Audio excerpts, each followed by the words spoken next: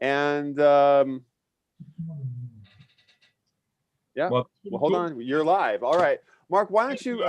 We've gone from there we go. We've gone from this was the last one. Now we've moved up to the 7 to 12. Fantastic, Brian. Okay.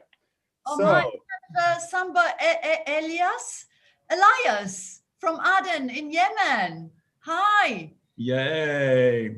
Is it the Elias I'm thinking of? Yeah, of course, yeah. Oh, right. Okay, cool. Yay. So let's see here. On the next hour, we've got...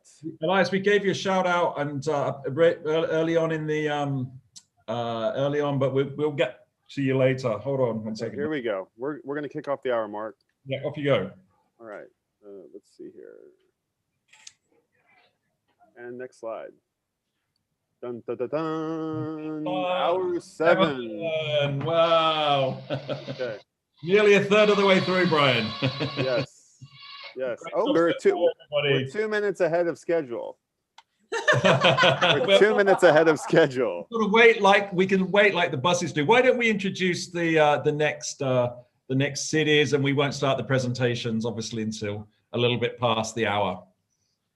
Well, we've got, let's go ahead and we'll stop screen sharing here. We've got Ulaanbaatar in Mongolia. Hello, Ulaanbaatar. Say hello. Yeah, greetings from Ulaanbaatar. And we have... Hello. Hi. Nice to all meet you guys. Hi. And we've got Prague on the hour as well. And then we've got David Flash coming on a little bit later. We have two young, actually. I think you and Prague go back a little ways, and I was on a little PK mission a couple of years ago, which took me to Prague, and I think you were in Pilsen for the European Capital of Culture, and so I think you guys are kind of seeing each other again, and Mongolia just joined. I think you were the first city from Mongolia who joined, and I think that's in the last year and a half about, yeah. So welcome. I don't think we've ever had the opportunity to say hello. We're really happy that we've got a little sown some roots in Mongolia. That's really cool. Tomoko, who just said hello on the last call, she's a big Mongolian fan. She's been a couple times, I think, and she's always saying, Mongolia. I want to go back to Mongolia, aren't you? You are, yeah. So I think she's especially excited for this hour. My alarms are going off. And shall we just, Mark, do you want to just go? You want to, for anybody who's just tuning into YouTube, announcement. There's a public announcement on the loudspeakers outside. On the loudspeaker system in Tokyo is just going off. So we'll find how many cases there are today. That's exactly what COVID announcement. 6 p.m. It's the public announcement. Welcome to International PechaKucha Day for people who are just joining us. This is Astrid Klein. Hello. And I'm Mark Python. We're the co-founders of PechaKucha, and along with Brian Scott Peterson, who's DJing us the way through our 24-hour marathon, Zoomathon, I think we're calling it. We're trying to hit as many cities as we can and get as many presentations from our amazing presenters around the world. And this year's theme for International PechaKucha Day is love. And today is PechaKucha's birthday, the 20th of February. But we also have here a team of many who are supporting this big event, all wearing the same lovely T-shirt, and we're gonna kind of slowly but surely introduce them all. Thank you for joining us, and we're glad we're back on YouTube. Our second stream on YouTube's working. So that brings us up to 6 o'clock in Tokyo. It's dark outside. And Ulaanbaatar, I think you're our biggest city in terms of the number of letters in your name. Yeah. Oh, really? Could be. Hey, want to say hi to them? Or no, we're good. Hang on. No, we're good. We're good. Okay, over to you. Okay. Yeah. Okay, you can call me Rena. I'm the current organizer of PechaKucha in Ulaanbaatar. So let me talk about our city first. Ulaanbaatar is one of the Central Asian city, and we have been organizing this PechaKucha event since 2018. And with this PechaKucha journey event, we found very unique people and unique experiences and also moments. So today we are so privileged to have this event to be with you guys. And we have 3 wonderful speakers representing Ulaanbaatar today. I think all of them are here. So if you guys are here, can you unmute your microphone and say hey?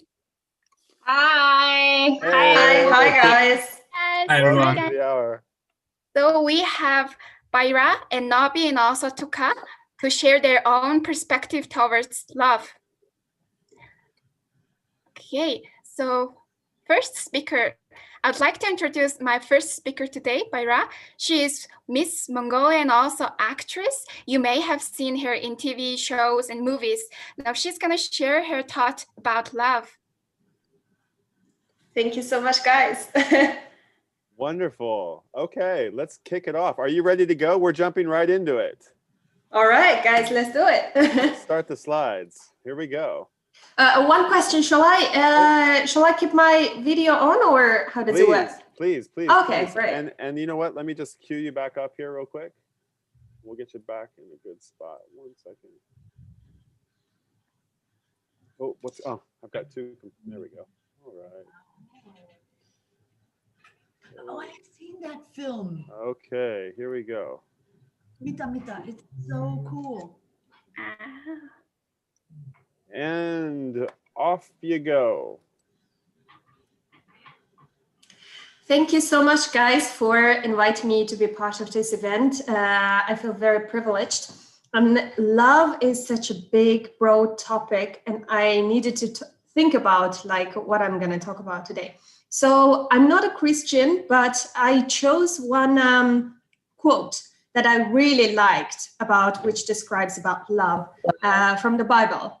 So let me go through this. So love is patient. Love is about helping to each other. Love is patient towards to other people who make you feel a little bit uncomfortable, but because you have love, then you have patience.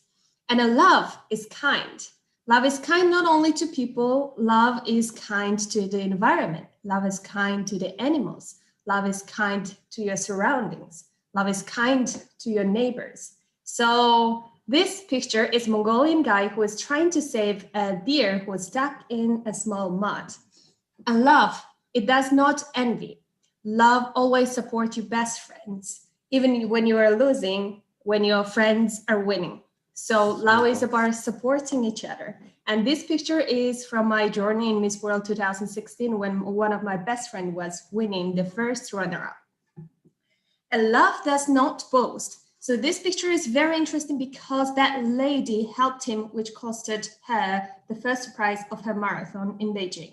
And then it does not boast, it always supports each other, and then it's not very, very self-centered. So following, love is not proud. I really like this picture because it's taken in Brazil. The guy is donating his shoes to a homeless boy, and it's not proud. It always thinks about other people. It always puts themselves in other people's shoes. And love, it does not honor these others. It always are willing to support each other, help each other, just like this poster that you guys are seeing. If you're unemployed and need an outfit clean for an interview, we will clean it for free, which is very, very kind. And love, it is not self-seeking. Such a cute photo of a kid trying to save his puppy from the flood. And it is not always, love doesn't always think about themselves. Love always think about other people that you love and care. And love is always like helping each other. And love, it is not easily angered. I'm sure my mother, she had been in situations so many times which she could not bear, like me crying all the time and then being annoying. But love, because she loves me, she is not easily angered with me. And then this is when I was 1 year old. And love, it keeps no record of wrongs. It's such a good photo that, for example, this small girl is trying to accommodate the guy who is crying on the television, which I found it very cute. And love doesn't always think about the wrongs that we did in life. Love always think about the positives.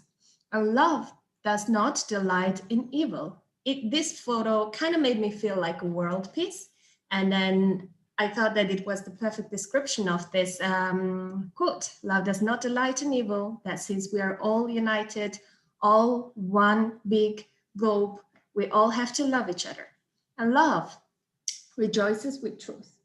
It doesn't really matter like whether you believe it or not, love accepts the truth the way it is and then appreciate it. And love, love always protects. This is very cute photo as well, because the homeless guy, it's very, probably it was very cold outside. And then he kind of wrapped his beloved dog around him, which I find it very cute. Love is always protecting each other. Love is always giving a support to those who need. And love always trusts. So here you can see a small child who is disabled, dreaming of becoming a ballerina. And then because there is love, there is always trust that you can do things that you probably would have given up. And then love always hopes. This is also another photo which has a beautiful story behind that. The lady who is in very critical condition wanted to watch a hockey. So his friends and family brought her with her bed from the hospital to the hockey game. So love always hopes. And love always preserves.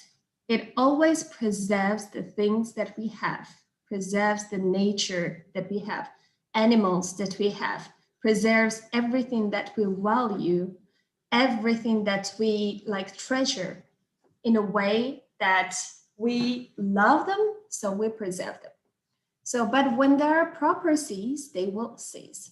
This photo is very cute because it is a child hospital. And then because children are in very critical condition, the people who are cleaning the windows, they are dressed up in superheroes to give them love and inspiration. And where there are tongues, they will be stilled. Love, because you love each other, sometimes you have to, one thing that I'm learning about myself is like, you have to learn to shut up sometimes. Like, because you love them, you don't always have to complain. And when there is a knowledge, it will pass. Because you love other people, you want to share your expertise, knowledge, experience that you gained in life to the next generation, like unconditionally. And this is part of love. And love never fails. And it's such a beautiful topic that we are discussing all around the world today, because there is love, everything is in peace, and love never fails. Thank you so much for inviting me to be part of this. So beautiful. Thank you so much. Thank you so much. Speaking the truth here is kind of, we're not reminding ourselves enough of it. And so thank you for kind of putting it so plainly. I think I was saying at an earlier presentation, it should be taught in school, and taught doesn't sound nice, but it should be kind of the first thing you learn in school, and with a refresher once in a while. That was a lovely presentation and quite analytical. But there was, all this passion there. Tell me, I'm a bit curious about your background. What's that image of? So I'm connected from England. So I'm not currently in Mongolia, but this is my home country. And then here you are seeing the eagle hunter in the west side of Mongolia. That's a film, right? Which I've seen, and yes, totally. Yes, exactly. So I just the badass. I it properly. I used to horse ride when I was younger, and I always dreamt of a horse trekking trip in Mongolia. And I kind of, with that dream in mind, I was hoping to train my daughter to love horse riding too. it didn't go very far. But and so eventually kind of I gave up. But maybe one day still. That's beautiful. More like walking next to the horse and guiding rather than sitting on it. But still, that it was a long-standing dream. Nice. Make sure you come in July. It's the best time. All okay. Right. Well, I'm glad we're all wearing the same color anyway, that we're fashionable. Yes. Yes. It's really good. Yeah. I've seen Norton earlier too with a red T-shirt. We're just going to introduce you to some of our rest of our team over here. So this is Season. Hello. Here's Season. He's Season and Yo and Astrid's daughter, Nanami. Nanami, give us a wave. Hello. Riding the horses, yeah. Yeah.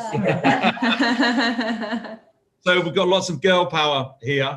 And so I should just go all the way around to Hisayama here, who's helping coordinate our table. Hello. And the girls are helping Brian round on the other tables. It's quite a team here for 24 hours. But it's really amazing to connect with you. We're so impressed and always impressed with everybody's positive energy. It's really fantastic. Okay. Very nice. Thank Okay, you. thank you for your presentation, Byra. Those photos were so touching and real. I love the way you describe love. So, okay, thank you. Let me introduce our next speaker. I guess that's me. Hi, how are you? Hi. Yeah, so as she said, I'm connecting from Ulaanbaatar, which is the capital of Mongolia, and I work as a journalist, editor at the online media company. So today, when I heard about, not today, obviously, last week, yeah. When I heard about, when I learned of the topic, love, I thought it was such a broad topic. And somehow the first thing that came to my mind was friends. What would we do with our friends and the love that they provide? Yeah, so true. There's so much next to dishwashing, it's friends, I think. So the other presentation. All right. Okay. Okay, here we go. Are you ready, Nobi? Yeah, I am. Off we go. Well, there are many different studies that explores the influence friends have on each other, and we don't have time to explore those. So I just want you to think about what kind of friendships we can have and maybe give them a call later once I finish the presentation, because we love them and we need them so much. So there are friends that are honest with us. They can be brutally honest, but they can also lift us, highest, because we can fully trust their words. And it is so important to have that kind of friend in life. For me, that is the guy in this photo who is Tikist. And friends, we have friends that ask all the right questions because they know so much about us through and through. And so they know when you're down or in any kind of life situation, they can always know to ask the right questions anytime, any day. And in today's world, having a kind heart is not that easy, because in today's world, usually, appearance trumps substance. And so we always need friends that are like kindest, to have that sort of, energy in your life and to remind yourself to be kind and good to people. And we also have friends that saw us transform into something else, something bigger, something better. And when I went to study in Russia, I went through such, enormous transformation in terms of, personal, and just from teenager to someone with keen sense of self. And we also have friends that are like family to us. I have friends who gave me home in Greece. And I have a home in Greece that is warm as any, and that is such an incredible thing. Amazing, just amazing. And friends that share your mindset. These two girls are that kind of friend for me. And, we are always in need of friends who understand where we are in life and share their experience, and especially mindset. Shared mindset is just really important. And we also need friends that that remind us of what we love. Life takes us places, and let me tell you, long distance friendship is a thing. And that is what strongly reminds of the main ingredient of friendship, that is love. And we also need friends that help us overcome barriers. And for me, it was body image issues. And I did this nude shoot with my friend Kush, who really helped me overcome that particular barrier. And I can honestly say that I don't have that anymore. I don't have negative body image issue. And we also need friends that make our hearts swell, make us really happy. And, there's a study that says that it takes about 200 hours of time to form a close bond of friendship with someone. And I can say that through experience with this guy that it's 21 days. Okay, so we also need friends that are like a warm embrace to us wherever they are. And this photo was taken with those kind of friends that I have after a Christmas I spent for the first time in Catholic church, which was such an eye-opening experience for me. Oh, this is someone you can recognize, the last presenter. She is the kind of friend that inspires me. She inspires me in the way she goes after her dreams and in the way she works really hard and always, fully supportive in every way. And we also need friends that, make work time joy time, and we are not always lucky to have good friends at work. And if you have those, that's such a treasure. Can't you all agree? We spend a third of our lives at work, and who can be more important? And we also, friends that are very surprising. And this is a musical teacher who came from Germany and a jazz music program. And we formed such a close bond in one day, and it was crazy. And then we also need friends that make us feel like we have what it takes to go wherever we want to go in life. And usually those friends are the ones that known you for a very long time. And for me, in instance, is Bondi, my friend. And we also need friends that provides stimulating companionship. And my friend Tilo is that. She always opening, new things, always making me think of things from different angles, through music, through movies, through whatever not. And it is such a stimulating thing. And you also need friends that make you want to be better in everything. Somehow get everything done, and who are incredibly organized and always in the right place of mind. And you need that friend because, to stay sane, to be better, to just, perform.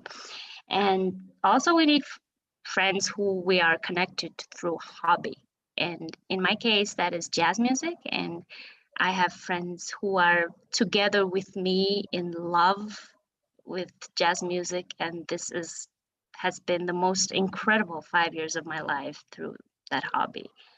And, everyone says that, they have the best friends in the world. Well, I think so too. And I have the best friends in the world, and you can see some of them here in the photo, and you don't really need to define that, right? But I have defined them in some ways, but it doesn't matter. Yeah, and we also need friends that inspire us to see things from different angle and color our lives. And my friend Bubi, he's, and anyone who can bring that kind of creativity into your world is gold. And well, my gold is right here in the photo. And thank you so much. I hope you give your friends call. Just call them and express your love. Oh, so beautiful, Nobi. Yes. I'm not surprised you're having many friends. That's, valuing your friends. The more you value them, the more you have them. So yes, and you're absolutely right. You need a friend for everything. We are nothing without our friends, really. So yes.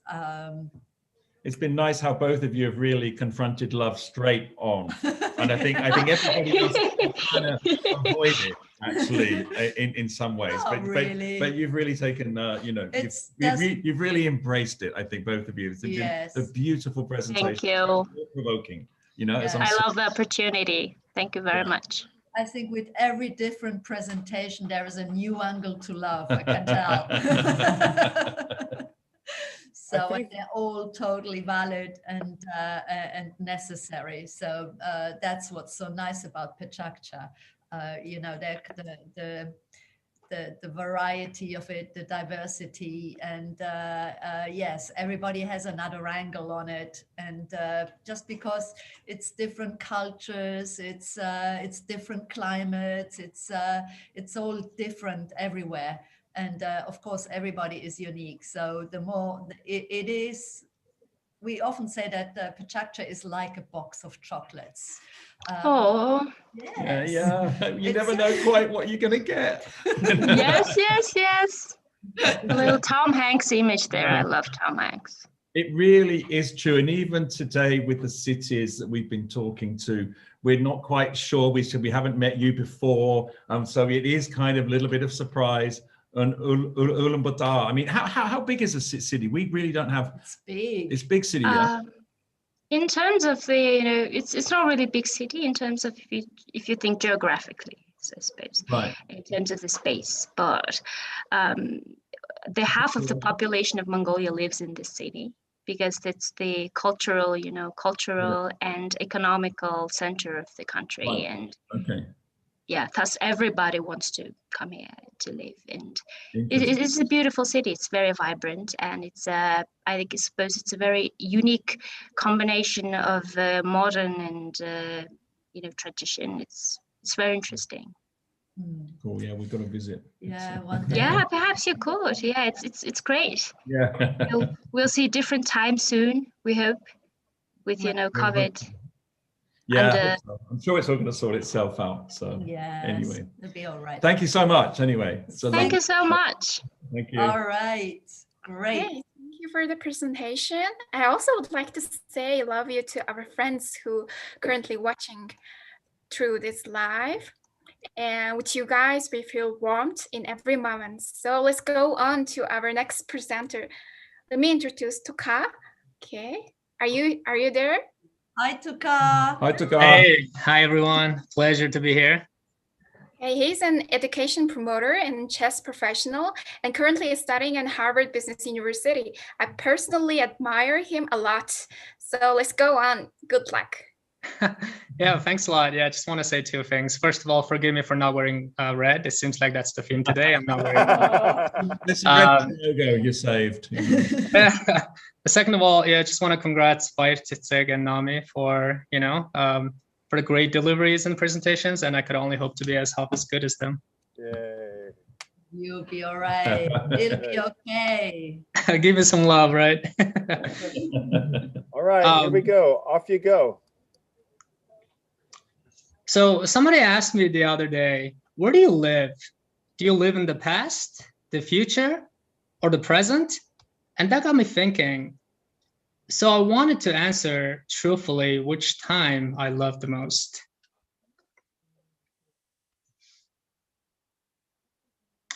I love my past. When I was super young, I apparently used to live in the countryside. And I was too young to remember these days, but apparently my best buddy at the time was not a person, rather it was a goat. I'm not sure if I can say with certainty that I'm good with people, but I can certainly say that I'm good with animals, especially goat. I was born in a chess family, and both my parents are apparently former chess players. And in fact, that's how they first met. And this is me in a world chess championship. And I'm probably not the most religious person on earth, but rest be assured, when it comes to important games, you can certainly bet that I am.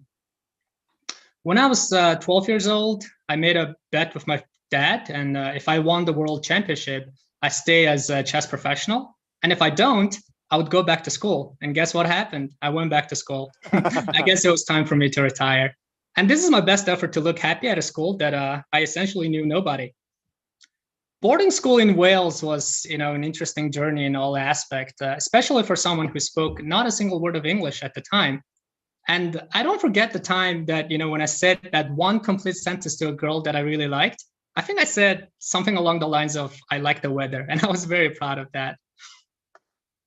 I came to the US when I first got into college. Although I loved what I learned there's something about me having the tendency, to fall asleep pretty much everywhere I go. And in fact, my friend made an album of me sleeping at different parts of college campus.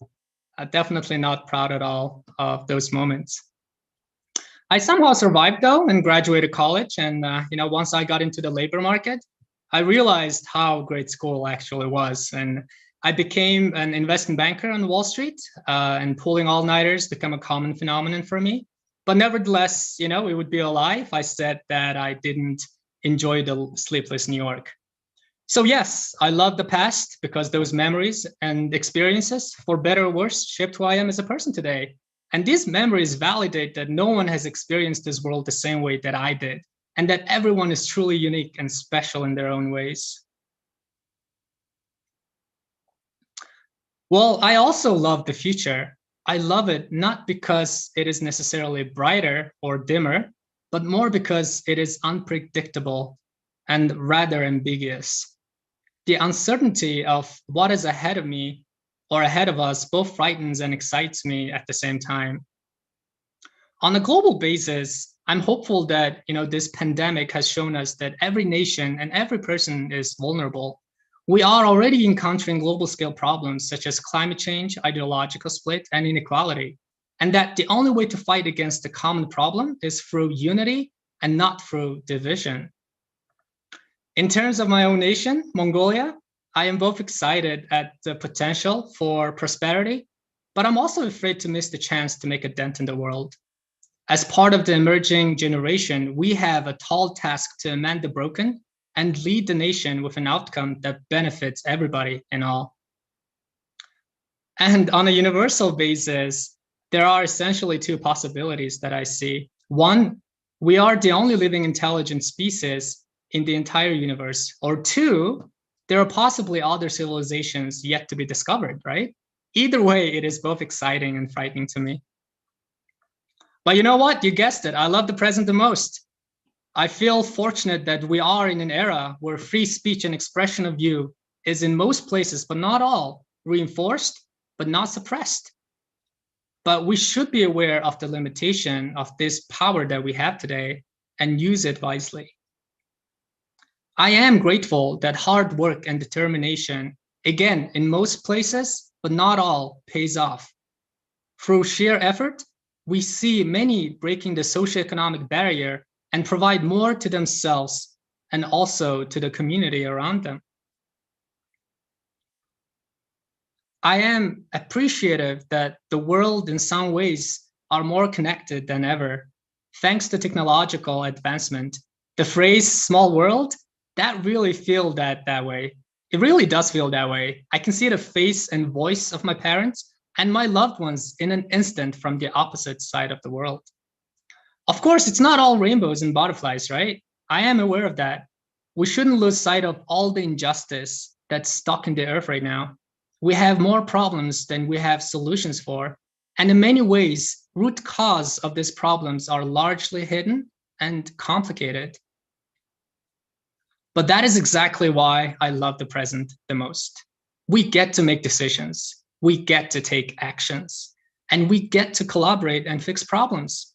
And as long as there is opportunity for betterment and hope, that is all we need to get started. And just to wrap up, past memories are great and shape who we are as individuals. However, I see many too caught up in their past success and glory. It is intoxicating, I get that, but let's not live in the past, because what is ahead of us is too precious to ignore. Future, well, that is full of excitement and fear. However, I also see many wandering and just floating in their projection. Extrapolation of our views allow us to dream of grand visions. But let's not live in the future either, for you may lose to appreciate what's right in front of you. So let's live in the present, feel the moment, because for every passing moment, it is a moment that you'll never get back. Let's appreciate everything that life has to offer to us. Love the present. Let's enjoy PechaKucha, guys. Thank you. Bravo. Wow, wonderful, wonderful presentation. We were all Thank you. Great presentation. Yeah, lovely. Yes, yes, Tuka, great. I mean, I think you've gone through quite a few hardships not becoming a chess champion, but I think I always think what doesn't kill you makes you stronger. And that's probably why you kind of tried even harder to become successful and enjoying the moment. Yeah, I kind of, there are lots of Mongolian sumo wrestlers in Japan. And I kind of, I'm so amazed that they're so devoted and dedicated and committed. And it's like kind of, you know, kind of learning the language and learning about the Japanese culture, because they have to actually become Japanese residents even, you know, and it's like kind of, wow, what a determination, you know, as there's a lot to learn from that. But anyway, I guess you're still playing chess though, aren't you? Yeah, that's right. I kind of use it as a hobby now. I'm not a professional anymore, but I do agree with you. The point that you made earlier, right? I'm a true believer that when one door kind of closes on you, there's always another door that's open. So you just have to kind of have that ability to kind of have the bird's eye view and see the opportunity where it lies. A quick question: how does professional chess work? You win money, or how does it work? So the way it works, as far as I see, is that you don't essentially do anything else. It's kind of like a full-timer. So you play chess 24/7, and there are essentially two ways of revenue generation. And one is exactly what you said: you play in tournaments, and then you get the reward, right? The prize. The other way is essentially kind of like teaching, and I see a lot of people kind of like do it both ways. But if you're kind of like a top 10 or top 20 in the world, you're essentially a millionaire. So, but it's like a very small aspect of the pyramid, right? You can tell Mark's not been watching the Queen's Gambit right now. Yeah, if you're if you're as skilled as Bev Harmon, so you definitely do not have a problem. And last question: do you beat your parents, or do they beat you? So they well, fortunately, I'm slightly better than them, and not because I'm anything superior or anything like that. It's just that they were born in an era where there was not a lot of support from the government or anything else, and my parents were extremely invested in me. So, and it's actually a lot of my success in chess, if there's any, I owe it to my parents. So fantastic answer. Yeah. Wow, true love. That's humbling, really humbling. I mean, like the Miss Mongolia, an amazing story of friendship and journalism, and Wall Street business, chess champion turned Wall Street, introspective, love guru. This has been a pretty special connection we made with Mongolia. So Juho, who presented earlier, he's Finnish. He said, one guy who taught at my school in Finland 100 years ago rode to Mongolia on a horse. Oh, wow. Wow. I don't know how far Finland is from Mongolia. It's got to be quite far. Maybe he should try that sometime. Yeah, really. Well, thank you so much, Ulaanbaatar. That was awesome. We are so happy to have you part of the PK family, and it was such a great honor to have you as part of International Pecha Day 2021. And we will see you online and at your next event and back here again next year. Reina, thank you for curating such a wonderful evening and introducing these great presenters. Well done. Well done. Thank you. Thank you very much, guys. Stick around. Thank you. Stick around. We're all coming back. And let's see here. Next up is Prague, our old pals in Prague. Hey. Let's see here. Where's Jana? We could waiting in the wings. Let's see Hi. here. Hey! Where are you guys? Hold on, I'm gonna get you up here. cool. Sorry a second. There you are. Okay. That's the other Jana. Yeah, I'm working on it. I think we've got Jana and Sylvie. Sylvie, Yeah. right? Yeah, but you're both labeled as Jana, right? But I'm Okay. using Jana's link, so it says Yes. Jana's name. Well, on mine. you can change your name too if you want. Yeah, I think I can change it Oh, it for doesn't you. matter. Okay. Well, so nice to see you. Yeah, it's great to have you here, and it's great to have Prague on board. As I mentioned, I was in Prague a couple of years ago, and it blew my mind. It was so amazing. So beautiful. Huh? And there's so much PechaKucha passion, and I know from the year before, I believe that there was an amazing serendipitous connection between all the Czech cities. I think Czech has got, for some reason, Czech grabs onto like Frank Zappa, some fun, these obscure things, and PechaKucha is one of them. The PechaKucha force is strong in Czech Republic. Yeah. Oh, So, yeah, very competitive. I remember. Jana, how many? Because your posters are fantastic. They're always big numbers. What are you on? 67? 60? How many events? 71st. 71. Oh, My wow. goodness. Wow, My wow, goodness. wow. 71 events. Yeah. That's amazing. Yeah. Yeah. And the kids events, okay? Yes. Yeah, we showed a slide earlier about that in our presentation about what we love about PechaKucha, and we love that kids use it a lot now, and it was really great to see your kids afternoon PechaKucha. So really lovely. So Let's get right into it. for joining us today, and we're keen to hear your two presentations. Okay, so let's get this going. Jana, are you ready? Yes, I am. Okay, can we all see the slides? And let's see here. Ooh, we've got Jana Okay, so we decided all right. we decided to do the presentation both in Czech and in English as well, Okay, because we love the sound of the Czech language a lot. yeah. So we'd like to join with you.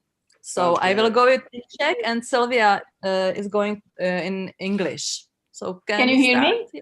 Can you hear me? Yeah. Sounds great. Okay, cool. Let's do it. Here we go. The 20 slides are yours. Takže my zdravíme z Prahy. Jednou z důležitých součástí českého jazyka je písmeno R. Hello from Prague. One of the main letters in the Czech language is the letter or character R. V Praze minulý týden se stala věc, která není tak obvyklá. Napadalo strašně moc sněhu a z nás ze všech se stali lyžaři. Very unusual thing happened in the city last week. A lot of snow. We have a lot of snow, so most of the people became skiers, downhill skiers, like within the city, and the word is lyžař. A ty místa, která možná znáte, jako je třeba Karlův most, se najednou změnily v místa, kde se provozovalo běžkování, takže další slovo z hře je běžkař. Very famous spots for doing the sports, snow sports, were, for example, Charles Bridge, one of the main. Go ahead. Další slovo z hře je pořadatel. Tady to je naše ta nejužší část toho organizačního týmu, Sylvie, já a kolegyně Kateřina. Another word translates as organizer or promoter, and this is three of us, me, Jana, and Kačka. It should be the GIF, this one, but doesn't matter.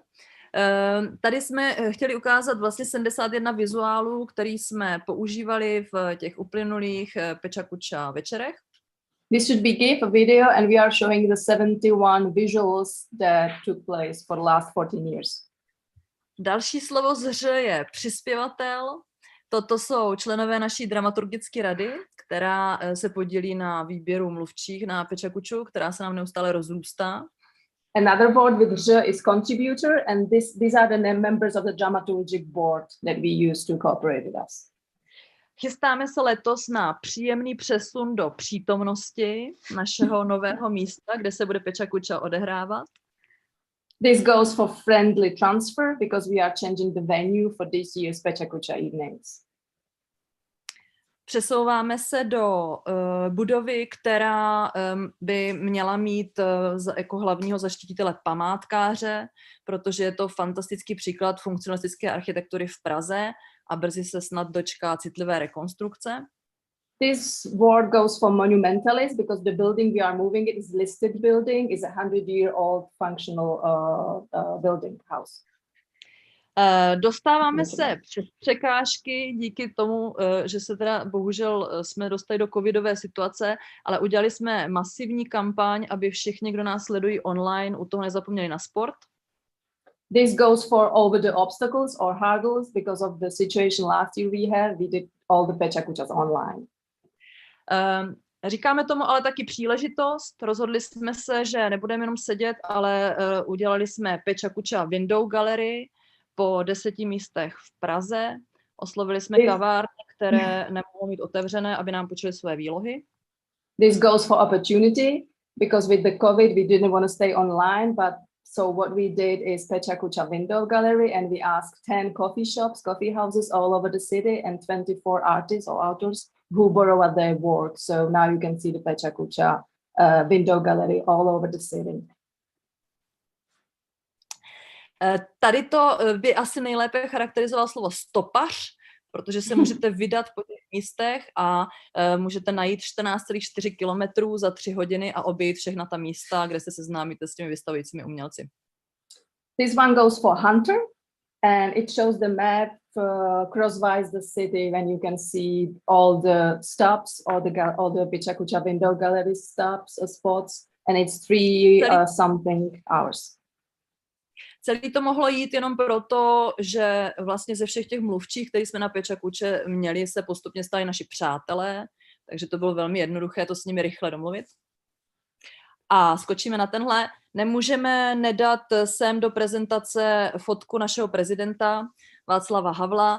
Jehož hlavní heslo bylo pravda a láska musí zvítězit nad lží a nenávistí. We cannot go without our former president, Václav Havel, whose claim was truth and love has to overcome lies and hate. A vedle něj sedí filmář, kterého možná znáte, je to Miloš Forman, Václavův spolužák ze školy, který jeden z jeho nejdůležitějších filmů byl Lásky jedné plavovlásky. Next to him is Miloš Forman, well-known filmmaker. One of his movies were Love of the Blonde. A s tou láskou samozřejmě souvisí i slovo hašteřice, které je tak v češtině velmi tak kladně konotované, ale je jasné, že ta láska a pravda se neobejde bez toho, že se musíme někdy dohadovat. With love also comes the slight version for altercate or squabbling. Sahli jsme taky s tématem láska do doby před přístroji, kdy se dělali v Čechách v 60. letech fantastické plakáty. This one goes for in front of the instruments, where the really great artists in the 60s made the wonderful posters for movies on a love theme. A my máme v Praze možnost navštívit online a vy ve světě také velkou sbírku plakátů, které se tomu tématu věnují. Tohle je slide k lásce v Praze, který je oficiální, protože v roce 2005 vznikl v Koreji film, který do naší země přivedl neuvěřitelné množství svatebčanů. This one called Love in Prague. This is the original title because in 2005 there was a series of that took place in Prague, series of love, and that's it. And this one says, this one says, next time you will come to Prague personally. Oh, yes. Yeah. It's been so long. We got to come again. Thank you, Jana. It's Thank you for having us.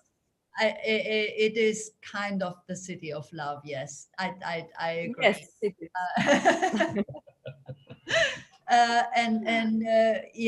And you always have such original ideas. You know, I mean, the posters put aside, you know, there's a very particular feel and sense to your posters. Always the graphics about it are just so unique. And the colors. Yes, I mean, yeah, it's so bold and strong and go for it, and it's just so cool. But I also like the PechaKucha window. How you call it? Window shopping, or window, not exactly. Window gallery, we call it. Window gallery, yeah.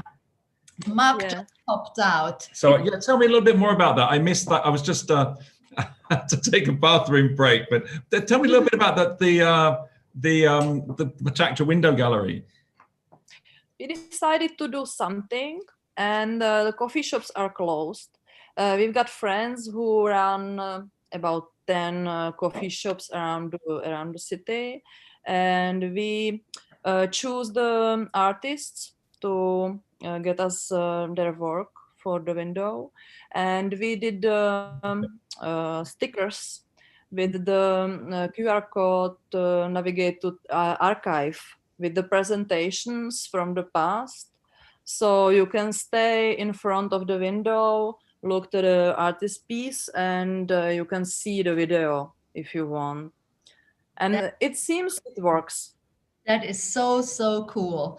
And yes, there is quite a few shopping streets in the world. I've read somewhere where yes, they kind of the mayor of a particular city has just decided that the shop windows cannot be staying empty, and that they have to collaborate with artists in order to make the city beautiful and not all this shuttered down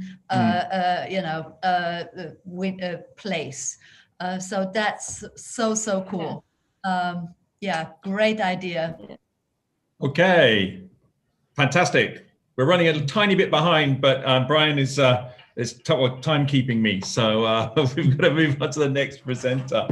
Wow, all good. Everything's going very smoothly. It's so amazing we can all connect like this, isn't it? It is incredible. That we can go from Mongolia. We can go from Mongolia to Prague, or from Belgium to Mongolia to Prague, absolutely seamlessly without too many sound issues. It's really incredible. Are you ready, Sylvie? Are you ready? Yeah, sure. Go ahead. Let's go for it. Here we go. Sure. The 20 slides are yours. Yeah, thanks. So besides collaborating and working with Jana, I'm also an artist myself, and this is one of my projects. It's called Live Longer, and this image is a logo. It's like a spirit or soul of a broken stuff, mainly porcelain, ceramics, glass. This is me and my colleague Adela, who we run the platform Live Longer together. My background is in ceramics and illustrations, and Adela's background is in jewelry. She's a jewelry designer, and we join forces together.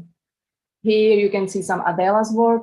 Her work is really, I should say, like fine and delicate and subtle, giving the jewelry and delicate background and her approach to whatever she does. And as I said, my attitude or my approach is more brutal, rough. I have the ceramic background, so we did lots of molding and sculpture like pieces. This one is pretty subtle as well, I have to say, but this one was done with collaboration with the graphic designer, with the typography designer, as I wanted to do something with typo. This is my work, and it's kind of image that sometimes I employ myself. This is my Astro pieces that I did, and I broke them. So all of a sudden, I'm doing myself or making myself more work with Live Longer. So self-employed. This is Adela's diploma project. When I actually approach her and ask her if what she does and what I'm thinking about and what I do, if we can work together. Because forgot to mention, I work with the bazaar and antique porcelain. I'm not doing anything new. I'm trying to hunt old stuff, and I hunted a lot of stuff that was broken. This is how we usually receive the order or commissions from the clients. So this is what we start with. Taking picture of this and taking picture of the process is it's another level itself. It's really fun. Again, some of the work, and we are trying to invent some of the techniques. This is Adela's work with the silver mantling, I should say. And on the left, there was a missing lid for the, well, obviously you can see that. We try to involve already existing techniques and semi-products. So this is us on the left side, semi-product from the for the metal platter, and on the right side you see how we finish it up. We did the locker to sit on the sugar ball, etc., etc. Another techniques that we use or like to use is basket making. And I found some really great basket maker who really understood what we are expecting out of the stuff that we want. So this is some of the work that he did. One of the techniques that we invented ourselves is taping, and this one is molding the pieces together or molding missing parts. Here you can see taping, and again on the left side, the first one where Adela's, this is me having the more rough or sculptural-like approach, and then Adela does the finishes touches, so it always comes out very nicely. This is the taping before and afterwards. So sometimes it's really puzzle. Sometimes we don't even get the whole thing, the missing pieces. So it's a nice work to do. We also involved kintsugi, but I'm not showing any of this because it's world famous. The approach that we have is that all the repairs and mendings are visible, really visible. So it's not restoration, it really is mending. We use food safe materials. So the aim is that all the pieces are used as they were originally meant to. This is funny. There's a designer who does those small, delicate Christmas balls in the shape of animals. And it's a lot of work to do. And then she packed them very poorly and sent it to the shop. And the shop approaches us if we can do something about it. So we did what we did. This is another example of, I don't know, lost and found kind of ugly vase.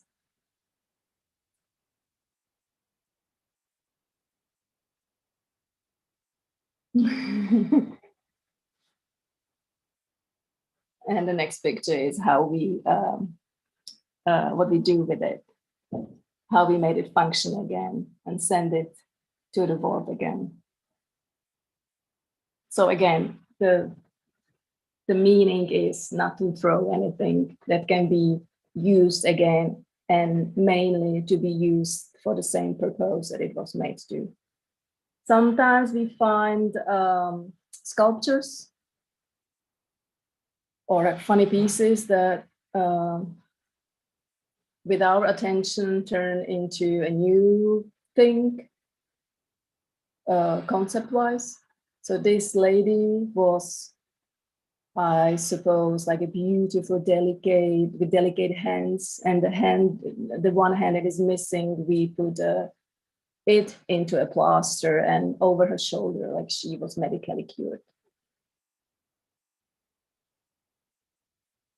And thank you very much. This is one of our pieces with, again, missing leg that we put into the plaster. It's my issue because I broke my leg like several times. So maybe it's something from my consciousness. Consciousness is the right word. Thank you.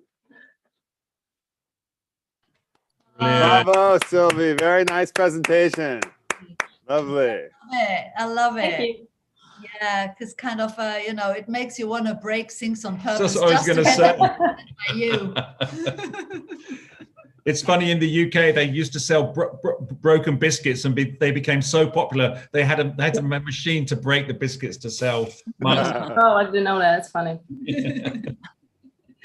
No, I think the whole live longer concept is just so beautiful, and yes, it makes the little twist you put to it makes them so much more lovable than when they were new. So that puts much more value on it, as you said, similar to kintsugi, but in a funnier way. It gives personality to it, you know. It's a real talking point and something really, really unusual. Yeah. Do you sell them online? Do you sell them online? Yes. Yeah. Hey, we need that link here in the chat, please. Sure. Thank you. Will do. It's really great. Thank you so much, Prague. Well, that was it. Thank you for coming through in a pinch. That was really, we really owe you one, and we'll get you back for it. So thank you very much. It was very, Thanks very nice. Thanks. Yeah, you guys are pros. Super pros. And a thank you to Ulaanbaatar as well, and really lovely presentations. But we have one more presentation we're trying to squeeze in before the top of the hour, and it's our good friend David Palesh, live from Essex. Hey, how you doing, guys? Hey, we're good. It's all working. It's kind I can't. It's like we're in the same room. We've had nothing to touch wood, that we've managed to keep this going, and people are coming in and coming out. And so we just wanted to say, you need to say hi to somebody. Do you remember? Nanami, hey. Oh my goodness. Last time I saw you, you were about 6 or 7 years old. Yeah, man. My goodness. Maybe something like that. Well, we're 19 now, and oh man, makes me feel old. Oh yeah. Well, that's great. Good to see you. Are you taking care? Are you making sure your mum behaves? Good stuff.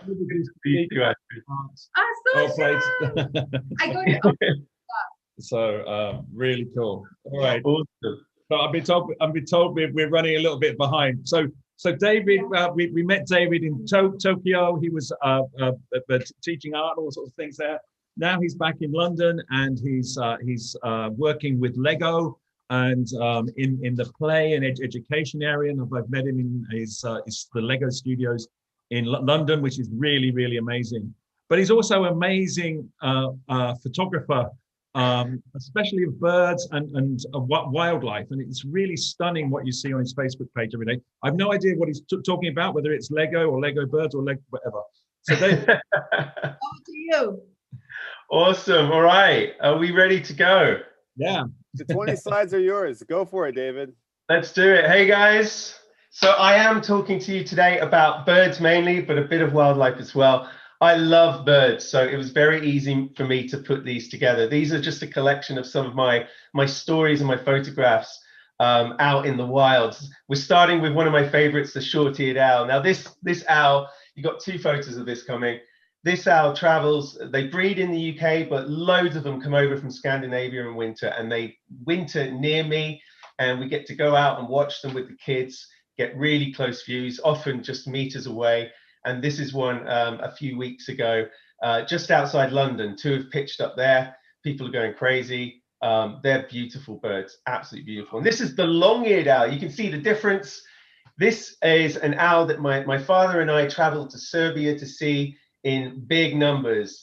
We had 200-300 owls in the middle of a city. They roost there in the day. It's a big tourist attraction, well, for nerds like me.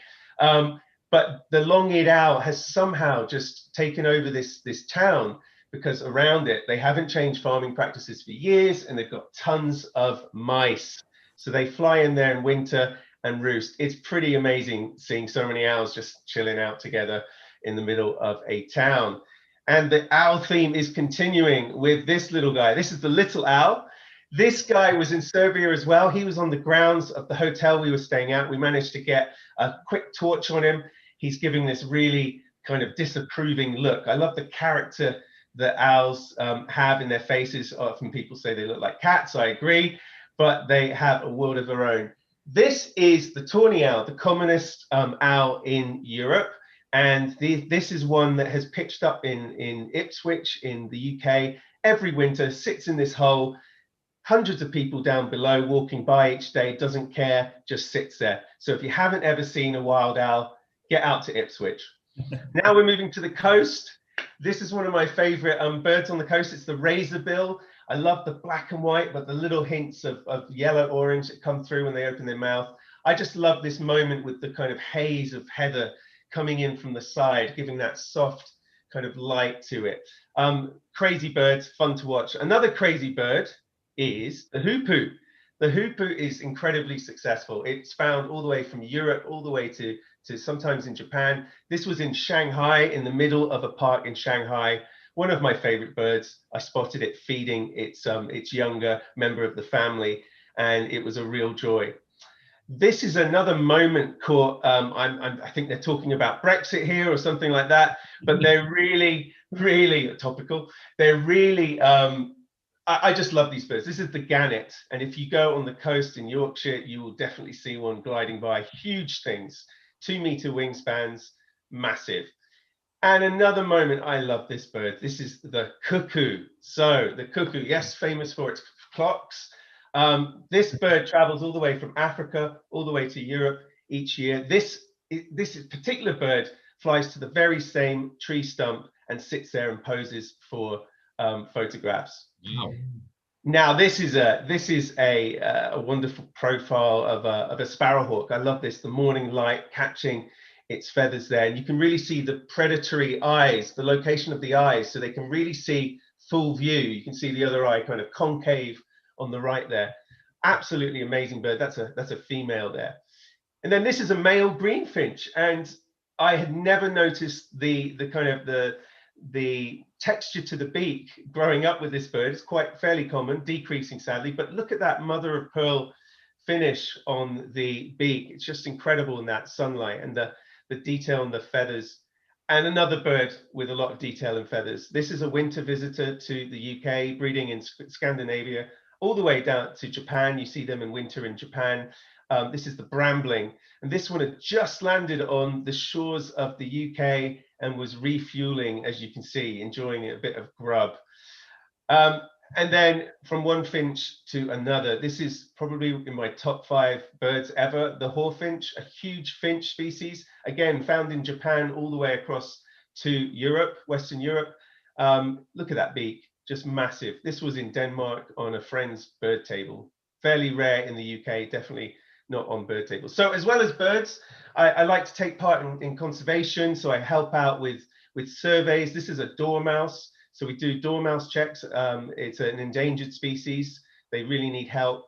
This one's torpid, so it's still asleep. We could pull it out and hold it in our hands. As the heat from our hands warmed it up, it slowly woke up. It was pretty cute.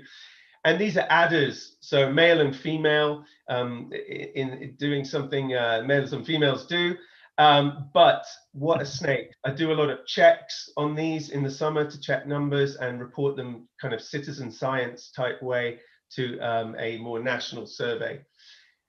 And this is the slow worm. So it's not a worm. It is in fact a legless lizard. Types of these are found across the globe, but it's probably the most commonly found reptile in the UK. It's it's not that slow, but people often find them in their gardens. They eat slugs. They're a beautiful, beautiful animal. I also love butterflies. So this is a common blue. This was taken in Provence last summer when we managed to get away, and it was just before sunset. So I managed to get part of it in focus and part of it kind of soft with a macro lens. But wonderful, wonderful species. And this is a little bush cricket. I took this in my garden, managed to find it on a leaf, and just loved the kind of background colors that I managed to capture purely by accident. But it just gives a little insight into this little insects world, which I really loved. And we have one more. So we're ending on this. This is the reed bunting, just outside across the road from where I live. And this is where I bid you farewell and just thank you for listening. I hope you feel inspired to grab a camera, go out and take some nature photos like I was several years ago, and just look around a bit more. Many thanks. Check my Instagram, Real Escape, for more photos. I had to get that in. We'll be putting it up, don't worry. Thank you so much, David. Yay. Wow. Wow, got through. Thanks, guys. Incredible photographs, really blows us away. Everybody was sort of beside themselves here, How long is your lens? as they say. It is. It's a 600 mil, so it's like this. It's a heavy little thing. It's downstairs right now, but many kilos. Oh gosh, it's several kilos. Yeah, it's definitely up there. But I want a big. I'm going to get a bigger lens soon. That's even heavier. But it's so worth it. It's so. It is. So how far are you away from that greenfinch when you take that shot with its beak and the mother of pearl? Oh, that was really quite close. Being very still. That was probably a meter and a half. I was using a macro 90 mil on that. Okay. And just took the picture, really nice settings with the sun, and then cropped it later. Yeah. Oh, amazing. And so, are you a twitcher as well? Do you go off to when there's a rare bird? Do you rest off and? So I wouldn't say I'm a twitcher. I'd say I enjoy going to see rarer birds, but I wouldn't tick just to tick it off. I do love seeing the rarer stuff. I love the common stuff too. So all the stuff in the garden, yeah. But I love seeing some special stuff too. Tell people we were texting one another just before you came on, and he said he really loved the slide behind Miss Mongolia because it was a steep eagle or a step eagle. Step eagle, yeah. I think it was a step eagle. He identified the type of eagle, which is pretty. David, we're going to have to move on. I'm sorry, we're a bit tight for time. Keep talking with everybody, but really, thank you so much for joining. No worries, guys. Thank you, David. It was really lovely, wonderful. Great. And so that concludes our hour 8. Thank you to our hour 8 presenters, and let's go ahead and move on to hour. Oh, I made a mistake. Hour 8. The last hour 7 presenters. Thank you. Okay, unless that's a mistake somewhere. For hour 8, we're going to Faro, Portugal, and to Kyoto, Japan. And first up, I believe, is Faro. Why don't we go ahead and say hi to these guys real quick? We've got everybody on the call. I think we'll just leave it up here on the gallery view. I see Eric in Kyoto. I see some new faces from Faro. We don't know you guys so yet. So it's nice to see you guys. Hi. Hey there. Thank you for being a part of our event. And Eric, Eric's an old. He's an old. What do we call he's an old. Old hand. An old hand, yeah, an old veteran. So I know he was talking to you guys beforehand, and I hope that you guys can be PechaKucha friendly cities, Faro and Kyoto. Maybe you'll have an online event, just the two of you, one of these days. But anyway, let's do it. Let's do it now. And we want to say hi to VJ Luna, who's joining us towards the end of this hour, who's in Tokyo and has got something really beautiful photographs to show us. So we got a good set. Let's go. Let's kick it off. Faro, you're up first, and let's see who's your first presenter. I don't even know. Okay, so first of all, before starting, I think it's fair to introduce myself. Please. I'm Alec. I was actually a volunteer here last year when we organized the first PechaKucha night in Faro with my colleagues. So I kind of take it off from them, and this year we are trying to do things together.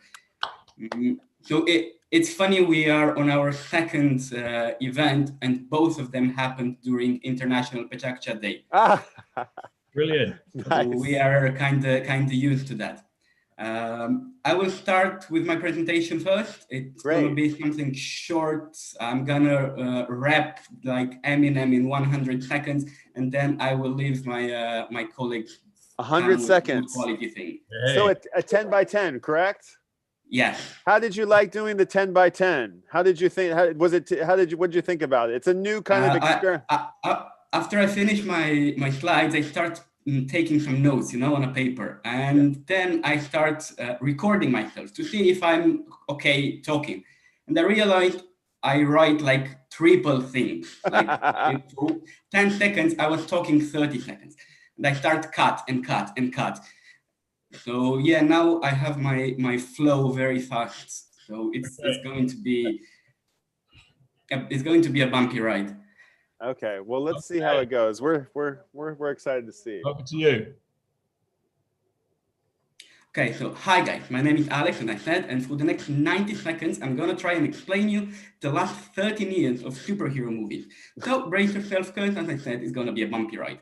It all started in 2008 with this guy called Jon Favreau and his idea about developing a superhero movie with Iron Man.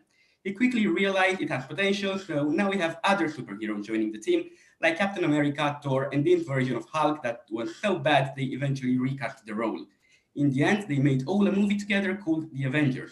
But not all Marvel movies were good. Thor 2 was so bad that fans don't even talk about it anymore now. Some were fun, like Guardian of the Galaxy, with this tree saying I am Groot all the time. They made a movie called Civil War with Iron Man fighting Captain America. That was so good, even the competition from Warner Bros. Created a similar version called Batman v Superman. In the end, they added so many new characters that it was already clear you need to watch everything if you want to enjoy the full experience. That's how the Infinity Saga appeared. So what they did, they put 6 gems in the movies before, and the villain called Thanos, wanting to collect them all and reshape the universe. We are now in the Infinity War, a crossover with more than 30 superheroes joining forces to stop Thanos. Spoiler alert, he won and killed half of the population, but the remaining heroes are fighting back in the next movie, Endgame, and Save the Day. In the meantime, Disney Plus appeared, so now Marvel has not only movies, but series as well, like this weird sitcom called WandaVision. They even planned in advance 24 new titles for the next 3 years. That was my fast-forward presentation, so if you like cinema as much as I do, follow me on InstaBinge, where I publish 1 new review each day. Wow. Wow. Pulled it off. We know what you love. Very clear. Now I can breathe. Same as my son. I'm so behind on the superhero movies, and it's a little, if you're as far behind as I am, it's intimidating to like get into them. And I think this is going to be my cheat sheet to like get restarted. Thanks for that. I wanted to say that I believe if you have a dream and you work enough to achieve that dream, you can make it happen. So, for example, I always dreamed about having a Zoom presentation about superheroes. Oh. So I spent 13 years of my life watching superheroes movie for this presentation to happen. Nice, nice, very nice, very nice. Okay. Who do we have next? Can you introduce our next presenter? Let's go to Dovile. Do you hear me? Yeah. Well, let's have a little chat. Can you give us a little introduction here? Yes. I am Dovile from Lithuania right now, but right now I am in Faro. I moved here, but last year I was volunteering. I was helping the same organization that Alex is from. So that's how I know them. So yeah, and I want to tell you a little story about my experience about it. Are you ready? Yes. Off you go. So yeah, the first what I want to say that I'm very happy that I'm here in PechaKucha night. And I'm glad that I can share my little story, how everything started from one instrument. And I'm Dovile Embrasaite. Maybe it's a bit difficult to pronounce it. And let's move on to the next. So here you see me. 5 years ago, I thought I will live my adventure in Spain, Mallorca, but because of my health issues, I spent there only 1 month and I had to come back to Lithuania. I had 3 blood transfusions and doctors figured out that I have some problems with my kidneys and the healing process will be long. And luckily I have my loving family that were waiting for me and they did all their best to make my life better. And my twin sister was always there for me, even though she was in the capital Vilnius. So that's why she's on the phone pictured. So I was living in the small village with the 200 people and I didn't know what to do because I couldn't work because of the health and I needed some motivation to wake up every morning. So it was ukulele that I already had for a few years, but I never played it. So it was kind of time. So I started with choosing the easy songs to play and dear Lord, it was super difficult and to play and sing at once. So, but that material I filmed and I used on my YouTube channel that we had already with my sister created because, you know, we dreamed to be a YouTube stars. So with my parents' support day by day, I felt more inspired to learn new things new programs such as Photoshop, Sony Vegas for video editing, and I even bought a microphone to improve my quality, you know, to look more serious. So here you will be able to see my YouTube channel, which we called CeCe's channel. And we didn't gain a lot of subscribers, but you know, for me, it was like a treatment, and I didn't really care what people think about it, because whenever you realize that you live once, who cares about that? It's the most important how you feel, you know? But after a while, I started to feel lack of purpose again, I guess, because it wasn't going anywhere. As you saw, few subscribers, few likes, few views, and you know, it didn't look like it gonna help the world or something like that. No purpose. And I think it was a great time to change something. And so with my mom every morning on the breakfast, we ended up talking about the new purpose where this YouTube can lead for good. And one day my sister said that she heard her colleagues talking that they are missing beautiful educational songs for kids in Lithuanian language.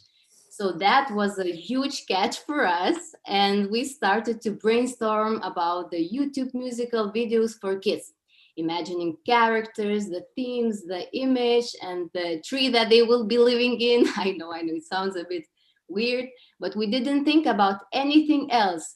I mean, how we gonna make it, and was just a huge wish to do it meaningful. With a super positive energy, I guess I attracted a work offer and I moved to capital, and still I had some spare time to develop idea, because, you know, I needed to earn money to make this thing happen.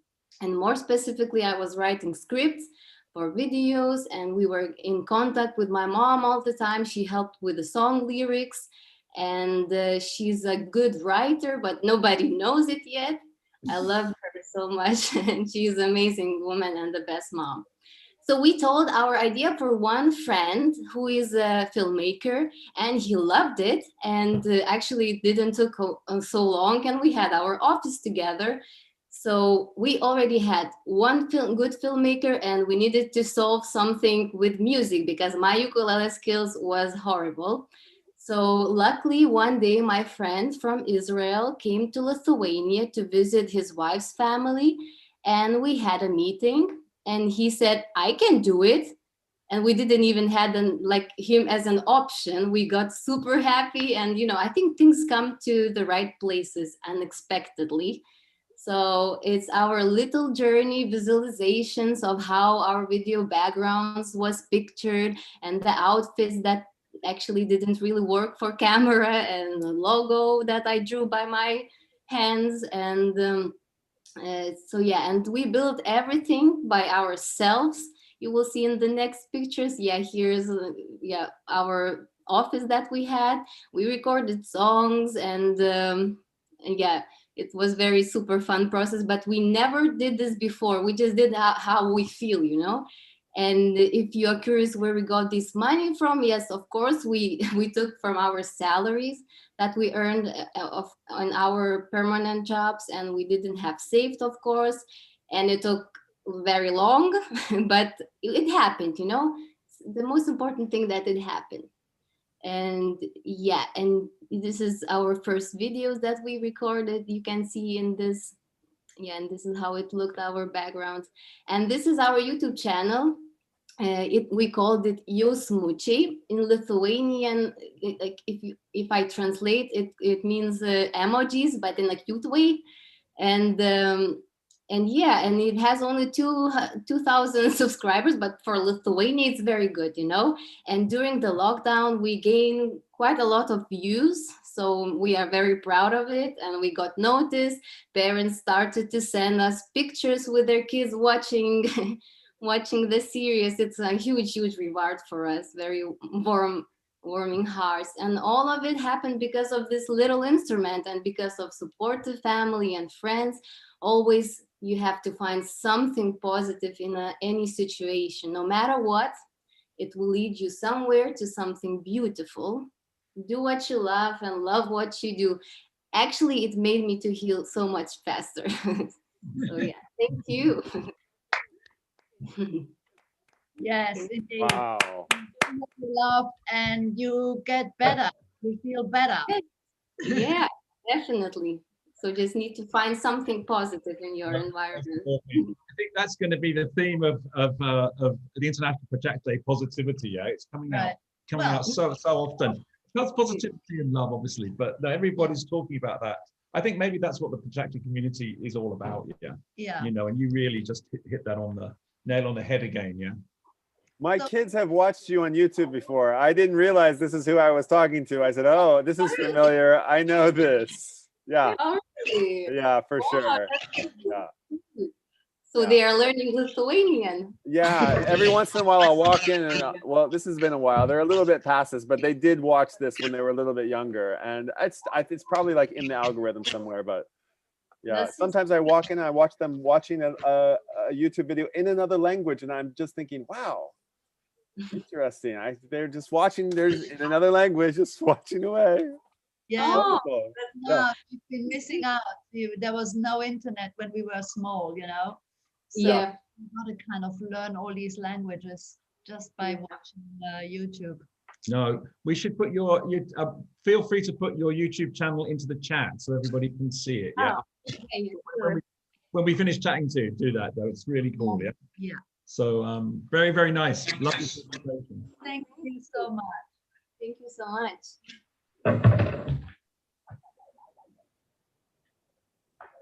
Alrighty, we're going on to Gloria. Hello, everybody. Hi, Gloria. So, hello. I will present me faculty. I'm Gloria. I'm 27 years old, and I'm also not from Portugal. I'm from Italy. But I was a volunteer too. I was a volunteer too in the last few months in Portugal. And I'm just waiting to spend my few days with my family, and I cannot wait to come back there because right now I feel like it's my city, became my city, Faro. Right. Today I will speak about my story and my body transformation. All right. Okay. I wanted to name this presentation Behind My Smile because it's what I wear today. I think that you can always give a smile to everybody, to the cashier in the supermarket, or to your mother, or to the old woman that is sat with you in the bus. It just can warm up everybody. I was born in 1993, I was told you before, in a normal family in the south of Italy, where family is really important. I was a good daughter, I was a good student, I did sport and what everybody was doing in my age. And actually my parents were working when I was a child, and I spent most of the time with my grandmother in the kitchen. And you know, if when you were a child, a few kilos extra are, at least in the south of Italy, are concerned like you are really healthy, I don't think it's the same when you are a teenager and you weigh a little bit more than the others. So I started to grow up and I started to ask myself why I was not like the others. I was not seeing beautiful like all the other girls, all my classmates, all the girls in magazine. Just because I couldn't wear the same dress like them, and most of them because this society is made by stereotypes. We must be tall, we must be thin, we must be beautiful, fashionable, and I didn't fit any of these categories. So I started to be to think that I was not able to be like the others. I was like the rare one, the ugly one. So I say, I don't have the power to change my life. I will be in my comfort zone. I will eat, I will continue to eat, and that's it. But in some way, I wanted people love me. So I start to think, I have to think about how can other people love me. My power was that I wasn't not ashamed. I was not ashamed to speak. I wanted to defend the others. I want to represent the others. So people start to believe in me, to see them, to see me like their leader. And that was more or less the cover that I had. No, I was the strongest one, the fat one that could fight against everybody. When I grew up, I started to work in bar, restaurants, and all the people were always asking me, how can you always smile? No, because I always printed on my face this smile. And it was like for me natural. All the time I was starting my shift, I was, okay, Gloria, it's show time. It's time to dress your beautiful smile. And my boss was happy because people were coming back and tell him, where is the chubby girl? Can the chubby girl can make me a coffee? Because with her, I'm more happy. 10 times break for coffee. It's like, okay. But I started to hate myself more and more and more. In the same time, I was doing university. And you know, university makes parties. And people, guys, actually were coming to me just to ask my friend's number. It was not really funny, no? So what I was doing, I fight with myself for 7 years, more or less. And while I was smiling in front of the other, I was crying alone. I went in a really huge depression. And it's not easy to change. I didn't speak with anybody. I didn't have the power, but I don't know what's happened. In 2019, one day I went out from the shower. I was naked. I saw myself in the mirror, and it was like, okay, I'm not the same person that I saw like 5 years ago in the mirror. I've lost like 15 kilos, but I was continuing dressing the same clothes. I was so focused on what the other people were thinking about my image that I didn't even realize that my body was changing in a natural way without any stressful diet or in any stressful way. 1 month later, that realization, I wanted to change my life. I backpacked everything. I left my job. I changed city. I started a new life. And most of that, I put aside all the toxic thought that I had in my mind, because I started to say, I don't want to be what the others wanted me to be. I want to be just myself. So I start to do sport, to eat healthy, to see them like my best friend. Also during my travels, I was okay. Today, I will not take transportation. I will do 30 kilometers by foot, but then I will eat McDonald's, you know? But what did I learn from this experience? That people don't have to judge others. You don't have to feel bad for the other people thought.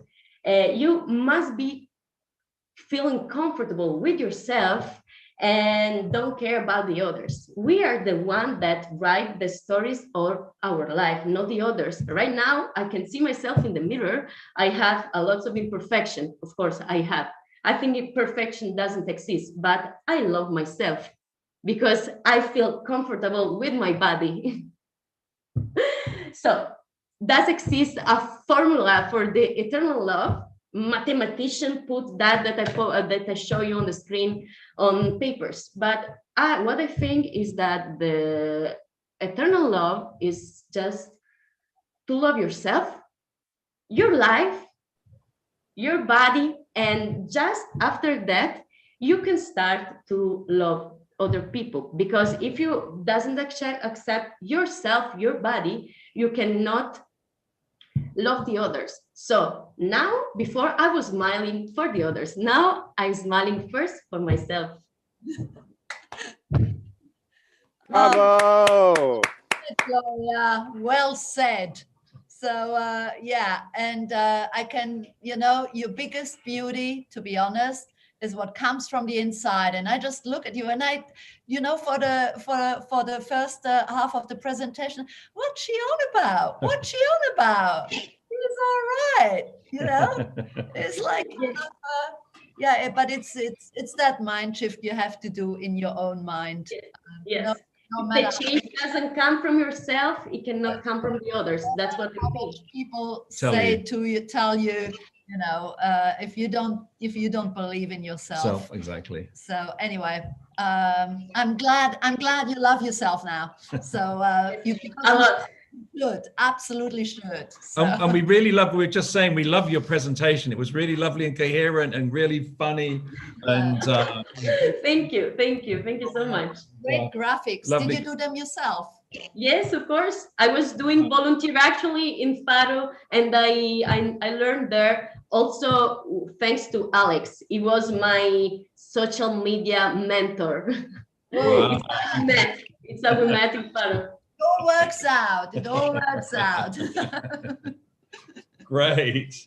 Well, thank you for a lovely presentation. Yes, thank you to all the great, amazing presenters from Faro. We are so glad to be connected to you, and we're going to go ahead and move on to Kyoto and bring up our old pal Eric to introduce his city and tell us a little bit about Kyoto and what's going on with PechaKucha there, and give us an introduction to some of your presenters. So, everybody, hello, everybody, welcome. This is Kyoto.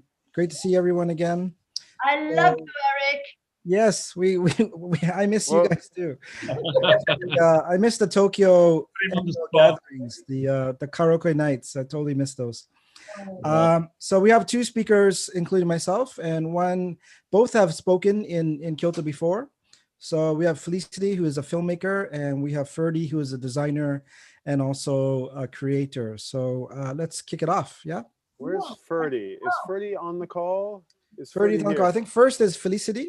Okay, we'll go with Felicity. All right, Felicity, thanks for coming on, and let me get your slides queued up. Hey everyone, can you hear me okay?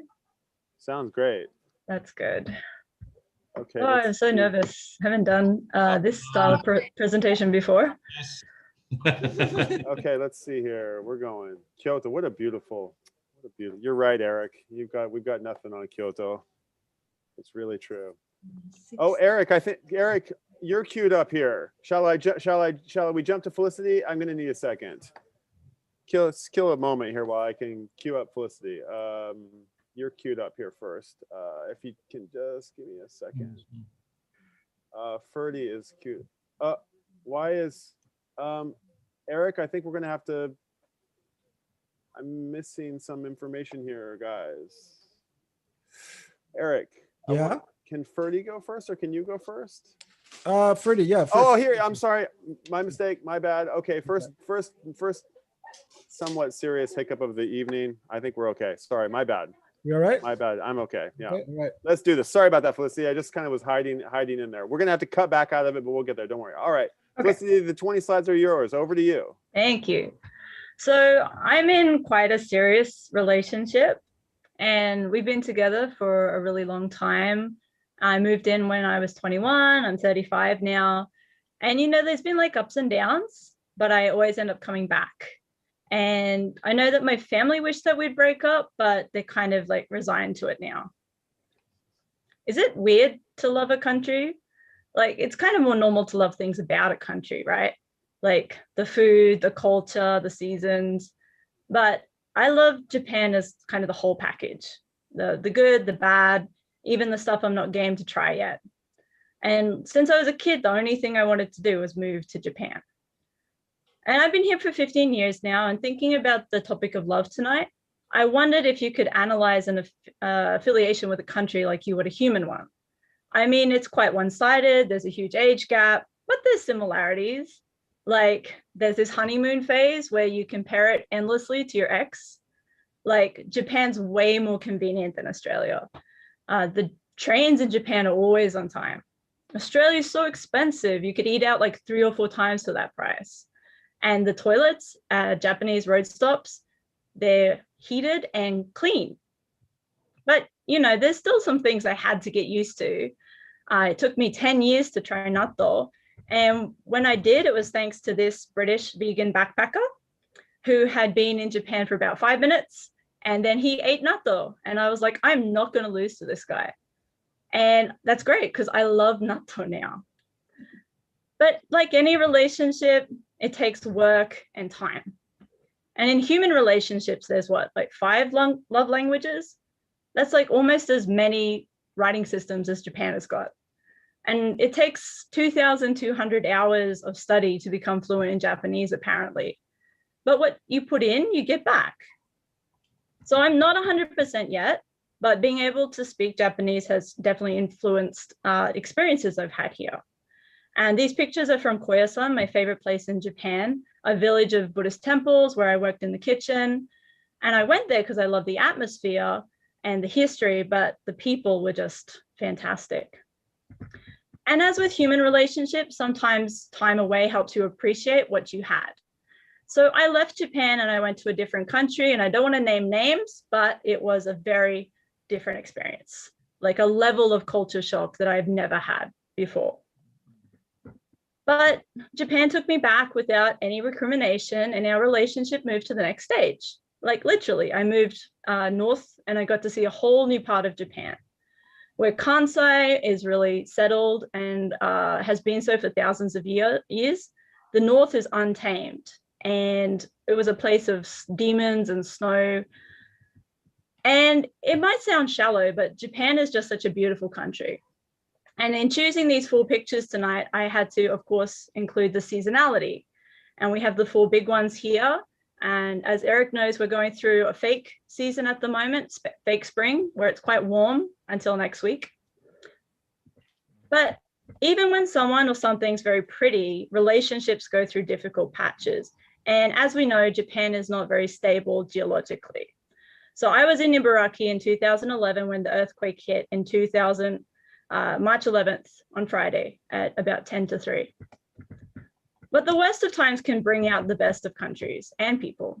And I remember how dark it was that night when the police were out with their batons helping us drivers, or the people in the evacuation center who had to share like a single onigiri, but without complaint, or the volunteers who went up. But I thought that this was the end. So I packed my boxes and I left Japan for good, I thought. But Australia had changed. It had money now. It liked expensive food. But I had changed as well. I couldn't live with people in order to pay rent anymore. And so like a rubber band, I got pulled back to Japan. I mean, you get what you wish for, right? So people ask me when I'm going to leave, and I don't know if I ever will.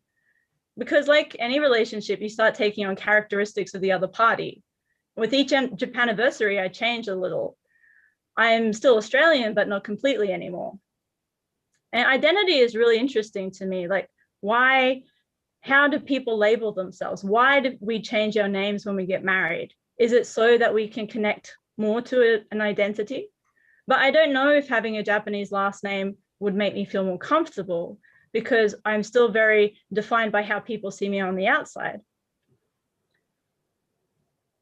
The best kind of relationship opens your mind. And Japan gives me perspectives like, what is it like to be an outsider? And makes me think of Australians back home who are often made to feel like they don't belong.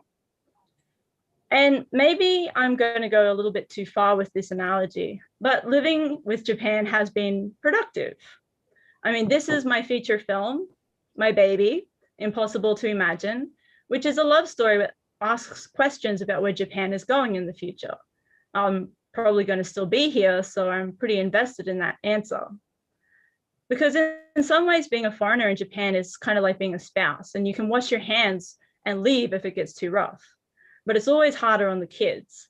And I wonder if I ever have a human one, how they're going to feel about Japan. Are they going to love it, or are they going to leave, like many biracial and bicultural kids do? But I hope that they like it. I mean, there's so many wonderful things about this country. The festivals, the food, the thousands of years of traditions and culture, the scenery, definitely the seasons. You better believe that I'm going to be oversharing my relationship with Japan on social media for years to come. But most of all, what I love about Japan are the people, the community, the sense that people really care about each other, and even strangers on the street. The depth, the length of the friendships I've had here, my family. And I guess in the end, it really is just all about human relationships. I love Japan, but I've always felt loved in Japan. Wow, Felicity, I think quite a few of us around here can totally identify with what you're talking about. We've been here twice as long as you. And yeah, biracial kids, we have them. It's just, you know, normal. Just goes on. Don't think too much about it. Yeah. But yes. But yes, love it, you know, love it. Thank you. Yeah. It is. It's a lovely country, and I've enjoyed every minute of it. Warts and all, yeah. Warts and all. My Yes. Russian, she's from Vladivostok, which you could argue is still kind of Japan, just up a few the islands opposite Niigata. across. So there are all sorts of other stereotypes that we have to deal with. So it was a lovely, really great presentation, very thought-provoking. Yeah. But as Agnes said, just be positive. Don't think about it too much. If we thought about living in Japan too much, we wouldn't be able to get up in the morning. We love the country. We see it how we want to see it, and you know, we're still here. You know, so yeah, you're quite right. Those hot toilet seats, man. And, oh my God! In winter, they're amazing. I'm not sure about so good. I can do the freeze-dried natto, but I can't quite do the. I had this minute when I first ate it, and I was like, what happens if for 10 years I've been denying myself of what's going to be like my favorite food? And it was. So at least I have years to come. Can I quickly plug my film? Please. So my film is now streaming worldwide. It's on Vimeo with all the different subtitles, and it's also on Amazon Prime in Japan. Let's just put a link in the chat. I will. Get up. All right. Great, Felicity. Thank you so much. Thank you so much. Thank you, Felicity. Okay, Eric, who do we have next? Next, we have Ferdie, who used to live in Kyoto, but is now based in Fukuoka. And last year, I went to his wedding in Indonesia. So congratulations to Ferdie. Oh, Ferdie, we spoke the other night. Hi, Brian. Hi, Brian. Yeah, nice to see you. Okay, Nice to see cool. you. All right, Thanks for having me. Thanks for being here and putting a face to your name. Yeah, cool. Okay, well, let's do this. All right. Are you ready? Yes, anytime. Okay, let's do it. Here we go. Over to you. The 20 slides are yours. Or yeah, the slides are yours. Go for it. Oh. Oh no! Did we not get that right? Yep, that's that not the first slide. That is not the first slide. Yep. It is. That's no. It's actually the 802 is actually the first slide. Okay. Does this need to go somewhere else? No, because we have the similar one on the 806, so it's okay. So I can get rid of this slide. Sorry, is that right? Yep. So we're gonna start with this slide. Yep. Okay, sorry about that. I'm not sure. No worries. Cheers. Okay. Thank you, Brian. All right, let's try again.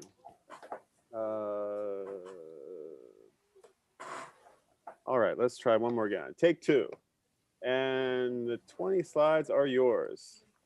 Hi everyone, my name is Ferdie and I love drawing and learning Japanese language. So today I'm going to tell a story about Gengoya, which is a project I did based on the two things that I really love most. So I was working as a printing manager in a printing company, and at the time I was so busy, and for some reason I was scared because I wasn't really doing the things that I like. So with the little time I have after my full-time job, I developed a new habit, which is to create one illustration one night, and each illustration should take no more than 30 minutes, and it will be about teaching something about Japanese culture or language. And I started from hiragana letters. And long story short, I kind of continued doing that until every hiragana letters. And fellow learners tell me like, hey, why don't you create a product out of this? So I did, and this is my first product, which is a Kana learning kit with all the illustrations. This kit is for you to learn hiragana and katakana letters. And it was so fun. So I kind of keep doing the same cycle again and again. And I usually started by picking a theme and then draw around 30 illustrations, put language content like example sentence and stuff, and then I design a product out of it, release it, post it in social media, and repeat the cycle again. And now I'm at like my 11th cycle. So this is like around the 10 themes that I did so far. Some of them are really educational, like verbs and professions, and some of them can be like really fun as well. The things that you can't find in the textbook, like sushi, and like Japanese slangs, or even like relationship terms. And I have already next themes that I'm really excited to work on next. So yeah, this is about like 50% of what I've done so far, and I'm in the battle with my Adobe Illustrator currently to see who loses first, who crashes first, whether whether can I get this really big until Illustrator cannot open it anymore. And it's been a fun project so far. So one of the most exciting product I created is Gingoya card, which is like a Pokemon card. It's a collectible card divided by exciting themes. For example, here we can see like expressions, animals, and design, and it has like 4 ways to play with different difficulties for people from different levels. And I also have like good old books. Some can be like very academical, just for you to practice writing, for you to know knowledge, and some can be like very casual about traveling tips, Japanese culture, Japanese food, and stuff like that. So I kind of wanted to combine the physical books or cards into like the online world. So I created this Gingoya card online, where if you have any theme from the physical product, you also get the digital version. And here you can get the benefit of a virtual world, like listening to how native pronounce the words, and like to see the stroke orders if you're really into writing. And you can also quiz yourself. And it kind of went on and on. Using the same assets, I also created other products, but I have a guideline that every product should at least contain one knowledge about the language. Yeah, so it's kind of like word badges, vocabulary, art prints, vocabulary stickers, sentence tote bag, and stuff like that. So collaboration was really fun as well. Here we have like 3 projects that's really fun. I want to focus on the calendar. The calendar is like contain both Indonesian and Japanese holidays. So it kind of creates for Indonesian who live in Japan or like Japanese who live in Indonesia. And it's got the illusion that you have double the holidays within 1 year. And, and social media was a really big part of our journey as well. Earlier, it was more just like words, and then kind of turns out into like words product, and nowadays it's more into like collaboration, products, knowledges, culture, and everything. It's really fun. And we also utilize the Instagram story as well to connect with our followers. One, it's be like writing practice, where you use your sausage finger to write a really complicated kanji. It's definitely not pretty, but it's really fun. And we also like share knowledge between more knowledgeable followers to share how they remember certain words with followers that are in a more beginner level. So it's kind of growing. It's been going until like 3 years. We have proper online shops now. We're reaching like 30,000 followers across the globe, and it's been a really fun journey. I can see myself like keep doing this for the next few years. So for some future stuff, we are also developing a traveling app, which sadly, because of Corona, we kind of have to kind of not really sit now, and we're currently waiting for the border to open to share it with the world. But it's fully illustrated knowledge about living and like traveling in Japan. So this is kind of where we are right now. We connect all these things, illustrations, it's interest-based. We also make merchandise, we have a community, and we are trying to develop the direction where artificial intelligence or like virtual reality are. That's really exciting, and everything is documented in social media. And in the future, we're also thinking about like having live streaming of drawing. We also have podcast telling about which I did together with Eric. And we also want to kind of bring this to implement in actual lessons. So if you have any relation to schools or like Juku, please share the information with me. So yeah, so far the journey has been filled with so many positive hashtags: love, fun, playful, quirky, amusing. And I really wanted to keep this going like this by just keep drawing and just doing the things that I like. So separated to my full-time job. And that's it. That's about the story of 2 things that I really love, and which I think every creative person should have to as well. Thank you for watching. PechaKucha, happy birthday, and thank you guys for watching. So this is the last slide. If you have any time, please check out our Instagram And I would like to say thank you very, very casually in Japanese. Azas. Azas. Azas. Azas. Nice. Thank you, Ferdie. Thank you, Ferdie. Thank you, everyone. Beautiful stuff. And yes, it makes learning Japanese a pleasure, definitely. So I think we'll be in touch, I think, a bit later. Oh, please, Astrid. Would love to hear your opinion. Yeah. More right now, but we're running a little bit behind. So Sure, please go ahead. Eric, shall I cue you up here? Are you muted? Yeah. Yeah, Brian, do you know if you have my 10 by 10 presentation? I do. I just have to go back and grab it, but it's right here. Let's go for it. Which one do you want me to do? I have one that's PechaKucha night with some sake casks, and are there more than one? Well, I prepared. I wasn't sure about the time, so I prepared a 10 by 10 and also a 20 by 20. It seems I have a. Hold on, let me mute. If everybody can be mindful of muting themselves when they go in, when they come in, that would be helpful. Eric, I think it's a 10 by 10, Hiss is saying, Brian. Okay, I guess I have a 10 by 10 queued up, Eric. I hope that will be let's do that. okay. Yeah. Okay. Okay. So congratulations to Ferdie for passing the first level Japanese proficiency test. Oh, nice, Ferdie! Congrats. Thanks, Eric. Well done. I got it like very giri. It's like Gokaku is like pass is like 100. I got 103. So it's not nothing to brag about. He likes to show off. He likes to show off when we meet and like he uses all these difficult Japanese words. So. Okay, Eric. Let's try this. All right, over to you. Here we go in 3, 2, 1. Thank you, Brian. Thank you for all your work. So this is PechaKucha Night Kyoto. I started this in 2010. Okay, so it's like a long time ago, and really want to go back to these events, these live events that we had. Kyoto, as you might know, is famous for sake. So actually, the first sake I had in Canada was Gekkeikan, which is from Kyoto. So today I want to talk about the standing bar culture in Kyoto. So this is one of the oldest standing bars. It's called Matsukawa Shoten, and it's a really, really, really old and amazing place. This is one of the newest ones. This is Haruki, and he opened his bar last year, and it's a real dive bar, but he's doing a great job. This is Fabio. I was here earlier today. He's from Italy, and he has an Italian restaurant with a bar. And like standing bars, I think for me, because I love Spanish culture, and it's kind of like a tapas bar for me as well.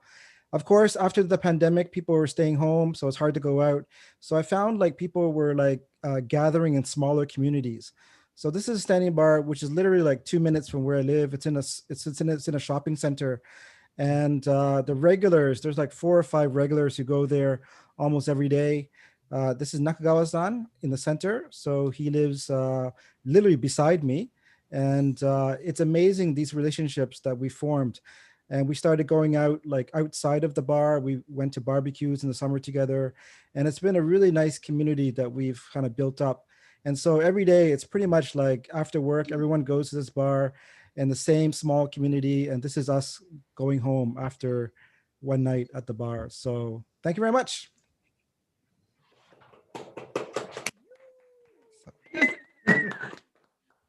Eric, I think it's gonna be dangerous going out with you. No, that's not true. As much as I'd love to, I think karaoke is more, and I don't sing well either. We're always scared, Eric, drinking with you, man. I tell you, it's we had some epic karaoke nights, that's for sure, in Tokyo. Yeah. I've got it. Cool. No, great. Eric, thank you so much for pulling through as you always do with such PechaKucha spirit and the Kyoto spirit as well. We love Kyoto, and you really are our little brother. Oh, thank you. Well, yeah. I think am I older than you, or are you older than me? I don't know. I think I saw more silver hairs on your head than mine. I think you're definitely older than me. But I just, Tokyo and Kyoto, we love our little rivalry. Yeah.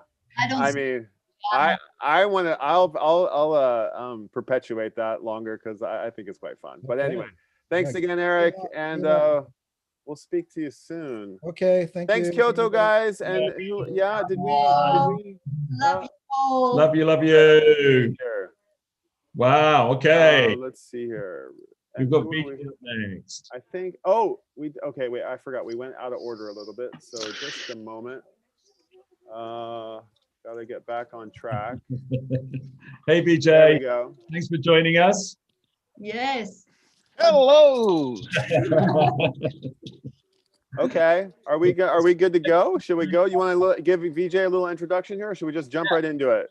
VJ's a wonderful friend of PechaKucha and super deluxe, and has been experimenting with lots of fantastic photographs, which he loves. I mean, he loves Tokyo, and he loves taking awesome photographs of the city. So without further ado, let's welcome you to the stage and go from there. We'll chat after your presentation. Take it away. All right. VJ, over to you. Thank you. So this is Tokyo, which is just Kyoto spelled backwards. So I think I fit right in. And this is very order. Everybody's standing in the right place. It's one of our very beautiful subway stations. And suddenly I start seeing things in a different way. And I think with COVID, it's the same for other people.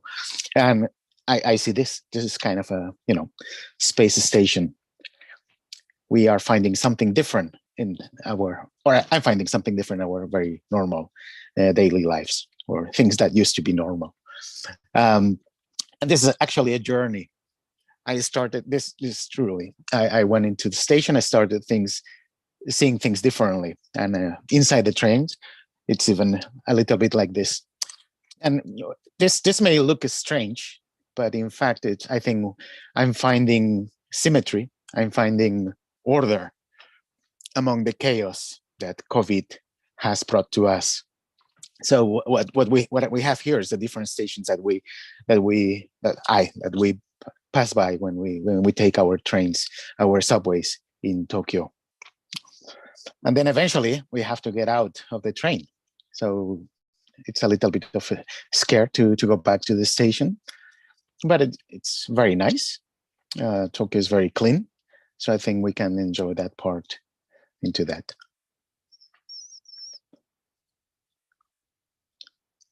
And Tokyo being Tokyo, it's very secure. We have the Olympics, supposedly, coming up this year. So I find that you can see that the floor is very clean. It looks beautiful and a little bit spooky at the same time. And I think that's our relation with the city. It's very well, the signs are very good, but sometimes we can get lost. I can get lost in some of the stations that are new to me. So that's a little bit of this particular frame.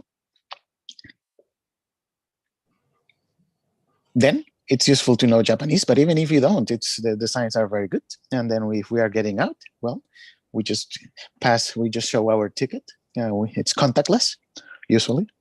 And we can get out and try to get out to see a little bit what's up.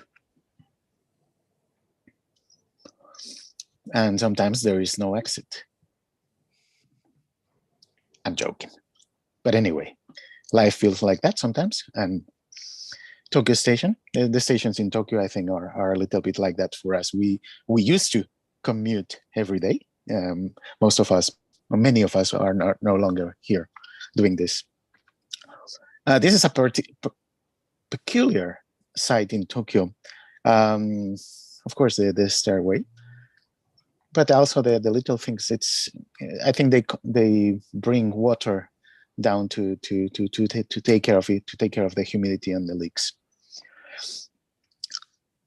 Going up is not always straightforward, and I thought, the architects have spent a lot of time designing these things, and I think it's good to pay attention to the stairs and see them in a different light, in a different way, and that's what I tried to find. Oh, Oh, this, yeah, I'm not sure what this one is doing here. This is Ginza, and it's the jewel of Tokyo. Yes, am I correct? No. It's the jewel. One of ours. Wow, I like it. I love it. It's very nice. And next to it, of course, we have Rico, which is one of my cameras. It's actually made by Rico, and it's actually in front of the Nissan building. And Rico building, unfortunately, is changing name or has already changed names. But anyway, going outside, we can see a little bit more. We can feel a little bit more of a space. And then we have the Olympics coming, and we also have Tokyo Toyosu Market. If you have been following Japan, we used to have a fish market in Tsukiji, and now it's moved to Toyosu. And this is a look at it. I used to live kind of near to this particular location. And from subway stations, we go a little bit to what I think it's spaceships. I get to see everything a little bit like this. And it's good to be able to look up and see the blue skies in Tokyo. It's not so bad. It's there's nice things here. This being Japan, we also have manga. And in one of my telework things, I stayed in a manga theme hotel. Well, this is just the actual hotel, just finding some symmetry to the hallways over there. Keeping on the hotel theme, this is my double shot of 4 hotels, 3 current hotels and 1 hotel that is no longer here. So that's the Niotani, the former Akasaka Prince, redone, and the Hotel New Japan, and of course APA. If you're into history, that's the one. This goes back to Ginza, and it's one of my favorite places. It's Muji, the Muji store in Ginza. And I'm not buying any of the tricycles here, but certainly I find this shop and this brand kind of a little bit of Bauhaus and Japanese design brought together. With COVID, I'm sure we all use Uber Eats. And this brings me to the people that we usually don't pay attention to, but they are, if you take pictures, you will find them everywhere in Tokyo. And osewa ni narimasu. I'm indebted to Uber Eats in a sense. And I finished with another great architect. This is Tange Kenzo, and this is the Tokyo Metropolitan Government, looking a little bit like something out of a Star Wars. Maybe Empire will strike back. Thank you. Wow, you having a lot of fun, BJ. I don't know. It's kind of, especially with the signs. I mean, you're totally confusing everybody. And the more you have fun, right? It's like, wow.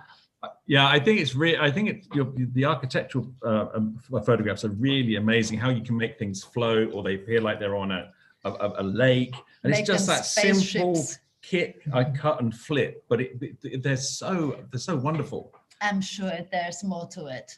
Just to see the city in such a different way, and some of those famous bits. The last one, Kikenzo Tang. You know, there was I think that's just how he imagined the architecture, with these elements sort of floating. Sort of just hovering above almost magnetically. They're sort of levitating, and you sort of capture that or generate that. They're really amazing. So thank you for sharing that with us and showing your love of Tokyo. Really, really brilliant. So please put all your, just copy and paste your things into the chat so everybody can get in touch and see what you do, and feel free. So thank you. I'm sorry we're running a little bit behind time here, so I'm being pushed to keep the chat short. Keep the chat short on my phone. So thanks again. Thanks, BJ. Always a pleasure. And let's hope you can present face to face in Tokyo pretty soon. Okay, ciao, ciao, bye bye. Ciao, ciao. Thank you. And that concludes hour 8, and our first official deck is in the books. We've separated the evening into 4 YouTubes, and we've separated the presentation deck into 3 decks, and we've separated our brains into about 1 million pieces, and we've got at least a quarter of it, or I don't know, I think we're at about 1/3 of the way here with the a third of the way. Yes, 1/3 of the thank you. Thank you. We've got a little We've got our thank you to Kyoto. Who did we have on that hour? Kyoto and Faro and VJ Luna. Thank you guys. And let's go ahead and kick off into hour 9. And we do have a little here. We'll do your little graphic, Mark. It took me ages to make those. Okay, all right, fair enough. And ladies and gentlemen, goodbye to hour 8 and hello to dun, dun, dun, dun, hour 9. Okay, so I'm sorry, but I'm gonna have to back out of this real quick because we are gonna do the next 3 presentations a little on the fly because there's 3 of them. And you know a presentation is 6 minutes and 40 seconds, so that's gonna fill our 20-minute slot exactly. And I'm gonna have to, and we've got to welcome Aiden. Aiden's on the call. You want to say hello to, want to give a quick hello to Aiden, Mark? Hey. How are you doing? Can you hear us? Can you connect? They might be. You go on mute and say hello. Where are you? Hang on. If You might anybody's have lost them, but that's okay. Yuho's got his barbecue going. If you're flicking through your pictures on the top, your presenter profiles. Are you there? They may have jumped off. They said they were kind of coming and going, and I think the audio might be an issue, which is why we're playing them from here. So let's just go ahead and get right into it. The first one, I'm sorry, but I don't read Arabic, so I can't say for certain who this is. Let me see if I can piece it together. It might be Akram. No, I think it's Wessam Al-Qadai. I believe. And if I've got that wrong, forgive me, but we will we'll do our best. All right, here we go. Can you guys see the screen okay? Yeah, you can see the play button? Go. All right, let's see if من هنا كانت الانطلاقة. المجلس العزابي كان أول عمل مبادراتي تطوعي أشارك فيه، وانتقال من حب عدن فيسبوكيا والمواقع لحبها والعمل لشيء لها واقعيا والنزول للأرض. كانت في حملات تنظيف سواحل ابتداء من جولد مور، وانتهينا بالتعرف على شباب البريغة وتنظيف ساحل كود النمر. في هذه الصورة كانت النواة لتشكيل مبادرتنا مبادرة طفرة عدنية، التي كانت من أضخم المبادرات التطوعية العدنية من حيث المشاريع وعدد المتطوعين. في هذه الصورة كانت أول رحلة جماعية لنا نحن الشباب المفسبكين، والبعض منهم مؤثرين في السوشيال ميديا. تجمعنا وحصلت فيها أقلب وأجمل العلاقات فيما بين البين في الوقت الحالي. هنا كانت أول الاجتماعات الرسمية ونشوء مسمى طفرة عدنية، المسمى الذي اختير بعناية وبعد اجتماعات، الاسم الذي لمع وقتها وأحيا الروح التطوعية وأعاد لعدن فرحتها بعد خروجنا من أجواء حرب غيرت مسمى الفرح، حيث وقد كانت أبسط الأشياء تفرح الشعب الذي عانى من الويلات المعارك. أما هذه الصورة فهي من أحب الصور لقلبي، وهي أحد أعمال مبادرة طفرة عدنية، وكان العمل تحت إدارة جميل مشبق وفريقه في محافظة عدن في مديرية خور مكسر. أعدنا إحياء الجولة وتأهيلها وبث الروح فيها رغم المعرقلات ورغم انعدام الوعي، ولكننا حاولنا واستطعنا وتغلبنا على الوضع السيء وقتها وأظهرنا عدن كما ينبغي أن تكون. هنا كنت ألتقط هذه الصورة بفخر بالعمل الذي أقوم به في تلك المبادرة، وأقف وخلفي أحد أعمالنا الشامخة، وهذا العمل كان تحت إشراف وإدارة الأخت أكابر القعدني وفريقها. قمنا به بأقل الإمكانيات وراهنا على نجاحه لنجاح من أداره، ولكن السؤال هل الشعب حافظ على هذا الذي قمنا به؟ أما هذه الرحلة فكانت أول الرحلات للمجلس العزابي الضخمة، والتي شارك فيها معظم الشباب الناشطين في المجال التوعوي والتطوعي، وكانت الرحلة بترتيب المجلس العزابي بقيادة رئيسه محمد إيهاب، والتي جمعت نخبة شباب عدن في العمل التطوعي وشاركوا فيها بأعمال خيرية وأعمال مبادراتية وتطوعية جمة. هذه الصورة من مشاركتي مع إخوتي والأصحاب الذين نظموا لوقفة حداد لروح الشهيد محافظ عدن السابق التي طالته أيادي الإرهاب في تاريخ 6 ديسمبر من عام 2015، وهو الشهيد جعفر سعد عبد الله الذي كان يشغل محافظ عدن وتوفي في هذا التفجير. أما هذه الصورة تروني أرتدي تيشيرت خاص ببرنامج الإعمار السعودي، حيث عملت معهم كمتطوع، وكما أشرت سابقا أني كنت أريد إثبات محبتي لهذه الأرض واقعيا وليس فقط من خلف الشاشة. هنا كانت الساعة تشير لل11 ليلا وأنا أشرف على صهاريج الشفط مياه الأمطار، حيث كانت في مديرية خور مكسر التي غرقت بمياه الأمطار. هذه الصورة كانت بداية التمويل للمبادرة الخاصة بي، وهي بنوعيك يعني بنوعيك، وقد كانت من مؤسسة سعيد السيراميك، وهي توفير لدباب الرش والبخاخات والبدلة الطبية واستهدفنا يومها الشيخ عثمان، حيث نشرنا على نقاط تفتيش جميعها، لا يدخل أي شخص إلا وهو معقم ولا يخرج إلا وهو معقم. في هذه الصورة في أول عمل حقيقي بنشر التوعية في بداية انتشار الكورونا، وهي مبادرة قام بها المجلس العزابي الذي كنت أنذاك أحد مشرفيه، ونزلنا للشارع لتوزيع البروشورات والسلل الصحية وتوعية الناس من مخاطر هذا الوباء الفتاك، رغم أننا قوبلنا بنوع من السخرية والاستهزاء، ولكن كانت هذه أول النزول الميداني. هذه الصورة هي بدعم من مؤسسة سعيد التي كانت رافدة للمبادرة بشكل إيجابي، وهنا كما ترون ليس إطفاء حريق، بل هو تعقيم الشارع بعربات الإطفاء وتعقيم الشوارع والأشجار وأي شيء يلمسه البشر. الحمد لله الذي عد الجائحة هذه على خير بإذن الله. هذه الصورة كانت في يوم نزول جميع المبادرات لتقسيم المهام لمجابهة الجائحة، حيث كانوا كالدرع يحمي عدن في ظل من المسؤولية وتحميلها جميعها عاتق الشباب المتطوع الذي نزل ولم يفر كما فر الآخرون. وهذه الصورة في وقفة شبابية للوقوف على أوضاع البلد وتدهور الخدمات الصحية والكهربائية في حملة أطلق عليها ناشطون أنا مستعد، فاستعدينا فعلا معهم ونزلنا للشارع لتغيير المعادلة، والحمد لله الذي جعلنا في كل أعمال الخدمات والتي يحتاجها الوطن نكون أول الواقفين ومع أول الواقفين. هذه الصورة تذكرني بالأيام المرعبة لجائحة كوفيد 19، وكانت هذه انطلاقة لمسيرة أتت من بعدها نفس النوع من المبادرات، وهي التعامل عن بعد مع الناس دون الاقتراب. فأسست مبادرة جديدة وهي مبادرة بنوعيك، يعني بنوعيك أي مهما عانت سنوعيك ومهما استهزيت سنوعيك، حيث كان المجتمع يستهزئ بالجائحة. هنا كان التكريم الأول لي، وبعدها امتنعت عن أي تكريم يخص العمل التطوعي أو يشكر الأعمال الخيرية، فمن خرج لله لا ينبغي له أن يفرح بتكريمه أمام الناس أو يسعى جاهدا لحصد الشهائد أو حضور المؤتمرات.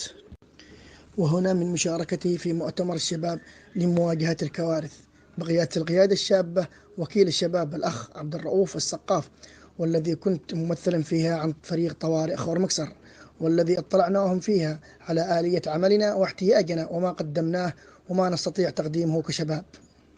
هذه الصورة من أحد الأعمال الإنسانية التي أفخر بها. هذه الصورة تعني لي الكثير والكثير جدا. اجتمعت فيها مع أجمل روحين من ذوي الاحتياجات الخاصة، والذي بفضل الله ثم فضل محبتكم لي والأصدقاء استطعنا إدخال الفرحة لقلوبهم في عرسهم، وكان لهم عرس من أضخم الأعراس الكفيف محمد علي والأبكم محمد طه. هذه الصورة هي آخر الأعمال التي أتشرف بها، وهي إصدار كتابي الأول المسمى عامان في بريمان، وهو مذكرات عن مرحلة من عمري عشتها في أحد سجون الدول العربية، واستطعت نقل التجربة ليعيش الجميع ما عشته فيها بحلوها ومرها. عامان في بريمان هذا عنوان آخر محطاتي التي استعرضتها معكم، وقد كان أول انطلاقات تغيير ما كنت عليه لشخص آخر محب للحياة والعمل الإنساني، فمن لا تعلمه الحياة تعلمه مرارتها، والقادم جميل إن شاء الله. وفي الختام جميع ما ذكر وما استعرض هناك خلفه رجال هم كانوا السند وهم قصة النجاح الحقيقية، فبدونهم لم يكن شيئا سيذكر أمامكم. الأصدقاء حسن اختيارهم هو نجاحك، وصعودهم هو صعودك، فلولاهم لما استطعت إنجاز شيئا يذكر أمامكم اليوم. أحب حياتي بالرغم من وجودنا في بلد 10 سنوات، بس أنا أحب حياتي البسيطة في بلد تحكم على الواحد بدل ما يدور كيف يكبر نفسه، يروح يدور 24 ساعة على مدار الأسبوع كيف ممكن يعيش عيلته. الحب، وأنا بكلمكم على حب حياتي. أنا منى الخضر، عمري 29 سنة و10 شهور، ولدت وتربيت خارج اليمن. وصلت اليمن في 2006 عشان أكمل دراستي. في 2009 كنت في الثانوية العامة، وكنت حاسة أن فيني حب لشيء وما كنت عارفة إيش هو. كان عمري 18 سنة، وذيك الأيام إيش بتصلحي بعمر 18 سنة والتكنولوجيا كانت شبه معدومة. كنت أفكر وأسوي عصف ذهني، وأفكر إيش ممكن أملي في رغبتي الداخلية. أجت ببالي إني أسوي ربطات يد، وكنت أرسم وأخطط وأجيب مواد وأقرب، وأفشل وأنجح وأفشل وأنجح. وكنت أول وحدة تسوي ربطات يدوية بالأسماء في عدن، كان اسمها ربطة مونيلو. بعد شهور كان لازم أسجل جامعة. كان حلمي إني أدخل تسويق، لأن من خلال مشروع الربطات عرفت إني ممكن أتجه لهذا الشيء. بس بعدين توجهت لتخصص التصميم الجرافيكي في الجامعة اللبنانية الدولية فرع عدن. بوقت دراستي كان هذا التخصص في أقوى أيامه قبل الحرب الأهلية في اليمن. التصميم الجرافيكي كنا نتعلمه باتجاه التسويق وكيف نجذب الزباين للمنشأة ونطبق مشاريع وهمية على أرض الواقع. ما كنت أعرف أمسك قلم وأشخط، بس خلال أشهر رسمت هذه الرسمة في أول فصل دراسي بالفاينل، لأن اللي حابب شيء بيقدر يخرج اللي بداخله. كان عشان نكبر ونعرف لازم نخسر ونتنازل، وكنت أصمم شعارات لمشاريع معروفة تطوعيا، والناس في ذيك الأيام ما كانوا يؤمنوا بذي الاعتقادات، فكانوا يشوفوني هبلة ويزيدوا علي، بس ما كنت أسمع لأحد لأن فتاح الأذون مش لصالحنا وبيرجعنا الوراء. وهذا الشعار صممته لواحد من المحلات المعروفة في عدن.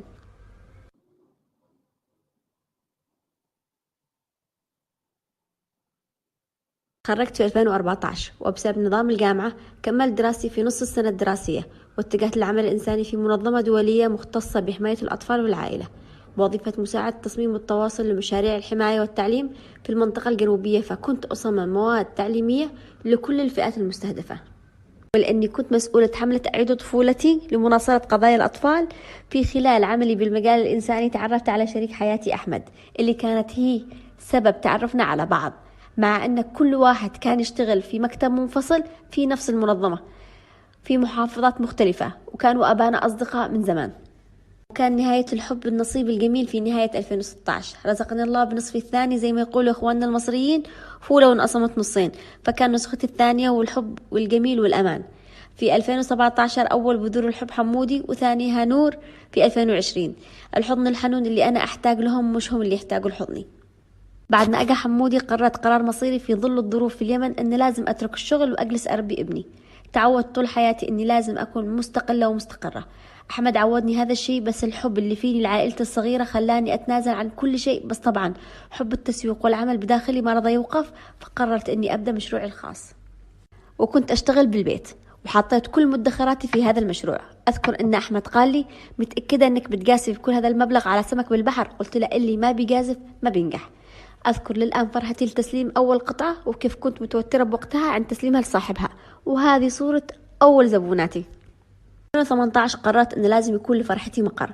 افتتحت مقري الأول في ظروف جدا صعبة في ظل انعدام المواد وصعوبة توفيرها. غيرنا المقر تغيير جذري، كنا نشتي نسوي جو طفولي يذكرنا في طفولتنا، فاللي كان يدخل يحس أنه داخل منزل خشبي زي أكواخ كرتون الأطفال اللي نشوفهم بالتلفزيون زمان. يناير 2020 غيرنا المقر للتوسعة، وأنا ضد الفروع الكثيرة ومع تقوية الفرع الرئيسي لتوفير خدمة أقوى. اخترنا الألوان الوردي والسماوي بشكل خطوط عمودية عشان نأكد أن الأطفال عندنا سواسية. ركزنا بأصغر التفاصيل لأن الشخص اللي يحب شيء يهتم بأصغر التفاصيل.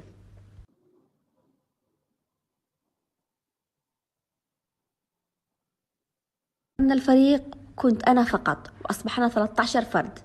1 زائد 2 يساوي 13.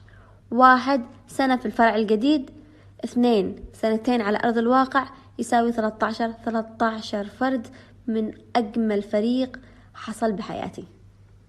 كنا أول من يقدم خدمة التوصيل المجانية للمنازل، وكنت كل ما أحس بضيق أنزل أوصل الطلبات مع أحمد وأسلمهم للزبائن بنفسي، وبقت تتغير النفسية. خرجنا من أزمة الكورونا بأقل خسائر ممكنة وتقدير من الجميع. ما ننفذ خطوة إلا بعد دراسة وتفكير لكل المخاطر. في 5 ديسمبر 2020 أقمنا فلاش موب سعيدين رغم الظروف، اللي كان صداع جدا جميل لتأكيد مننا للجميع أننا رغم كل الظروف في منطقتنا لازلنا سعيدين. لا كهرباء، لا ماء، لا تعليم ولا صحة، وما في أقل مقومات الحياة، ولازلنا سعيدين.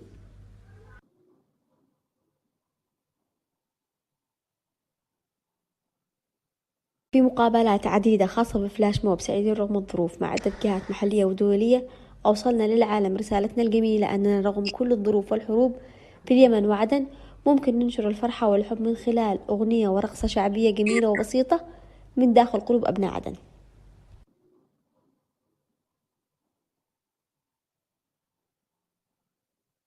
حب الستايل كيدز يخليني دائما أفكر غير عن الجميع، ويخليني دائما أفكر خارج الصندوق. مقولتي دائما اخسروا على مشاريعكم، لأن هذا التفكير غير سائد في منطقتي. ما تهمني الخسارة المادية أكثر من أني أشوف ستايل كيدز داخل كل بيت وفرحة كل طفل وأمه وأبوه.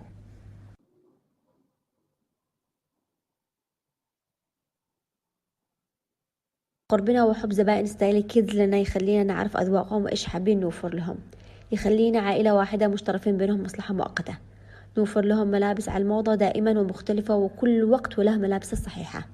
نختار فريق ستايل كيدز بكل حذر، وهذا سبب نجاحنا بعد الله.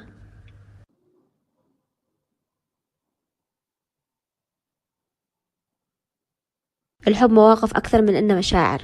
الحب هو الثقة مش الغيرة والتعقد. الحب هو فخر الزوج بزوجته بكل خطوة تتخذها ويحس إنها رافعة راسه. الحب هو التنازل التابع للتوازن بالعلاقة والعائلة. الحب هي أمي وعائلتي الصغيرة. الحب ابتسامة أطفالي. الحب هو إحساس الأمان مع أحمد.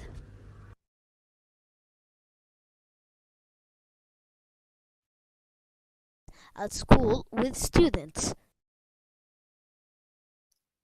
Okay. Thank you for those presentations. Those were, you know, the picture really says it all.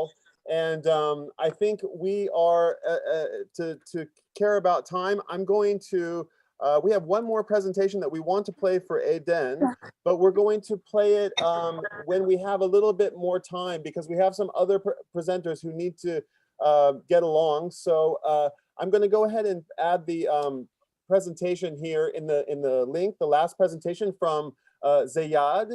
It's called My Passion, and we will play that presentation a little bit later in this hour or the next, when a little bit of time opens up. And Aiden, I want to say thank you for uploading these great presentations. The picture really says it all.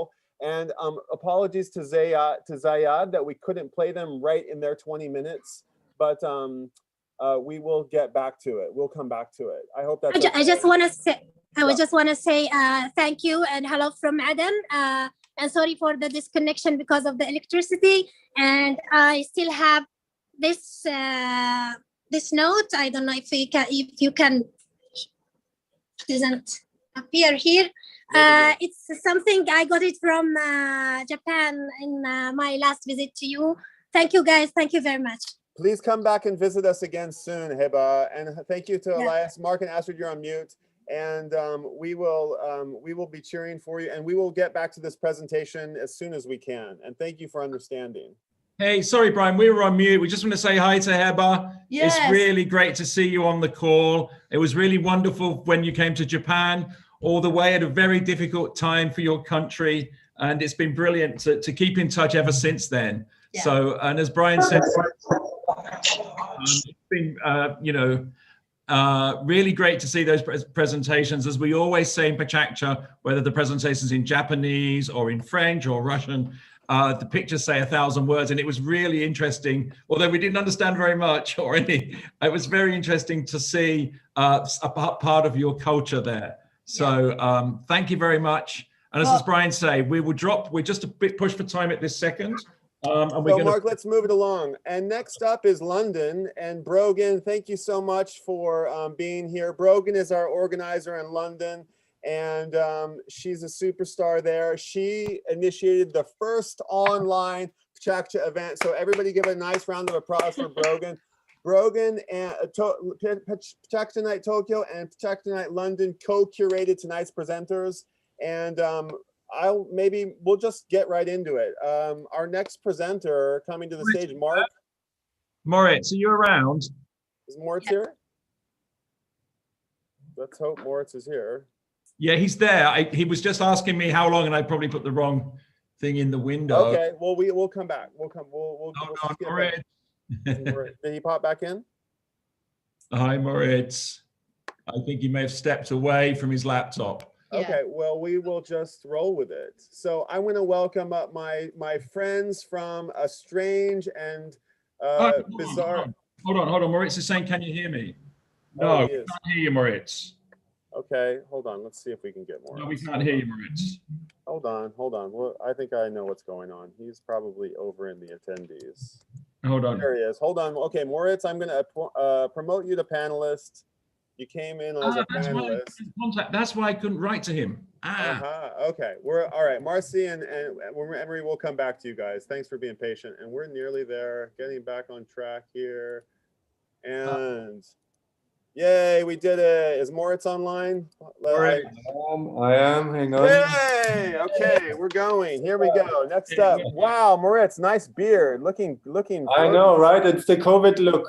It's good. I feel like Robinson Crusoe. Here, you know. Wow. Okay, Awesome. I'm going to give you the 20 slides, and we're going to get right into it. All right, are you Awesome. ready? Okay, I am. Yes. Over to Let's you, go. Moritz. Thanks so much. Off you go. Awesome. Right, so I thought I'm going to talk about fire because it's something that is so primal in our brains, ingrained, like hardwired in, and nobody can escape the allure of it. So this is something that has been playing in our work and started out with a very little experiment. I don't know, can people actually see me as well as well as the presentation? So there's a little circuit board, and it all started out with that. A little experiment to have a bunch of LEDs and to recreate a candle flame. Surprisingly, you can make this look really, really natural, even though the pixelation is, oh, you've got one there. I can't believe it. Look at that. Awesome. It's very pixelated, but we can make very, very smooth animation. And when you step away from it, you can nearly not distinguish it from a real flame. And this is an experiment I showed to Ingo Maurer many years back. And he's like, I'm going to have that. So we put it in production with him. It made it straight into the MoMA permanent collection. And we've been playing with this ever since. So here you can see a little experiment we did for Nassetti, which I really love. We kind of nicked one of his designs and brought it alive. But then we've also done really quite gigantic installations, always with the same idea, putting flames into these lanterns, flying lanterns. So something very much coming from more Asian culture. We installed 1,200 of those in Bista village. And then going back onto the smaller scale, here are some of our own products. Maybe I should tell you a little bit about this logo. This is Japanese, it says forest. Actually, my surname is Waldemeier, which is the man from the forest. And turns out we are very near to Epping Forest here in London. So this all kind of comes together. And also it looks a little bit like a Union Jack. So there's a tiny bit of Britishness in that logo. So here's one of the very latest ones where we upped the resolution a bit. And it's really quite satisfying because you really can see the shadow like within the flame on those larger ones. This one here is in production right now, the very first prototype being made in Italy. We're waiting to look, to get these pieces back, so I can only show you a render, but it's inspired by 18th century chandeliers. And here you can see Fabio actually working on our pieces in Italy. And funny enough, even the making of the glass involves fire, and it's really incredible to see him work. This is borosilicate glass where you start out with an extrusion and you just heat it up in the area where you want to deform it. Now, let's jump to something a bit more rock and roll. This is a kind of like a gallery piece that we made and we showed it in PAD and Design Miami. We got one commission out of this. We made a piece like this for the U2 bass player. So just a little bit playfulness. Let's go to something sort of slightly more crazy, always in the world of entertainment. Here's a hat that can also have a flame animation on it. Something we did for Philip Tracy for a show in Berlin called Vivid, which unfortunately I think it's shut down right now. And then going on to even bigger animations onto the Bentley car. We worked with Bentley for their 100-year anniversary, and we were involved in everything that lights up on this car. And during the development, we did have a little bit of fun putting flames onto the front grille and onto components on the interior. This one here is a glass piece made from lead crystal that is in the center console, and it's actually the embodiment of the AI. So the car's AI kind of visually communicates to you via this piece here, a little bit like the animation of Siri on your phone. And so we did put flames onto that. It didn't quite make it into the production car. Sadly, also the front grille flames didn't make it. So at one point in time, we had it like a hot rod style, which was really amazing. But here you go. This is a more sort of cleaned up animation, and this is the one that was actually shown in the end. And the rear lights are also very satisfying, really beautifully crafted, and again have a little bit of a flame-like sort of appearance. What I really enjoy about these is the nuances in the color. The light actually comes through the varnish, and then as you go further to the outside, it's like more 3D. Now, lastly, I want to show you an idea of like a pixel or like a morphing pixel, which also can create sort of a flame-like appearance. Here you can see a single circle. This one is actually a bicycle rim. This was designed for people to be able to make this at home. And taking this idea of a morphing pixel and multiplying it, this is an installation we did for Fontanate in Milan. And you can see that you can create really soothing and smooth animation across it, even though the pixels are extremely low resolution, but the light within them, thanks to this morphing idea, makes it very, very smooth. This is another shop window that we designed for a company called Massive Music. They have this double M logo. And so we created, we made the logos into pixels and retro illuminated them. Again, like flame animations on that. It really gives a great atmosphere to the office, also on the inside. These are some objects that we made more for the gallery domain. They're inspired by Chinese vases, and you can see there's a fire vase and a water vase. So a little bit the yin and yang idea of the opposites. Yeah, so this is us, Studio Waldemeier. Follow us on Instagram. Would be lovely to see you there, posting crazy stuff whenever we come up with them. And yeah, have a look at our Mori candles. Astrid has it there in her hand. And we'll go full screen in a minute. We love it. We love it. Thank you very much. Thank you. Great Thanks job. for having me, guys. Very early with you in the UK. Yeah, congratulations for the International PechaKucha Day. It's amazing to see how you reach out globally. Wonderful work, really guys. Smoothly. We've done 8 hours without too many glitches, and people are just like sliding in and sliding out of the Zoom. Wonderful. It's been really, really, really fascinating to go around the world so far. Great job, guys. Miss you. I want to see you in the real world. We just wanted to say a little bit about you. So Moritz, we were at the Royal College of Art. Moritz was there, and there was a connection. And we've done a project together in London. And for design art in Tokyo, we've organized that, which is like Design Week in Tokyo. And we wanted a special thing to kick off the event. And Moritz designed the hat for Jamiroquai, the amazing hat that moves and lights up and does all incredible things. And he very kindly flew to Tokyo to kick off design art with that amazing hat. And he's I have it here. Look, there it is. Oh! And the guitar. Yeah. Wow, you're wild. You're wild, Moritz. We love you. So you'll see Moritz's work on the stage for you too. Bono's laser jacket and incredible stuff. And that's the grill for Bentley. Wow, if that's the future, well, that's pretty interesting. You know, so it's amazing. Yeah, that was a gorgeous piece. So much fun. Yeah, fantastic. Thank you so much, Moritz. Great. Thanks for having me, guys. So good to see you. See you soon, okay? Thanks so much. Thank you so much. Cheers, guys. Okay. Let's see here. Next up. up. Brian. What's that? Brogan's here. Yeah, she's here. Hi, Brogan. Well, hang on. Hi. How are you? I'm good. How are you? Good to see you. Happy birthday. Thank you. Thank you so much for joining us. It's awesome.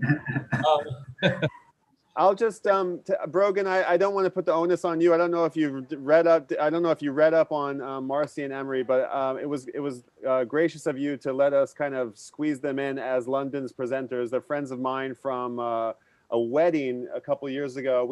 I left my passport at the castle where we stayed. You know, it was actually kind of a great story. And I ended up staying one night in Marseille and had this unforgettable evening of wine and cheese, sitting on the balcony of the sea. It was really wonderful, and we became instant pals. And so we've stayed in touch. And now they're lighting designers, and they said to me I said, you know, light's so important to photography, and they said, you get it, and I said, you get it. And now we're connected.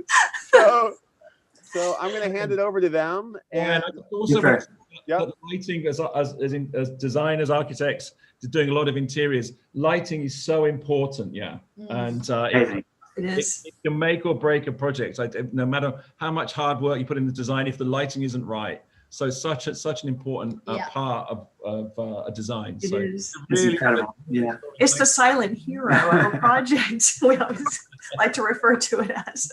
Well, we're not going to talk to you about our lighting work. Really? We're going to talk to you about our travels. Yeah. Oh, great. Okay. We can talk about those another time. Yes. All right, over to you guys. Take it away. Thanks. Awesome. Well, hey, look, we're originally from Mississippi, and now we're living in London as architects and lighting designers, as they mentioned. But family and friends have always been our tethers to travel across the globe for special events like the one where we met Brian, or just to catch up in another city. We there? Yeah, that's so LA, Venice Beach, where there's an American need for self-expression is on full display. And your culture's cuisine, your culture's tattoos, your graffiti, all clear signs of defiance of authority under the blue skies of the Pacific shore. And you can see here with all of the kind of grit of an urban beach coming to the shoreline.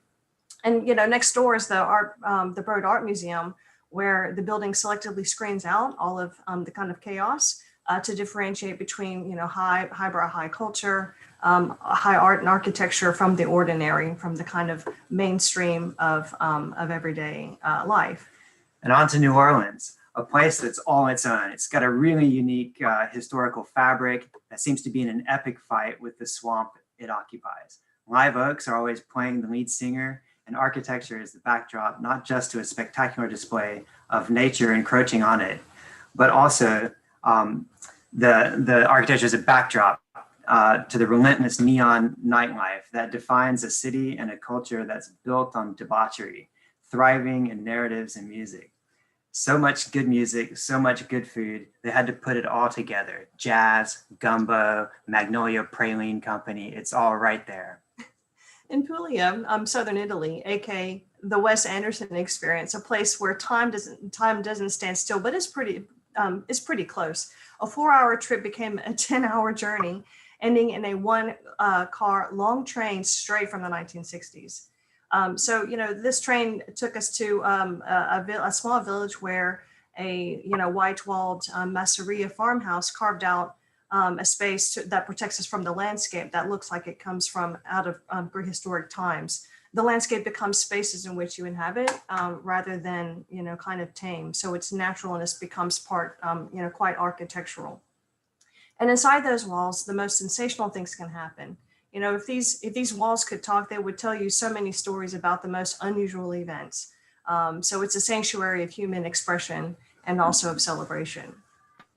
And then we go to where we met Brian, actually. This is the south when we head to south of France in Avignon. Why are all these places in the south? Is one of the questions that I asked myself. I guess we're from the south. That's right. There's like a walled castle, once a fortress to keep people out, is now sort of in a solitary battle, its only battle with nature itself. These walls are just there keeping out this sort of flood of greenery. And the maze-like and meandering is sort of climbing footpaths that are then themselves climbing with nature. It's as though with each wall in that series, nature is being selectively filtered, allowed in or kept out, sort of restrained and unrestrained. And in every walled city, there are all kinds of doorways and openings that allow you to kind of short circuit that incredibly path of the fortress and kind of break inside to these different interiors and different spaces. And and they kind of give way to these really intimate interior spaces that the same openings that moderate nature. They become a kind of poetic in terms of the way they allow light in, shadows and reflections to create kind of an immersive interior. And all this kind of shadow play of filter of light and shadow and reflection. And then back to the seafront in Marseille where we met Brian, you can see contemporary architecture without walls, working with horizontal layers that filter that Mediterranean sun and create shade and public space below while maintaining views and vistas, a real celebration of openness and accessibility. And finally, a northern excursion, Copenhagen, where a city is defined more by people and culture rather than the landscapes that we've seen in the previous slides. So many bikes, so many plazas, so many bikes, and an experience of the visual grain and textures become a lot more apparent because they're just more visceral, more touchable. So this is where colors of the built environment are inspired by nature.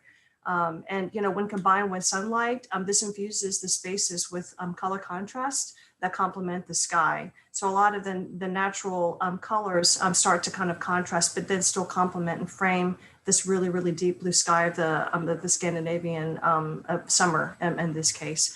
So in the interiors, the color palette manifests itself in every detail from satin finished materials or metals and how they combine with natural timber down to raw glazed ceramics and other elements of the table. And of course, this is obvious, no travel is complete without pretty food. I mean, very, very pretty composed food. And I think we ate more flowers in this trip than we have in a lifetime. I mean, the food was so beautiful and so amazing. It was just too beautiful to eat. But when we did, we really, really enjoyed it.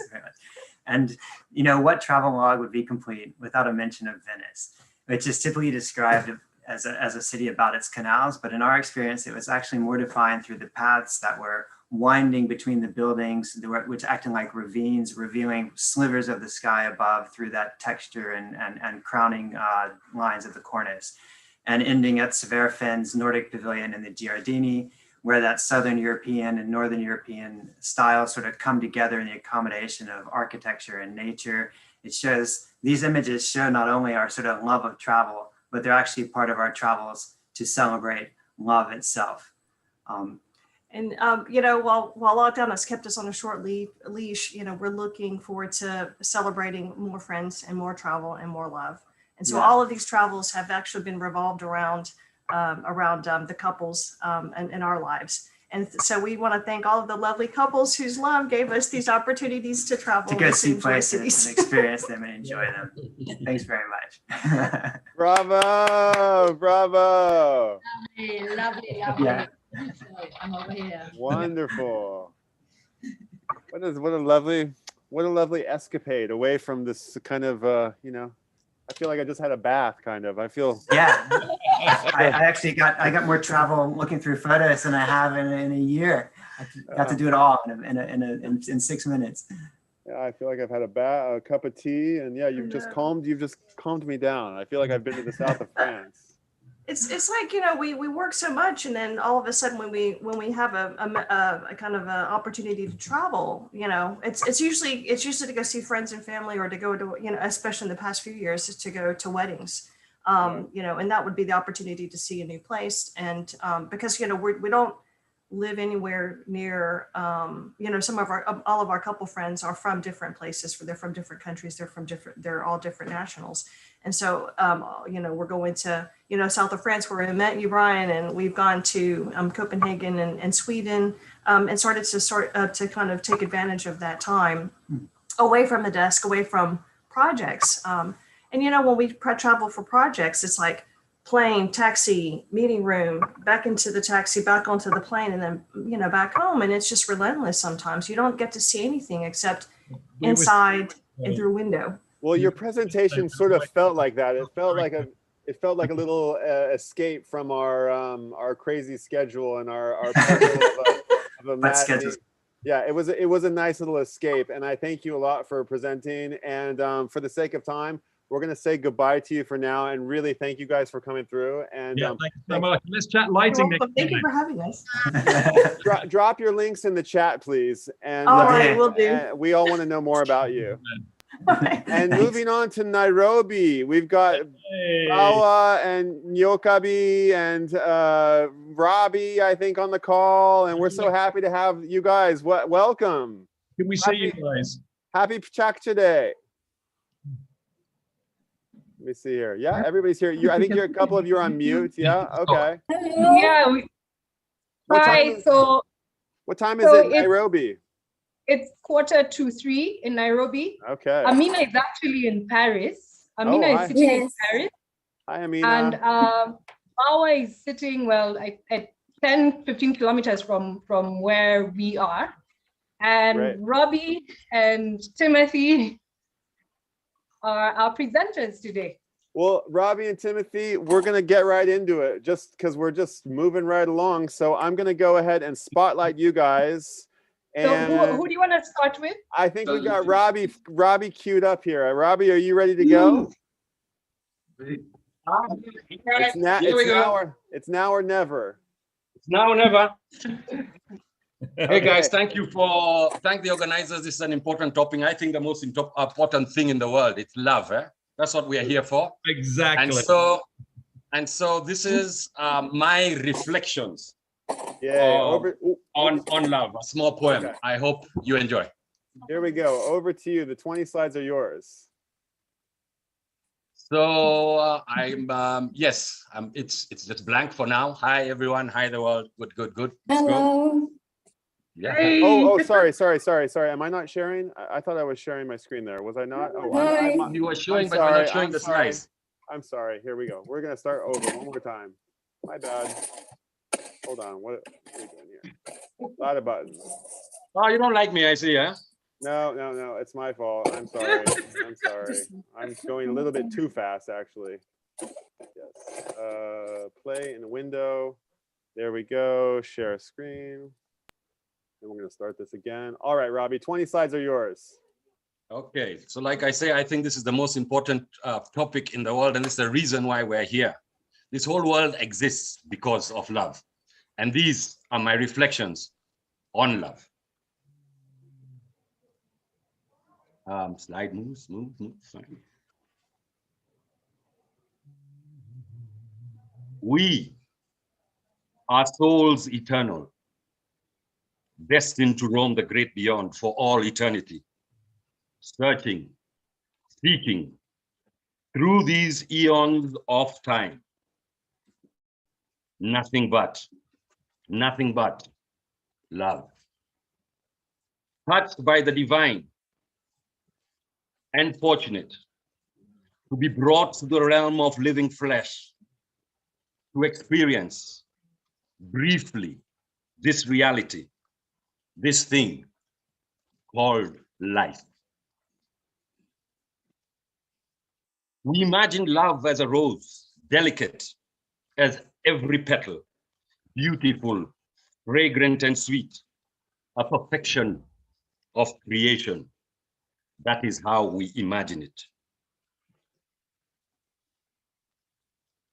We imagined our love built on a solid foundation, as those things molded from the hardest steel to last the eons of time.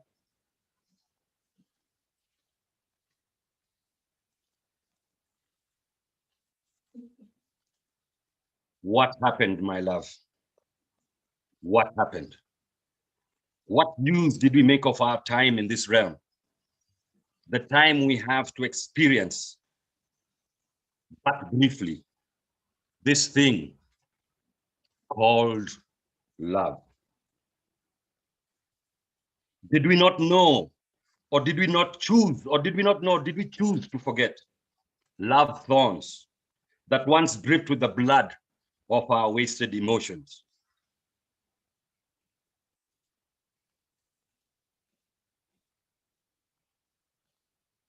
Now, not then, we remember that love and life are fickle, tied to this human existence, but for a season. I remember now, I remember my shame, my mistakes, my point of view, that I now have eternity to contemplate and accept.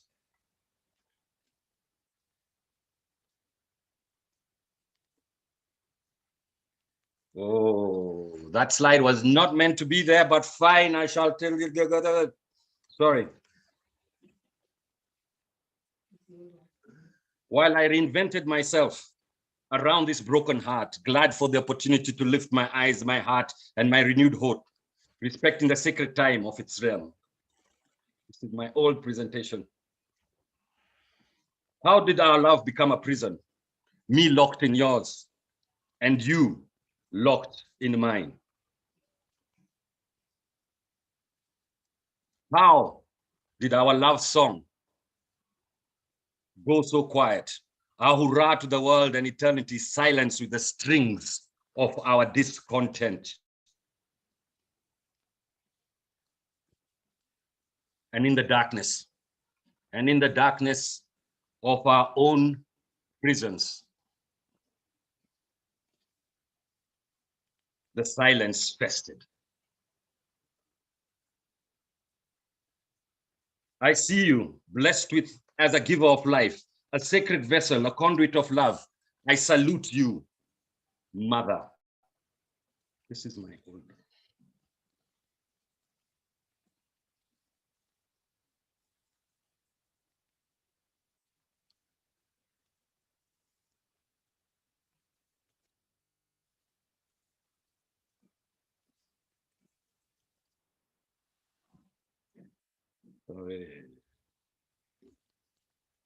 We are souls eternal, destined to roam the great beyond for all eternity, searching, seeking, remembering through these eons of time, nothing but love.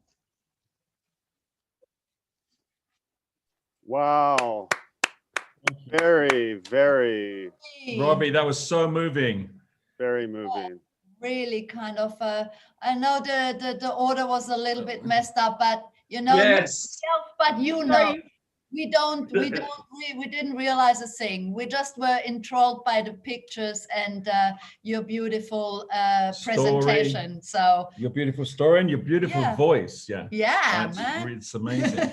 And also the artwork in the presentation was really, really fantastic. Kind of magnetizing here. Yeah. Awesome. Bewitching us, man. So I've known Robbie for a while and I didn't know he's a poet. So yeah. I'm hearing this for the first time as well. All right, we can do the next one. Next up is Timothy. Timothy, come on up. Yeah, but yes. Hi. Yes. All right, we're so happy to hear from you. I'm gonna hand you over. Are you ready? I am ready. Let's take it away. Let's do it. That's good, man. Silence. Hi, I've got a fan club standing by. Right, so my name is Tim, and I am a professional saxophone player here in Nairobi and lots of other places. And what I'd like to talk about today is love and three human beings. One of them is on the screen right now. That's my wife, Carol, and we got married back in 2019. The other person is our pastor. He's called Pastor Ambrose of Parklands Baptist Church. And I'd like to share some words that he gave us just before we got married. He turned to me and told me, Tim, this woman, treat her like your saxophone and you'll be just good. Now that got me thinking. So, because up until then, I was an aspiring senior bachelor. Pastor Ambrose is the gentleman on the right of the screen, right? That's on our wedding day. And so it got me thinking, look, I'm new to this game of marriage, but at least saxophones have been around them for maybe 20 years. So I've drawn some lessons from that I believe have helped me in the past couple of years of being a married fellow. That picture is back in 2016 when I got my current saxophone. It was a very happy day. That was almost like a wedding day for me, because that was a beautiful Selma SBA saxophone. It's built in 1949 by one of the best saxophone makers in the world. Yeah, just in case you didn't notice, that is us again. So as you can see, that is what 1949 brass looks like. And there's a very happy face behind it. That would be me. So that was my previous wedding photo before I met a human that I liked. And, but what we see in this next picture, I really got into the saxophone and I really used to polish it. Apart from just rehearsing and doing a lot of practice, I also really used to work hard just to polish it, keep it shiny. And actually it started looking a lot better. And so I thought, well, you've got this lady in your life, don't be dormant about it. Be very active in being a good saxophonist to a human being. My wife, find out what makes her shine, what makes her glow. And she has quite a good sense of humor. And fortunately, my jokes are not that bad. Now there we see George, my sax technician. Now he lives about almost an hour's drive from Nairobi, but I always find it worth it to drive out there and take the sax for maintenance. And that also, I've also realized that, hey, with this lady in your life, find a way of get out of town if you have to, just to keep things fresh. This picture, I just put it there because that's a dressed up version of me. Normally that's not my default setting, but it's a saxophone that makes me dress up. And that's something I found in common with my wife. She makes me dress up. My saxophone has also opened great opportunities for me. Now, there in that photo, that was at a jazz festival in Nairobi. And in the photo, there are a couple of Grammy Award-winning sax players who were headlining, and my band was curtain raising for them. And what I found is, now this gentleman is Kirk Whalum, who really has been my saxophone hero and mentor. By the way, he's the one who played the sax solo on Whitney Houston's hit song, I Will Always Love You. Wow. And what I find is that my sax has led me to help me meet some really fantastic people. That is Gerald Albright, also a Grammy-winning saxophonist in his own right. He plays on the Phil Collins big band and lots of stuff. And life with my human wife has also seen me. It has really, I found it has opened doors. And hi, Tokyo. And it has, and she's opened a lot of doors, and I've met a fantastic crew of people. And that's Carol and I. She's got my back, I've got hers. And that's where my saxophone used to be. Well, it's in front of me these days. She handles my back. But pretty much, that is my little story. Yes, that's it. So let me leave you with this image that your partner and a musical instrument don't have to be different. Take care of her, polish her, practice her, spend time with her, and you'll make lots of wonderful sounds together. That's my little 20 seconds worth. Thank you, love you. Wow. Fantastic. Yeah. Wow, wonderful. Wow, that's so sweet. Together, I like that. My human wife. My first love, you know. Oh, man. Yeah. It's so great to connect with Nairobi and have these conversations and learn about your love of the sax and the passions, and it's incredible. I'm so excited. It really is fantastic. So there's a thank you. So the music scene in Nairobi is quite strong. There's like a strong community there for international musicians. Yeah, it's pretty vibrant, or let me say it was vibrant in the years BC. BC meaning before coronavirus, and yeah, before COVID. But yeah, Nairobi was really quite a vibrant place. Actually, Robbie has been also active. He's a filmmaker as well, and used to cover a lot of events, a lot of live music events especially. So Nairobi really has been a hub in East Africa for lots of live music. We get lots of, international acts coming through. And also the local scene is quite vibrant.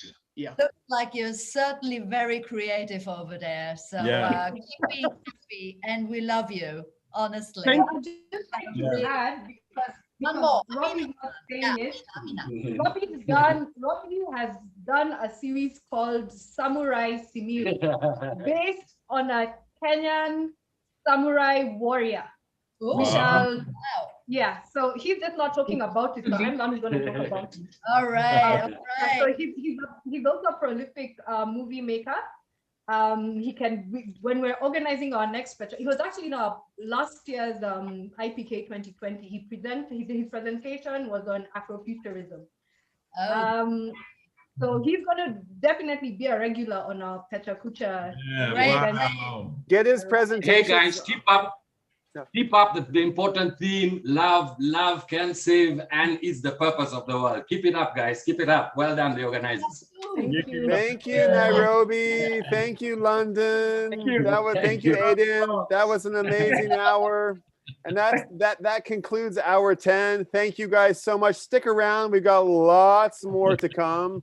Oh, I've got my, sorry, Mark. I've got my that goes hour 9 is, no, hour 8 is up, and we're moving on to hour 10. Bye, Brogan. Bye, London. See you guys. Hey, everybody. Okay, and hour 10 takes us to Malaysia and China, Guangzhou, and right, yeah. So you know, very strong cities. You know, well, every city is a strong city, but these two cities are particularly fantastic and have had lots of events last year. They really were supportive during our Inspire series. And our long-term friends. And are incredibly professional.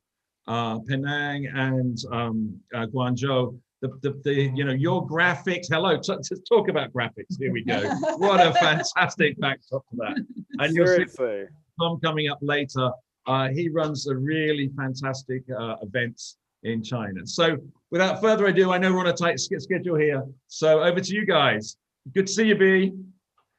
Hi. Hi there. Hi, Mark. Brian. Hi, doing B. strong. I've seen you up since the morning.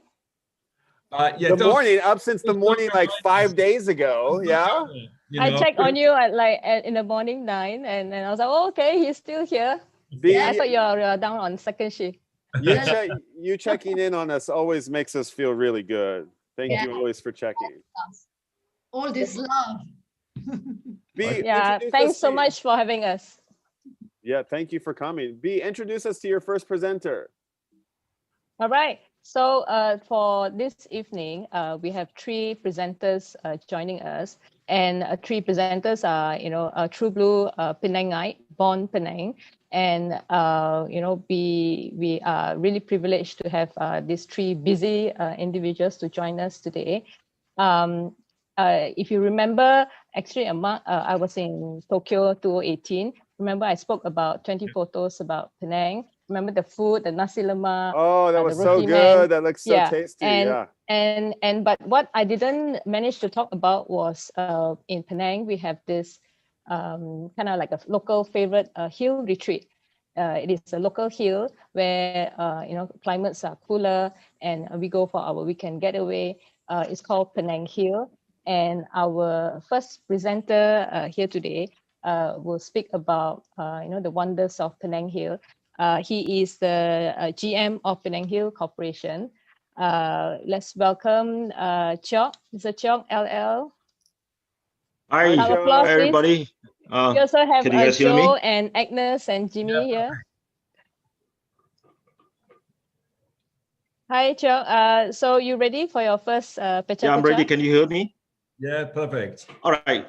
Okay, excellent. So it's an honor to be here, to be among the many distinguished speakers, and hopefully I can do Penang Hill great justice. So just let me get started. So basically, since this topic about love, you know, I started this job after retirement, very brief retirement. Just was planning just for a year, and then this is my 5th year on the job.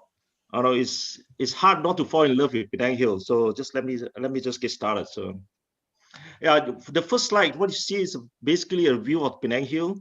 And it is a very crowded place. It is a very unique place because of its proximity to the Georgetown city. It's a World Heritage City. It has its own microclimate. Basically, it's about 80 degrees to 25, 26 degrees in the daytime versus the other places at 28 to 30, 38 degrees. This tropical climate here is very hot. Penang Hill started with Francis Light. So Francis Light was landed Penang on the 1700s, 1786, and then 1788 they commissioned the pathfinders up to search path to look at the hill. What you see on the right hand side, the statue of the Francis Light. So it is a very unique place, and Penang Hill has many hiking trails. Actually, it's a very favorite place for the local people, tourists. This is what you see is Monarch Trail. It's built by, created by naval officers, Major McNair. This is one of the earliest trail that we have, and still today is the least discovered hill. And at Spawner Hill, they create there are many bungalows. What you see is the bungalows with a retreat of Francis Light, with a flag post, and on the right hand side, which is one of the earliest hotel that was built on the hill, become a retreat of British officers. That was built in 1803. Before the funicular system was built, and obviously, going up the hills had to be by foot or horse carriages, and then or through the sedan chairs. You can see some of the early photos, carried by the coolies or the Indians laborers that bring the British officers up to the hill. When the hill was going to build the funicular, which started in the planning was 1897, the first attempt was a failure until in the 1910s. The British engineer came, named by Arnold Johnson, started and then was built, completed in 1923. The first generations, the 1923 operating till 1977, and then the second generation 77 to 2010. So today we are into the third generation of the funicular, which is actually one of the most modern funicular systems in the world, which you will see the subsequent slide. This is the one that the operating today operates at 10 meters per second, which is 36 kilometers an hour. That brings about 100 visitors up to the hill. It is a very popular place, since there's a need to create a faster, more modernized funicular systems. This to say that Penang Hill today has actually been modernized. Some of the oldest bungalow that you see in the Sir Francis Light Balratiro is Spanish retreat. Today it becomes the governor's bungalow. This was a site that the first bungalow or first retreat for the Sir Francis Light. And today we are still doing keeping it. There are many other bungalows. On the left side is the Curate Hotel, which was built in the 1900s, 19th centuries by the Sakis brothers. It's called the Curate Hotel. It was operating until the Second World War, and it becomes a very popular film set for the British Indian series. Penang Hill Corporation has been doing a lot of conservation projects. One of the first ones that we did in 2017 was a hillside bungalow. It was meant for British officer then. That was built in 19th centuries and 18th and 19th centuries. Today it's turned into family lodges with a very beautiful interior designs. The second conservation project that was built on the hill, which is called Edgecliff. This will be the museum, visitor centers, as well as the education centers. It has one of the most beautiful view on Georgetown City. So it's on the rooftop of the Edgecliff bungalow. Subsequent slide that you can see is a very nice interior, which is we intend to build. Penang Hill gallery at Edgecliff. This will be the place that we hope to nurture interest on Penang Hill, the interest on its biodiversity, and also the funicular engineering, hopefully to nurture students and have the interest in science and engineering. Suffice to say that Penang Hill has this elevation of about 800 meters average. It's a conglomerate of 6 hills. He has one of the best spots for sunrise and sunset view from different angles. What you can see is the oceans and towards the Straits of Malacca towards the mainland. Penang Hill, obviously, we don't have tigers, but we do have a very rich flora and fauna. Dusky-leaved monkey is one of the iconic animals on the hill, and also endemic, many endemic plants. What you see here is the slippery slipper orchids, which is the still today on the hill that we have. And then vampire crab, giant squirrel, of course. Not forget about we have a lot of variety of snakes too, including cobras. This is a tropical rainforest. Obviously we have many different types of snakes. Penang Hill, as we had landslides in 2017, and the slide shows that the community just love Penang Hill. Community working together to do emergency recovery work. We had more than 319 landslides on the hill. Back 170 years ago, 1847, we have also major landslides. So until today, we're still doing lots of recovery work, restorations, rebuilding, rehabilitation, rebuilding. So we basically rebuild a lot of the bypaths, a lot of the hiking trails.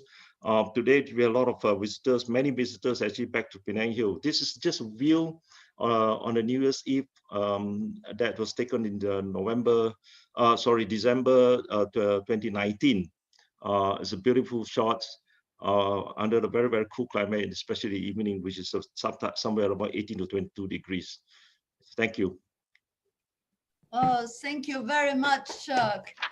This is a lovely, lovely story, Penang. I knew from friends that they had spent a lovely time there and said, you gotta go, you gotta go.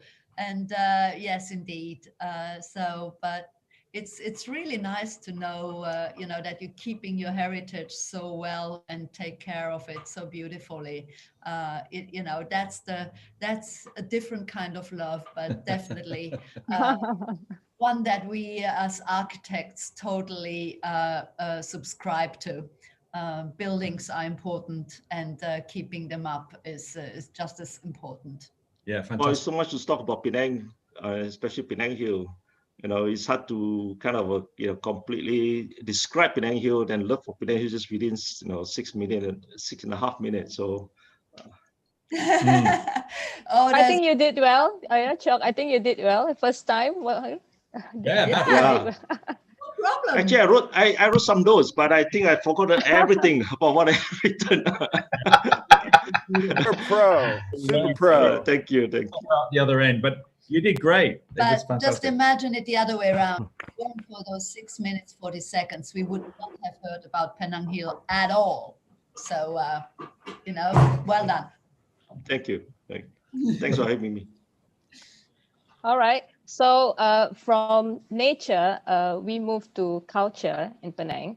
Our second presenter, also Penang born, True Blue has Penang, in his heart. He is our local icon, a well-known guy here. He's been instrumental in galvanizing Penang art scene.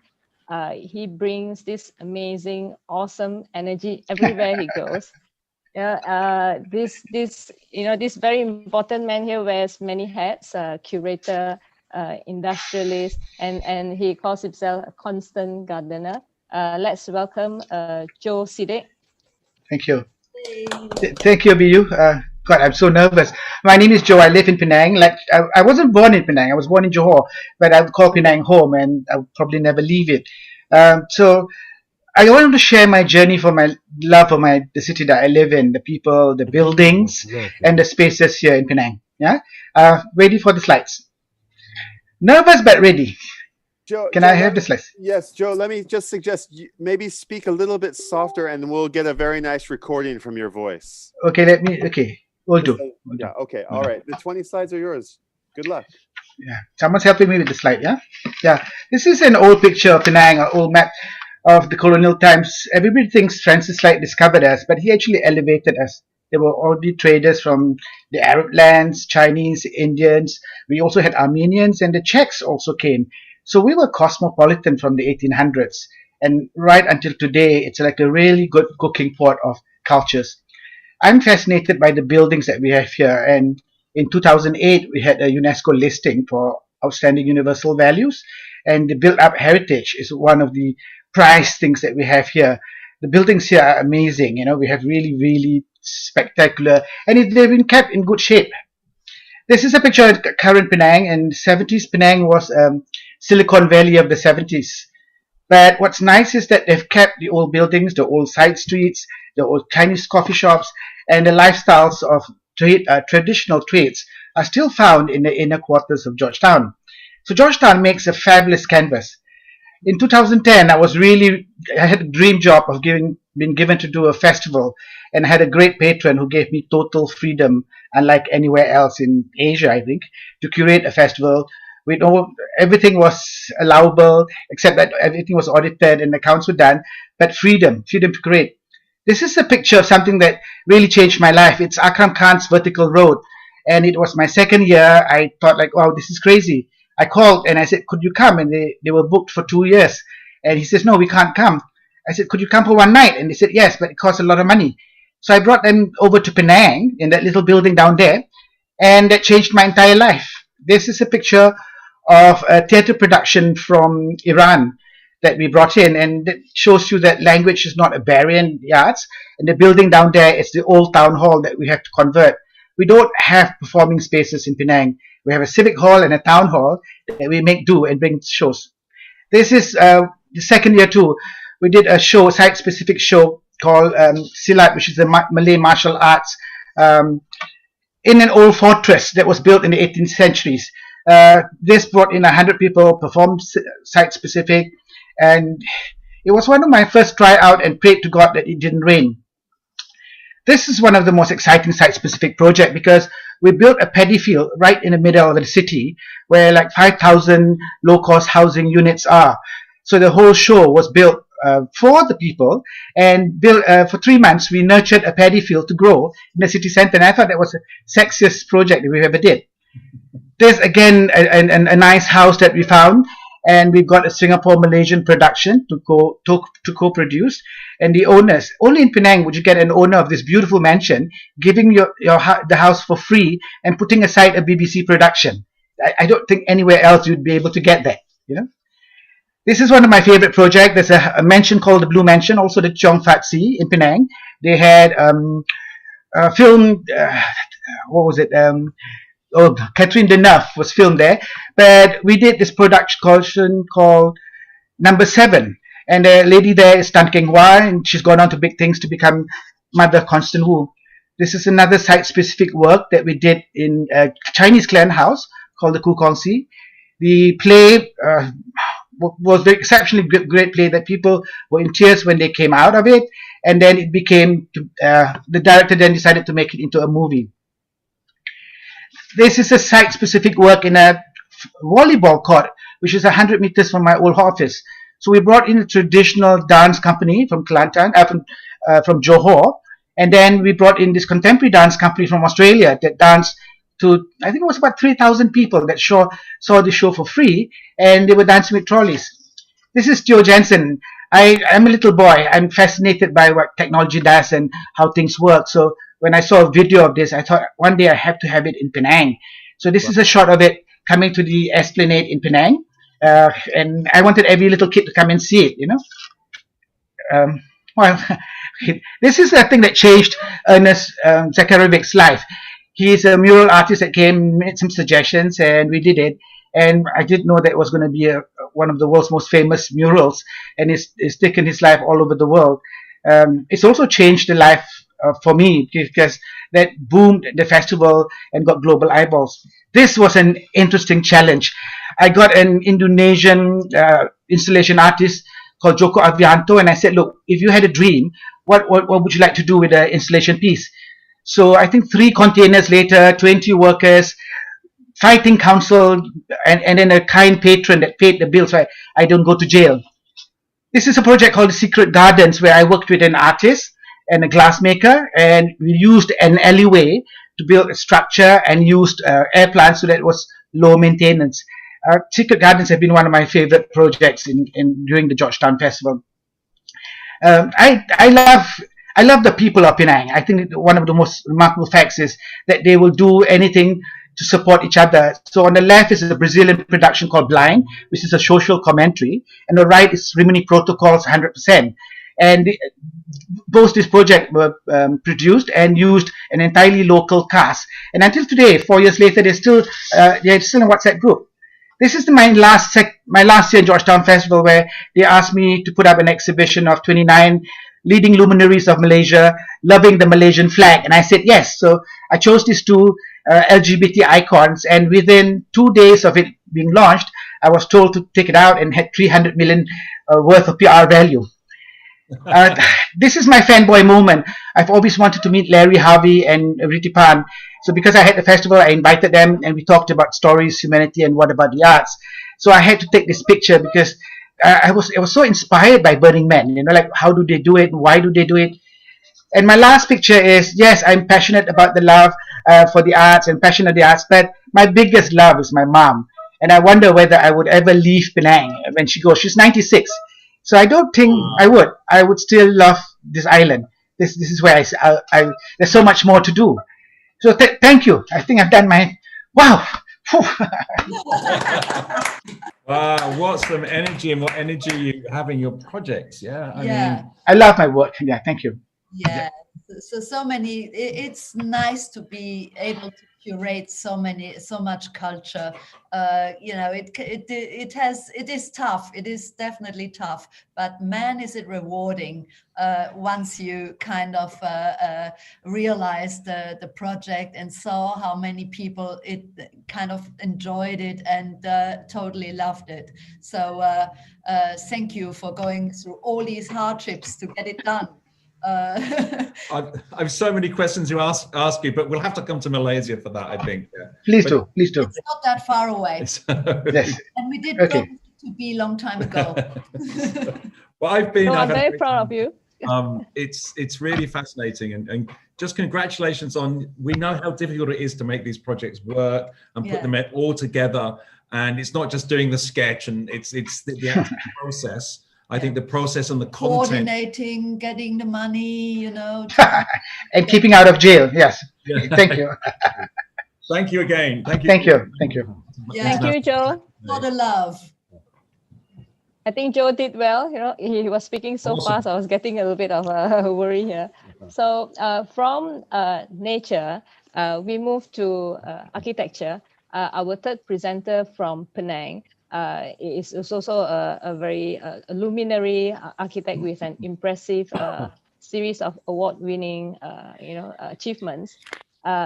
Long before sustainable architecture became mainstream today, Professor Jimmy Lim has been advocating his philosophy on tropical architecture. He's been practicing since even before I was born, I believe. Without further ado, allow me to welcome Professor Jimmy Lim with his office partner, Agnes Chen.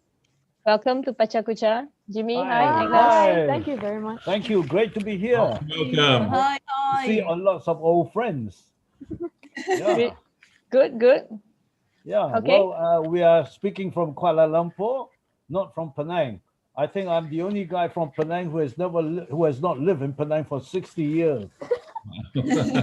But the heart is still there, you know. So that's what it's all about, I think. That's good. Yeah. That's good. Okay, well, here we go. We'll start the slides. Yes, right. We hope we won't bore you. No, of course not. Yes. Not. Well, in 1960, when I was 15 years old, my mother packed me off from Penang, go off down to Sydney, Australia to be educated. And there I was, left Singapore on the ship Byra, went to Oak Hill College in Sydney, and from there spent 13 years, and in the process got corrupted about activism. So when Utzon resigned from the Sydney Opera House, I was out in the streets with all the other students calling for Utzon in charge. And some of the pictures you see are some of the guys that influenced my architecture. And it got me into a lot of trouble. So when I came back to Malaysia, observing what the tropics was about, we came up with the rights of the tropics, which embodies 12 mantras of what the tropics embodies. Not many people have written anything about the tropical lifestyle, tropical architecture. And in anything in architecture process, we got to books on architecture were by who were the Maxwell Fryer and Jane Drew, who were living in Nairobi for many years in Africa. But of course, in the tropical Malaysia, Singapore, Kuala Lumpur and Penang, we are not in the plateau of Nairobi. So our weather here is very different. It's hot and wet. The other one is hot, wet, and more wet. So we only have 2 seasons. So we have to come up with our type of architecture, and it takes a lot of organization and convincing. And it's very important that in the tropics, we got to allow our architecture to be part of the environment. It has to be there with the rocks, in repose among the hills. Keep the trees, keep the hills. And that's what tropical architecture is about. And we have to be there. Then from there, we move on to the next thing. Architecture without walls. In the tropics, you have a lot of rain, you have a lot of sun. So you need to have a roof. But you also want to have wind coming through. So why do you have walls? So let's have architecture without walls. And that started the whole process, which ultimately led us to winning the Aga Khan Award in 1998. A picture of me receiving the award from the King of Spain. And then that's the fantastic Malay carpenter who's only got one hand and one eye, and he was able to create that thing. Then, of course, this is a little adventure into my own hometown, Penang, up on Penang Hill, as what Mr. Chok was talking about, a most fantastic site. And we came out with something, a most exciting architecture without walls.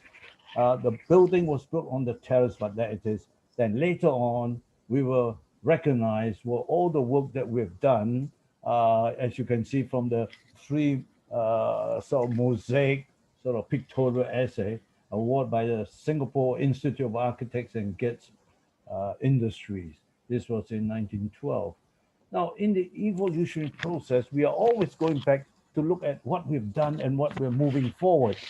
As we said, ultimately, life is an exercise in futility. For whatever it is that we do, there is a termination. And so this is where once we push forward and remind ourselves, as this graph shows, the different stages of our invisible intellectual ceiling growth. We finish in 2018, and after that, we are now moving into the new direction. And this is where my young partner here takes over, Agnes, to move to the future. Agnes, over to you. All right, as indicated in 2018, we've completed the project, as you can see on your right. Now, that sets a new benchmark for all of us. Then, early last year in 2020, we brought the zenith point back to the 0, coordinates. And this is where it has propelled us further to experiment on a timber structure which has already been erected on the concrete columns itself. Now, in 2020, COVID-19 came about, and we decided to approach things very differently from our very own philosophy. So we experimented on structures in a very different way. The hornbill was extracted as a concept, only to be expressed as in the structural components, as you can see right here. So the hornbill is known as one of the faunas that serves as a symbol of Sarawak, where this church is actually built in. Now, in this site, it's located on top of a hill, which is very steep, and it's very sensitive. It's located in province Wellesley in Penang, and on a foothill, there's this residential enclave. It was an idea where the roof serves as one of the main idea point and the focal point of it. Now, on this kampong minium, it has given us an opportunity to explore another area, to revisit on what kampong has to capture in terms of the spirit of tradition and bringing it to modernity. Mass housing in Malaysia has lost its direction and relevance. Now it's time for us to reconfigure it, kampong minium. Now I'll pass it on to Jimmy. Now, throughout our journey, there's always been searching, going back in order to move forward. That today was yesterday's tomorrow, as today will be tomorrow's yesterday. So this is what we are doing. And we have used this as our research. So therefore, in the 2020, we start to experiment with things that disappears. Canvas, that's a picture, an essay of what nature can give us, light and shade. The next moment it disappears. So these are the sort of things that we are pushing towards and see what's in the horizon.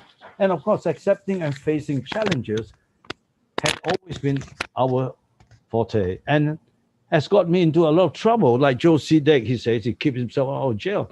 I've been sued by so many people. The chief minister of Penang sued me because I said we must save the environment. But that's life. Thank you. Thank you very much, everyone. Jimmy in charge.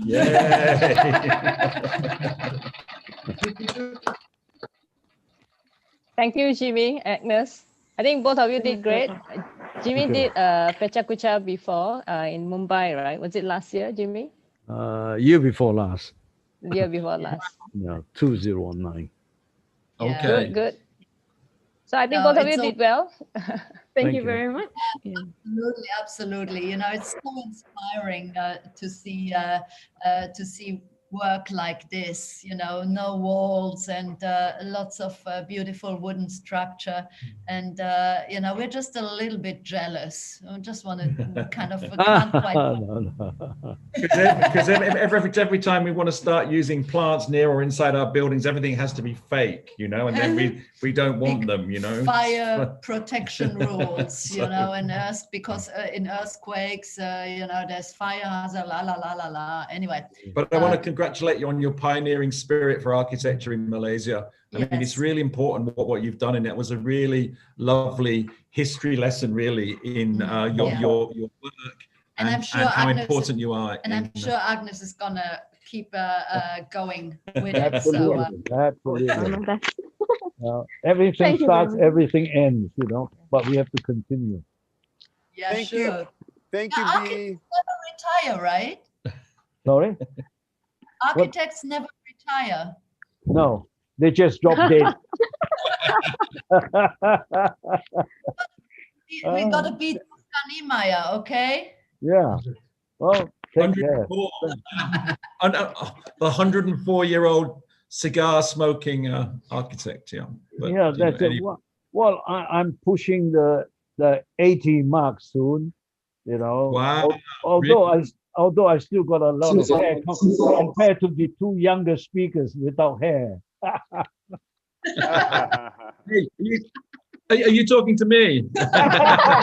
Oh, well, there's three then.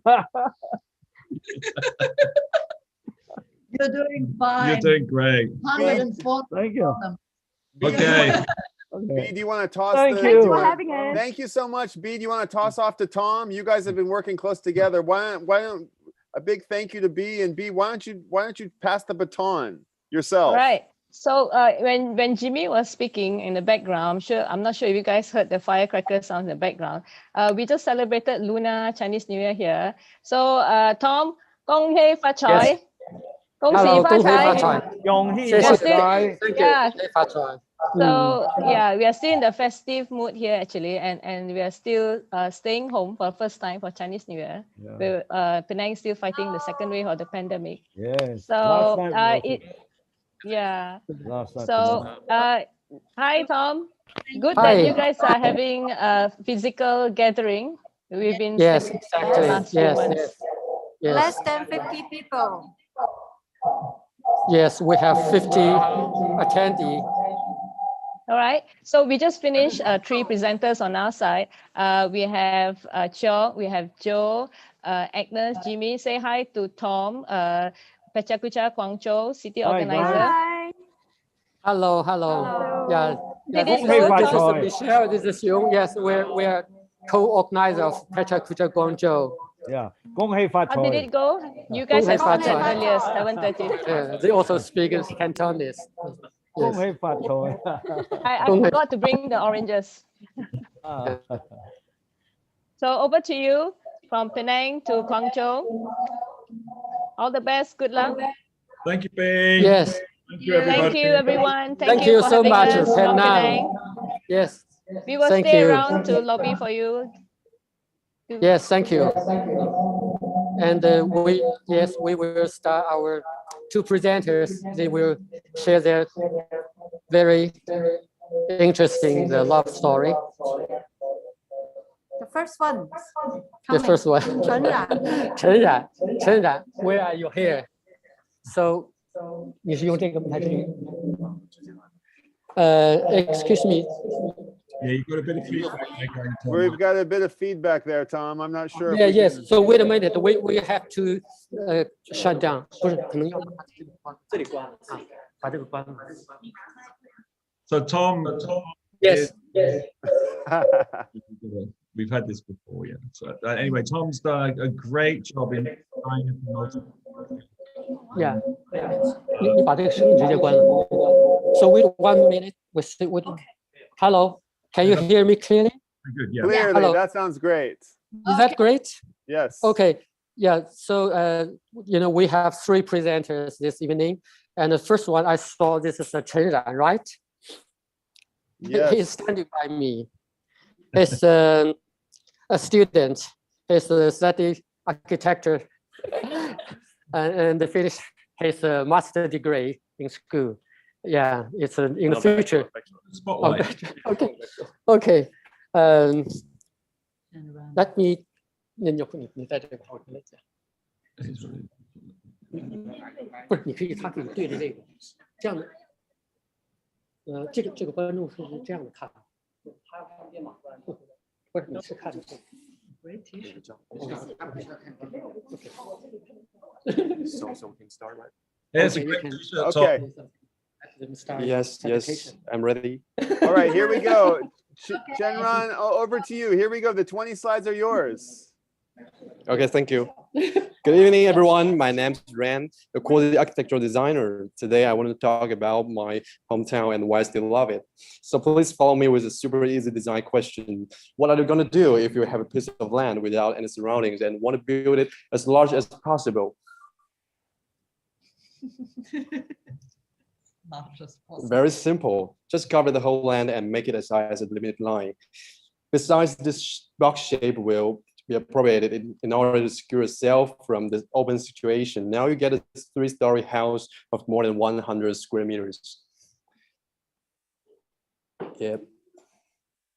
And if allowed, overhang a little bit to gain more space. If you would like to take advantage of your rooftop, a staircase room will be needed. After all, the typology of a self-built house in Chinese countryside appears.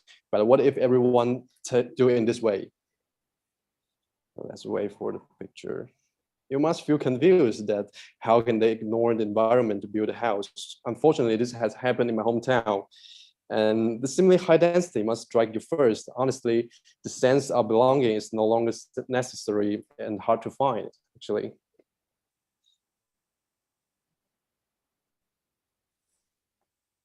Then everyone struggles for light and wind, the nature that is exactly blocked by their own constructions. Rather than choose to live together actively, people seem to be put together passively. I'm just curious how we lost the sense of co-living and had been getting more and more isolated. And I found some clues in a huge house where the householders were totally transformed from patriarchal clan to random combinations after the land reform, remarkable motivation movement of PRC.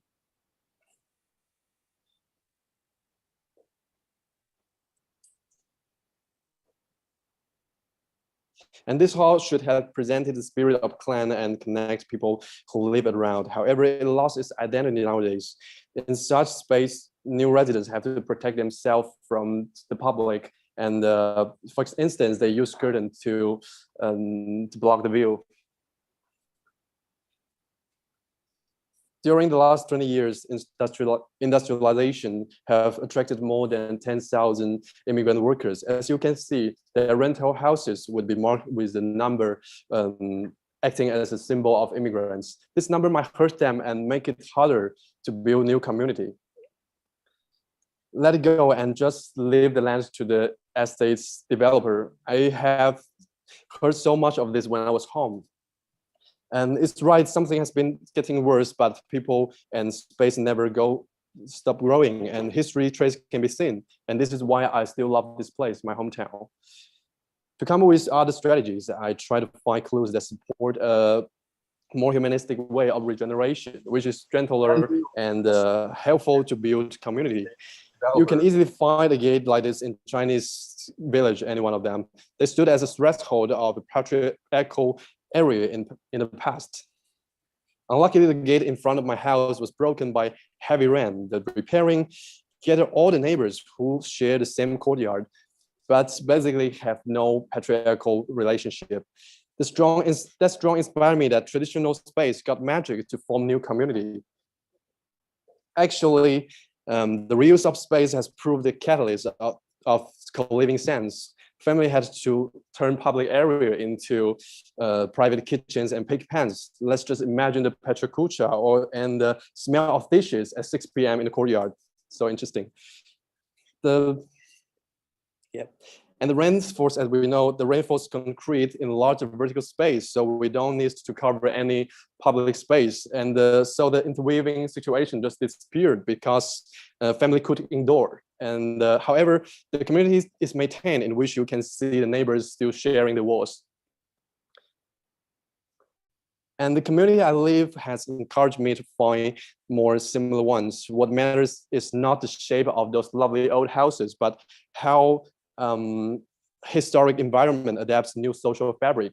For example, how immigrant workers form new communities. These rental houses sharing the same yard can be identified as a cluster of rooms out of a bigger historic house. However, now they are divided into the immigrant houses. The kids were playing on the yard peacefully while the elders taking care of them nearby. The eagle catching chicks game. Obviously, those kids will feel more sense of belongings than the time when they just receive a number card. I was wondering if they already have a nickname for their little community. After school, they would say something like, let's meet at our secret base rather than a number, something like D049, something like that. I just talked about the courtyard I live, pleasingly, where we hold a praying event together annually. We prepare tribute together. Each family provides 1 or 2 tables to establish the temporary shrine. And it's amazing to build space like that with those daily elements. The passion pushed me to think what I can do. I believe events that involves all generations will shape common memory. In addition, it also proves the possibility that we can make things different and live a fantastic new life by doing a little design, or let's say reorganization. So we ran an open air movie with barbecue, and we play an old movie on the wall, Shaolin Temple, which recall the elders' memory. And moreover, we play a video that's of significant moments of each family member, which really involves everyone. And the night was great. Actually, it was the first time we didn't spend our spring holiday with CCTV. And I think love is the driver for everyone to design, but organizing events is just a key to the start. And it is love that drives me to build a bridge between past and the future. And of course, it will drive me further in the future. Thank you.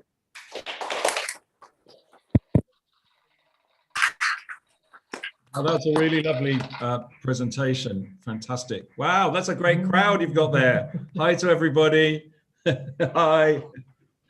Wow. Yeah, and I think that thing you touched on at the end, that events are really important. We think too that architecture is one thing, but without having things like this and generating content in terms of events, the building doesn't live. And so we really congratulate on your work and trying to struggle with the development, the pace of development in China. I think it's it's a thing we all have to learn from. And although there may be some difficult moments, I think you're building a talent stack of really great ideas which can be built on as time goes by. So thank you very much. Yes, thank you, Mark. Thank you. And we start so quickly, and I didn't say any words to you, to Brian. Astrid. Yeah, Astrid. So you did a great job. Hello. Yeah, hello, Astrid. Yeah. Did you remember her? We met Yeah, when you yeah. visited Guangzhou. Wow, Yeah. I'm a mom now. Yeah, this is CeCe. That's She's right. one presenter this evening, and she's also a new mom. Oh, wow. Oh, congratulations. Yeah. Oh, I take care of my baby now. Wow. Oh, congratulations. Hey, Tom. Love. Tom, just so you know, we've got somebody watching from Yazan in Saudi Arabia. They just put a little note in. So hi to Saudi Arabia. We've got people from. Saudi Arabia. Wow. Yeah, shout out. I didn't see that. Am I the next one? Yes, you are. Oh. Oh, thank you so much. So great. So you do the very hard working and the great job. I can't believe you can do the 24 hours. It's crazy. Yeah, crazy. Yeah. No. Crazy. What can we at the moment? Yeah. So it's unbelievable. I think you will, after this big event, you all team should have a long vacation. And yes, I know how hard to organize this kind of global. There is a in the back. Different language, different area, different timetable. Yes. Congratulations. Yeah. Yes, there's a lot of people in the back. There is Tomoko, there is Yuko, there is Hisa in front of us, and there is Yan-san, and they're all kind of really working hard. Yes, I know. Yes. So yes. Let's keep the show rolling, guys. Oh, CeCe, you're up next. Let's do it. Yeah, this is ready. This is ready. Yes. I'm handing the slides to you. Are you ready? Sure. I am. Well. Let me just say a couple of things because I have to say something to the audience. So I did a lot of work to translate my PPT into Chinese. Don't speak too much. Yeah. Okay, I will start. 大家好，我是 CeCe， 所以今天晚上我会晒娃，在全球范围内晒娃，所以 be ready. Okay, I could start now. Okay, over to you. Okay. Hello, people. This is CeCe Chen, and no. Okay, you can go. Oh, I can go? No. You can go because it's a little bit delayed. Okay. I'm CeCe, and I'm also so excited to share this following 400 seconds with the global PechaKucha community. I recently become a mom, and my darling baby boy, Augie, is a product of COVID-19 stuck at home baby boom. And before I noticed, he's already 3 months old now. Here he is. I have been volunteering as an MC for PechaKucha Guangzhou Sport for the past 4 years. And this is my first time being the speaker. About 2 weeks ago, Tom invited me to this online marathon and he told me this is the best time to share my love as a new mom. 所以今天晚上就是晒娃晒恩爱的时候。大家群里面应该有我的中文翻译。Therefore, as you could expect, I can't help but keep my eyes on this little adorable human being every single day since he was born. So please be ready for some toothless baby picture attack. 无耻笑容的大袭击今天晚上。But before that happens, let me rewind back to my pregnancy period. I maintained my physical training section during my pregnancy and even tried stand-up pedal during my second trimester. 5个月的时候，我还去玩直立桨板，我的教练今天晚上在。With professional instruction, with safety awareness, of course. Seeing my tummy getting bigger and bigger day by day was a magical experience. And I still clearly remember the moment when I saw all these ultrasound images. Wow, there is a baby in my tummy for real. And look, that nose looks pretty nice. 高鼻梁，所有的主播都在高鼻梁，大家看到了吗？ Except for physical training, I also stay active in brain exercise in order to fight against the baby brain. I participated in curating an art exhibition, took art history classes, joined and won the 3rd place in the debate competition. Intense prenatal education, right? 我疯狂地进行胎教，保持忙碌，提防孕傻。And I took some creative pictures to record my special body shape during this unique period in my life. But I didn't expect that all the attention would be grabbed by my husband. You know, 我老公把我所有的镜头都抢掉了，看到他了吗？第3张。So that third picture, it wasn't me, it was him, okay? 是不是很美妙的曲线，跟我一样？ Time does fly, and the day before Augie was born, I spent my birthday in the hospital, and I definitely don't want that to happen again. The funny part is, Augie's arrived the next day after my birthday, and that day was also my husband's lunar birthday, the best birthday gift for sure. 我们一家3口2天内生日 and a pretty heavy birthday gift too. Augie is weighted 4.3 kilograms, 8斤6两的大胖小子. Look at that picture in the middle. He was born to be a quiet thinker. The last picture was taken by me in the first morning the dad and son shared. That moment definitely pronounces love. Love is seeing Augie held in my husband's arms and showering under the sunshine in a warm winter morning, seeing them holding each other's hands and falling asleep together. It was quite a beautiful scene. Love is recording Augie's every first time facial expression. First smile, 第一次笑, first cross eyes, 第一次斗鸡眼, and first wink, 撩妹的吻. And as you can see, Augie is pretty awesome in making funny faces. And thanks to the technology today, we are able to catch these precious moments. Love is trying very hard to learn to be parents.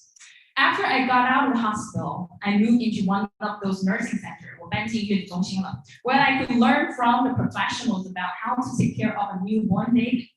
I believe that being mother and father is natural, but being parents takes effort. 变成爸爸妈妈是天生的，但是变成父母是要后天努力的。Love is being around with Augie for his every first time attempt. It was such fun to see him swimming for the first time, and seeing his change in status is touching. From the second picture to the third, he was a bit nervous, then he was calm and confident. 我家宝宝有一个小名叫淡定，所以大家可以看到第3张照片，他是很淡定。Love is creating funny captions for Augie's funny faces, and it goes, what for lunch today? This smells nice. Wow, that tastes awesome. Wait, why is it so expensive? Oh, what? Mother again? Let me get lucky, please. Oh my gosh, I want a free big lunch. Yay. Love is Daddy learned to be a hairstylist and cut Augie's hair by himself.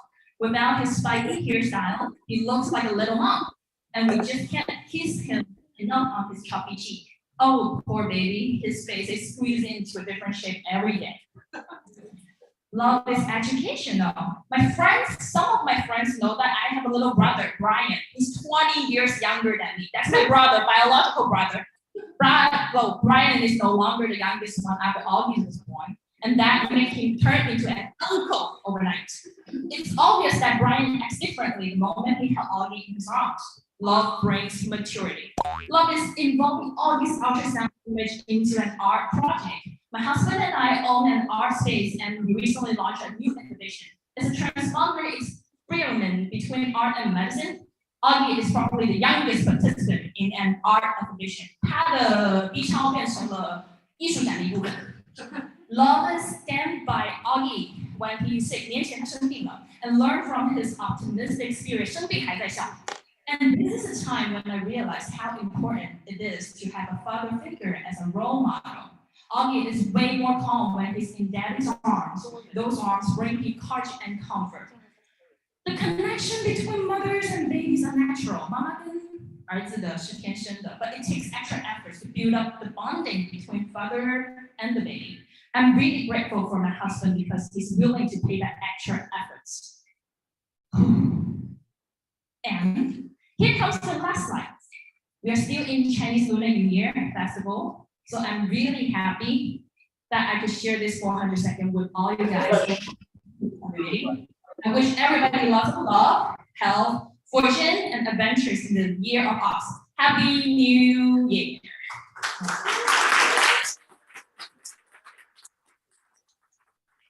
And happy birthday. Happy New Year and congratulations. I mean, there's so much love and passion pouring out of you. It's just beautiful. Imagine how passionate it's a new moment, right? I'm not tired at all and I have plenty of sleep, which is not true. I think you're not responsible for a baby boom. So that's how infectious you are. Everybody wants one now. There is. And I wish you guys can meet Exactly. Augie in face next time you visit Guangzhou. I'm so looking forward to that. Or maybe I will go to your place and visit you guys. No, we come visit you. We come visit you. Okay. Okay. Promise you. Everything is recorded, so I can refer back. You said that. Okay. Please. Thank you so much, CeCe. Thank you so much. 谢谢。谢谢。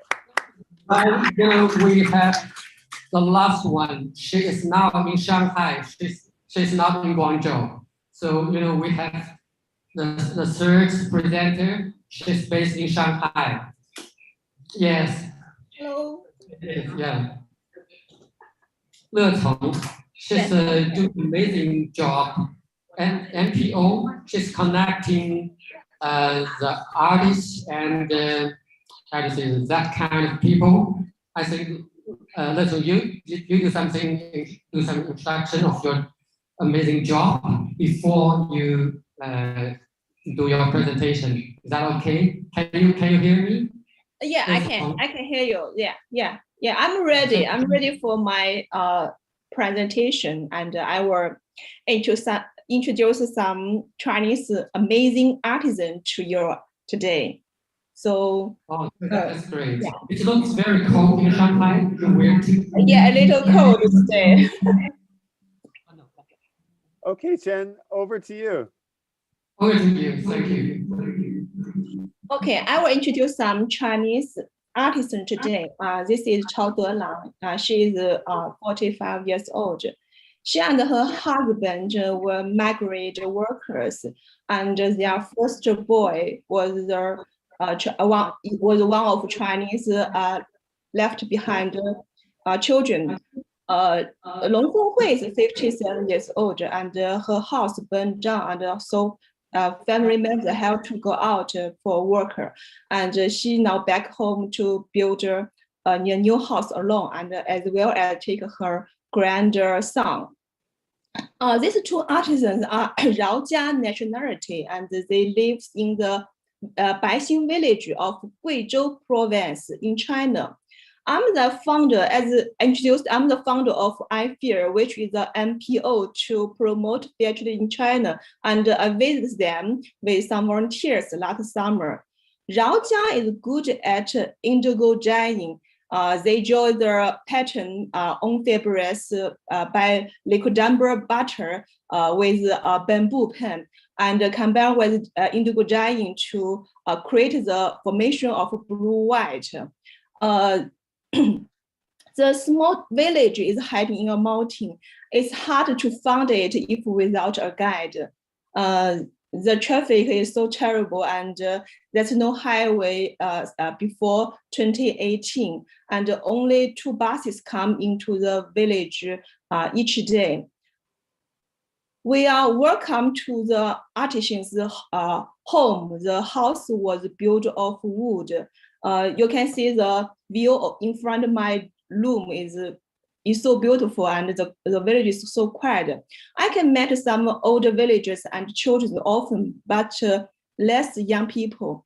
An artisan with the traditional dress, she only can speak local language, so though her young neighbor translate her words to us. She showed his artworks in the floor and tell us she studied the indigo dyeing when she was 10. Another artisan showed a piece of unfinished fabrics. She decided to spend a few years to handmade a traditional wedding dress for her granddaughter. Usually, bride's mother should prepare it, but the young mother cannot do it, not good at it.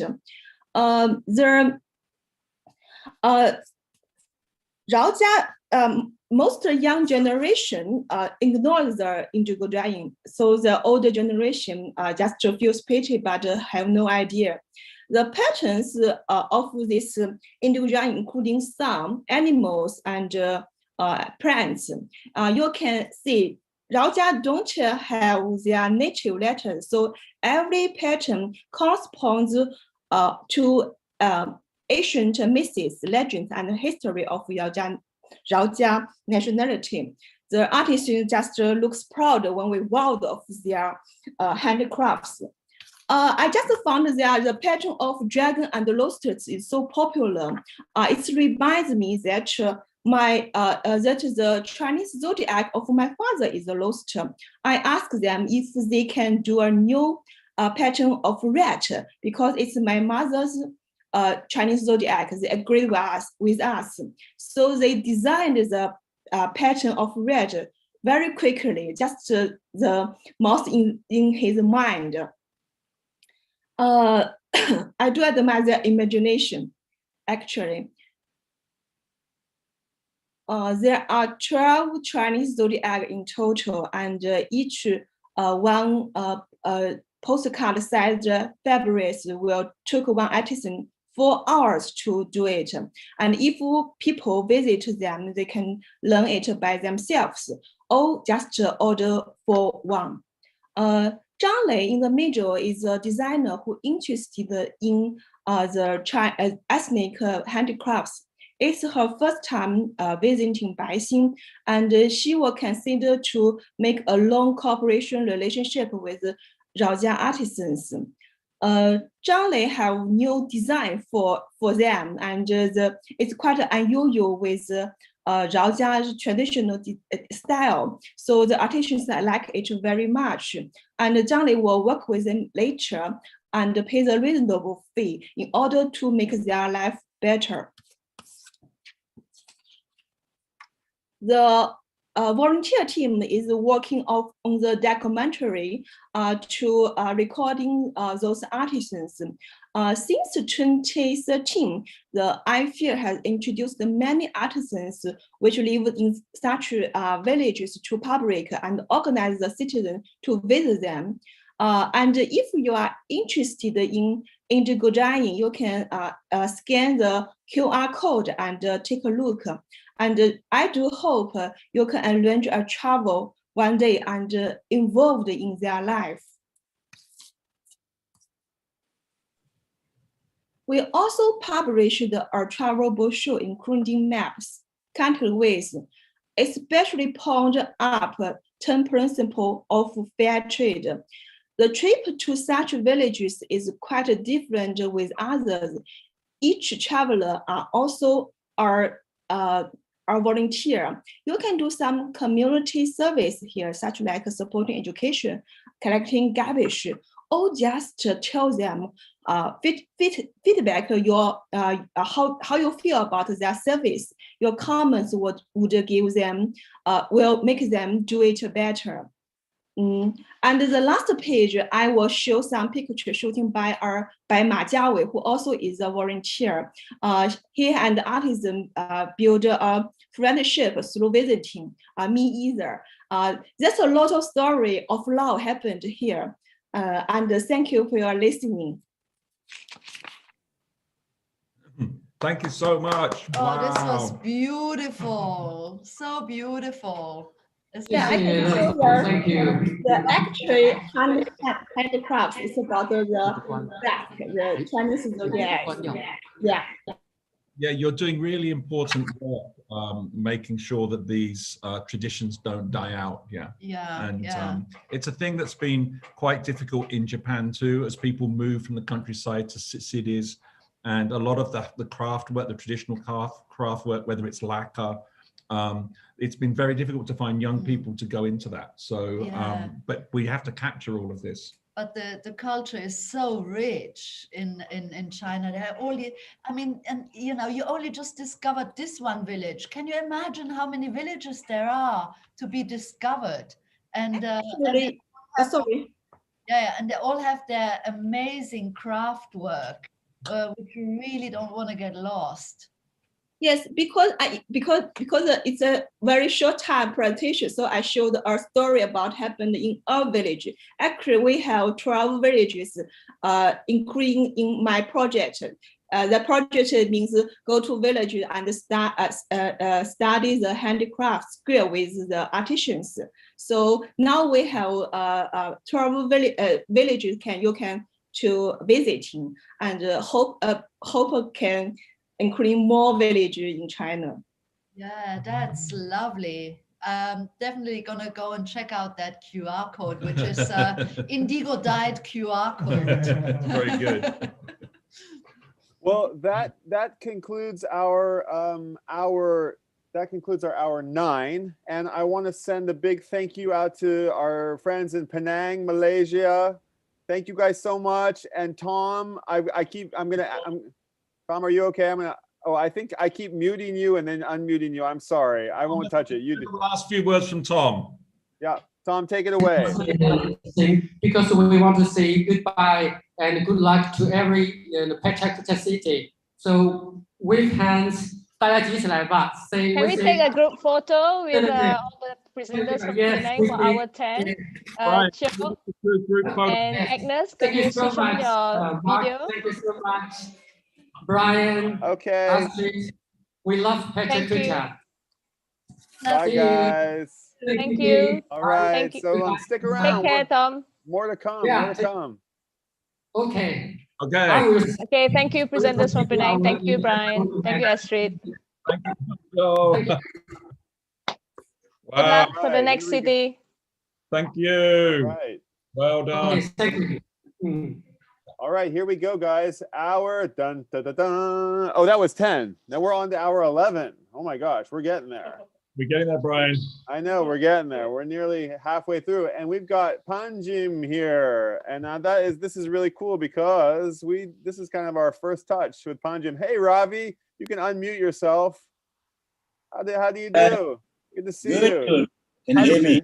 Yeah, Robbie planned an event on the 19th, not knowing we were doing this on the 20th. So he just had an event. I think he's probably just recovering from his event last night. Yeah, as you can see, yes. And I think No, you don't.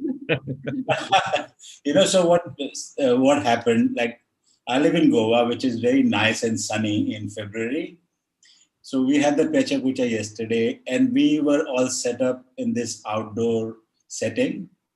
And you won't believe it, as we are about to start, it rained from nowhere. Oh no. It just started pouring, so we had to bring everything in, but it worked really well because everybody was kind of clubbed in together, and the energy just kind of took off, and we had a great night. So yeah.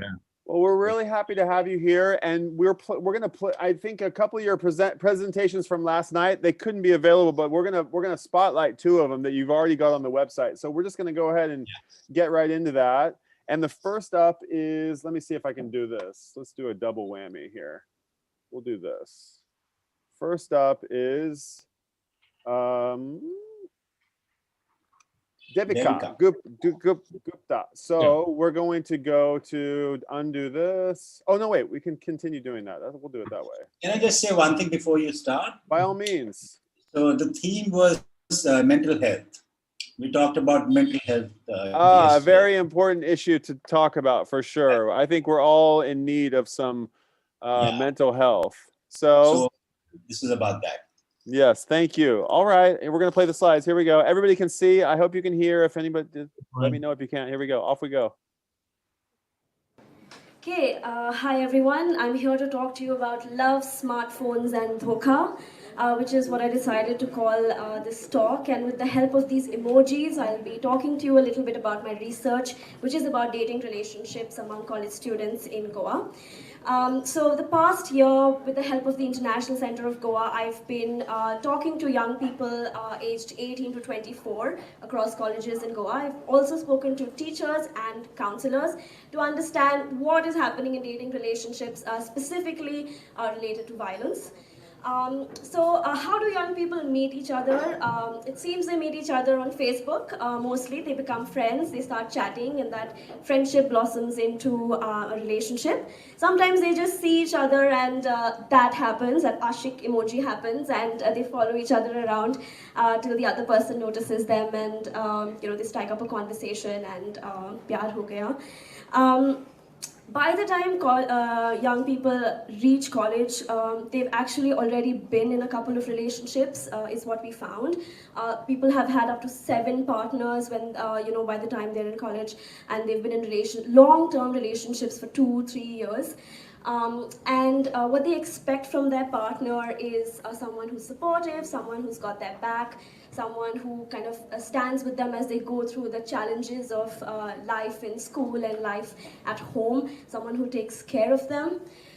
It's not easy. They fight with each other. There's a lot of conflict, like young people are arguing about all kinds of things with each other, but they're also really scared that their partner will leave them, a fight will escalate, and they will find themselves all alone. So they use a variety of what we would call healthy and unhealthy mechanisms to sort things out and keep the peace. The bad news is what I'm going to talk about mostly. The bad news is that physical violence, although it's not super common, it does happen. And what happens is that because physical violence becomes an outburst, it's like I was feeling angry, I couldn't control my emotions. It's something that young people accept very often, that he was just angry, he's not a bad guy, right? And I'm saying he, because typically it tends to be guys, but this kind of violence can happen both sides. Sexual violence, again, not very common, but it's things like, if you don't kiss me, it means that you don't love me, and young people feel pressure to, to comply.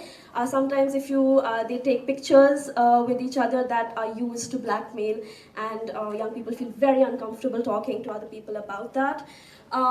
Another thing, and this is the big one, is emotional violence. There's a lot of the kind of interaction that's happening between partners where they're trying to control each other, where they doubt each other, where they suspect that the other person is not being true to them, and how they respond to that is by exerting a lot of control and restrictions on their partner. So don't talk to this one, don't go out with that one, and an amazing way that it acts out is not so much in person, but really it's online. So young people are monitoring their partner's online activity all the time. So who were you talking to at 2 a.m. that your phone was busy? Why did you like that one's pictures? Who is that guy? Who's that guy you put up a selfie with? These are some of the questions that partners are asking each other and feeling compelled to answer. And how they buy trust, how they trade trust is by sharing passwords. So this was something a lot of couples do, is that I have nothing to hide, and so I will give you my password. And the thing is, when something like this happens, when your partner places this kind of expectation on you, you comply because you really don't know what to do. A lot of young people, when they face some of these invisible forms of violence, don't know what to do, don't know who to speak to. They tend to isolate, they try to handle things by themselves. They listen to music, they go on long meandering walks, but what they don't do is talk to someone. They don't confide in anyone. And I'm going to be throwing some blame around here. Part of the reason is the negative communication that comes from families, particularly parents, saying don't date anyone, this is not the right age, or date someone who's in your caste, in your religion, things like that. Love doesn't work that way, right? And teachers will say things like, this is puppy love, you don't really know what love is, this is the time to focus on studies, do you really know what you're doing? And what this does is creates an atmosphere where people that young people should trust, should look up to, become sources of negative information, and young people feel extremely uncomfortable trusting these sources of reliable and helpful information. And what young people really need, what they miss is a confidential space. They feel that teachers gossip, or worse, teachers will call the parents, and then that will bring one, clamp down on you. And what happens is that there is absolutely no one that they have to speak to. What's the first thing we can do? Let's get rid of the birds and the bees. Young people are dating, they are having sex. let us all parents accept that, because what happens when you don't accept that is that they do it in secret, and when something goes wrong, they don't tell you about it. They turn to the internet for solutions, and the internet does not have all the right answers. What we need to do is create a space where young people feel safe to say, look, I know that you wouldn't like it, but this happened, I did this, I need help, right? They need to feel comfortable, they need to be able to trust you, to find that you will be non-judgmental, you will be open, and give them a safe space to tell you what really happened, and so that they can get the help that they need. And I really believe in the power of peers. I believe that young people trust people who are like them, who have possibly gone through things like them. And I'm not just saying that because I believe it, but something that young people also say, that if there was someone who understood them, they would feel much more comfortable talking to them and opening up. And so the road ahead, it's a big mountain to climb. Like Robbie mentioned in my introduction, I am looking at going back into colleges and possibly, hopefully, schools, because young people are dating very early on, and talking to them about some of these things and building an atmosphere which is safe, non-judgmental. Oh, that's good.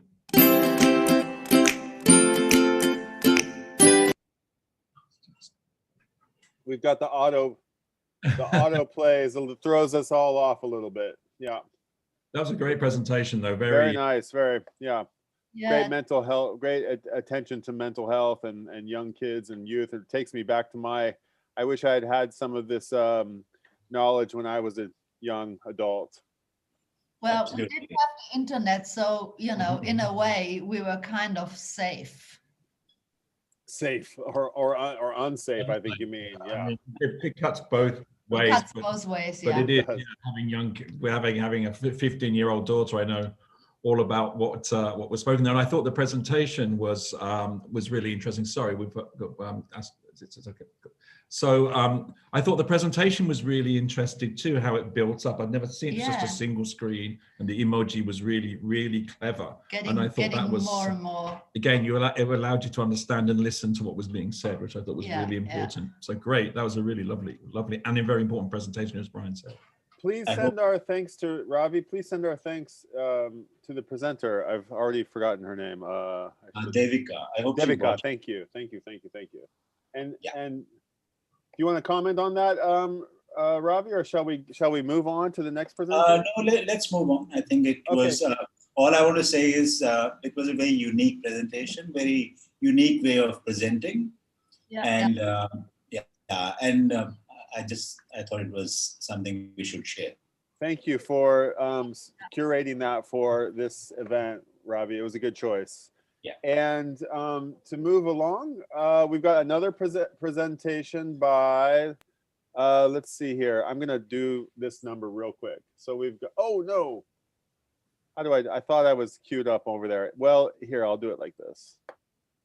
Forgive me, it's a little wonky, but we'll just, Chitra, Anand, help me out here. Subramanian. Okay. And we're going to play, and this presentation, can you tell us about this one a little bit? Or should we just dive right into it? This is all, again, it's mental health. Okay. It's a personal journey. All right, let's play. Let's do that. Here we go. Okay, so this is me. I've stood at the window in my living room for many, many years, wanting to commit suicide. It was overpowering. I thought that dead would be easy. I said that, I've got to jump off. It was overwhelming. Now, when I look at my life, I've had a very decent, good life, middle-class background, a great partner, a great kid, good parents, a decent career in what I love to do, which is making movies. Some savings in the bank, some property, recognition, fulfillment in terms of food, clothes, decent education, all of it. So what was it that was lacking? Travel, vacations? Of course, I had all of that. I mean, I would travel like 3 times, 4 times a year, go around, everything, just the perfect life, right? But then why persistently that I wanted to commit suicide was something that I asked myself all the time. It was an overwhelming thing. I couldn't wake up in the mornings. I would push myself to say, you know what, I've got to get up, I've got to do something. It was horrible, but I would go through the day. I tried a lot of things, I sought help. So I went to therapists, that ticked. I took medicines, ticked. I did yoga, ticked. Walking, ticked. Exercising, ticked. Somebody said, you need to breathe in like this, you need to breathe out like that, ticked. Somebody said, drink less. I'm pretty good at that now. I've reduced that bit. Okay. Somebody said, eat right. Almost. Now you can see my size, so I've lost a little bit of weight, which gives me a lot of pleasure. But there was something inside me, even after doing all of that wanting to commit suicide and die just didn't go away. Now I want to share a story over here that during lockdown, I was walking down the road that day and I saw that there was this woman, homeless woman, in the middle of the road in the divider. She was just putting a few twigs over there and a couple of leaves, and I said, what are you doing? And she was lighting a fire, and she said, you know what? I'm cooking my lunch. I said, you're cooking your lunch? And she said, yes. And she had one baingan and that was her lunch. I went back that day, I slept. When I woke up, something had shifted in me. And instead of saying, I want to die, the thought was, who can I help today? And that became the change for me. And so one thing I did was that I stopped analyzing, I stopped thinking, and I said, I'm not going to use my mind, I'm just going to do it. I want to tell you that the universe conspires. The universe listens to your heart call when you really call out for something. And because I stopped thinking and I just started doing and saying, who can I help today? I found that people were coming to me and I would just stop thinking and I'd say, you know what, can I do something for this person? Somebody wants a ration, let me do it. Somebody wants something, let me do it. Medical help, whatever. I was not the doer. I was just taking action. And that shift started happening in me. Now, I want to add over here that external factors are very important for us to be happy, but that's not all of it. And this is personally, I'm telling you, you can have savings in the bank, you can have this, you can have that, but that's not all of it. So what I found was that something had shifted, and I found that I was happier. I was sleeping a little better. I was waking up to hope. I was thinking less. I was doing more. And every day, this wanting to do something for somebody was giving me an impetus to move on and to go on in life. And this would not have happened if some incredible people that came into my life. This is not something that you do alone, because you know what? The minute you want to do something for somebody else, there will be 100 other people who will come and they join hands and it becomes a strong sort of chain of wonderful people who will come and start helping you. I was not the doer. I was just moving ahead, saving myself from killing myself. Now, I haven't spoken about this to anybody. And you are the first people that I'm saying that I was suicidal. My husband doesn't know, my child doesn't know. And I was telling Tarun, my friend, that, I'm talking about it and I was very scared to talk about it. Because I didn't want to burden my family with it. Now, I want to add over here that what is important and what I found and what I learned, and one of my friends over here, Chen is here from US, Singapore, and from Nagpur and here, that he told me a line, and that is, giving is actually receiving. When you give, you're actually getting something. And what you're getting could be happiness in different ways. You will meet your tribe, you will meet wonderful people. Now, I thought my purpose in my life was a job, was a relationship, was how much money did I have, did I look good, did I, what was it?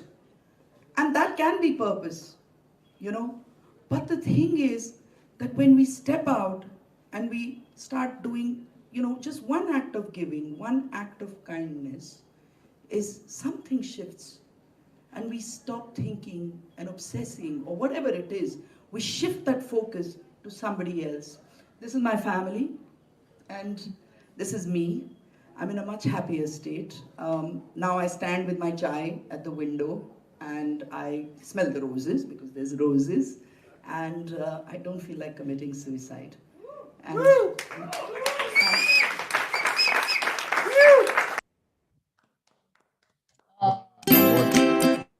what a really moving presentation that was. Yeah, it's a really, it really takes the words away from me at the moment, but it was very, very beautiful presentation. And I think it's amazing that that's the first time that's been mentioned. She's talked about it, and doing that through PechaKucha really means a lot. Yeah, like giving is receiving. I think it's so true.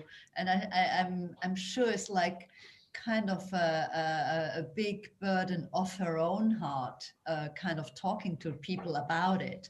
And actually, she probably didn't realize it, but she was giving a lot to the people. She was giving herself. And therefore, you know, she will receive all the love back just because she was opening up to all these people. So please do pass along a very heartfelt thank you to whoever the lady, well, I don't know what the lady was called, but yeah, Brian works with TEL, which is an online, which is a helpline here, set up specifically or mainly for to allow people to talk to people if you're feeling in that way, and you know, those things are really important. So giving is definitely receiving. So thank you for that. Thank you for making us think about some tough things. And suicide's a big issue here in Japan, and yeah, it's a lot of pressure on people where that sometimes you don't see or understand. So that was a really, really thought-provoking presentation. Thank you very much. Thank you, guys. You know, when you actually working on the event, most of the time your thoughts are how the event is going, you more into the organizing space. But when you listen to this presentation afterwards, when you see them, it's you see them differently, you know. So yeah, it was a very emotional presentation. So I'm happy we shared it, and thank you for the opportunity. And you know, I've been going on and off today and watching all this presentation. It's just beautiful. What you guys do, it's amazing. And I'm very... You're keeping up the PechaKucha spirit in Panjim. So, you know, a big thank you to you for kind of making a place where people can actually present. So, you know, we're all in the same ship, really. Thank you. So, you know, like Goa is such a small state. It's very, very small. So you do something good, everybody gets to know you. Okay, so it's like that. And, you know, thanks to PechaKucha, I managed to connect people out here. And, you know, you won't believe so many partnerships have come up. You know, people, you know, they come together to present, and then something else comes out of it. It's just a beautiful feeling. You're giving food and you're receiving a lot. Absolutely, yeah. So thank you guys for... Yeah, thank you. Yes, okay. Yeah. All the love to you guys. All righty. All right, Robbie, we'll be in touch. Thanks again, and best to you. Stick around, because next we're heading to the country of Georgia. And actually, you know, it's been a little bit of debate. Tell me how we pronounce your city name. I've been saying Tbilisi, but I want to hear it spoken in its correct pronunciation. Gertie and Daria, and I have both of you on the call right now, right? Yes, hi. Hi. Kamerjoba. How do you do? Good. Very good, thanks. Good to see you. Yes, thank you for joining us. Thanks for inviting. We also have Masha. Masha, can you join us? Say hello. Oh, Masha, where's Masha? Let me get him on here. Hi. Can you hear me? Oh, hello. There we all are. Okay. Nice to meet you. Thank you, first of all, to Astrid and Mark and you, Brian, for organizing this International Day. The whole world is here, and I'm watching you guys for a couple of hours already nonstop. So thanks for this wonderful day. And yes, Tbilisi is the right word. Tbilisi. Okay. Well, this is very exciting. I think we don't have, I think you may be the only PechaKucha city in Georgia. Do we know if there's another one? Do we know? Maybe just you guys. So thank you for bringing PechaKucha to your little corner of the world. And we're very excited. I've already seen some of the work. So I'm excited to hear about wine and illustration and more. So let's just get right into it. Oh yes, and this beautiful castle on top of this hill. Yeah, and wonderful. Mark, you haven't been to Georgia, have you?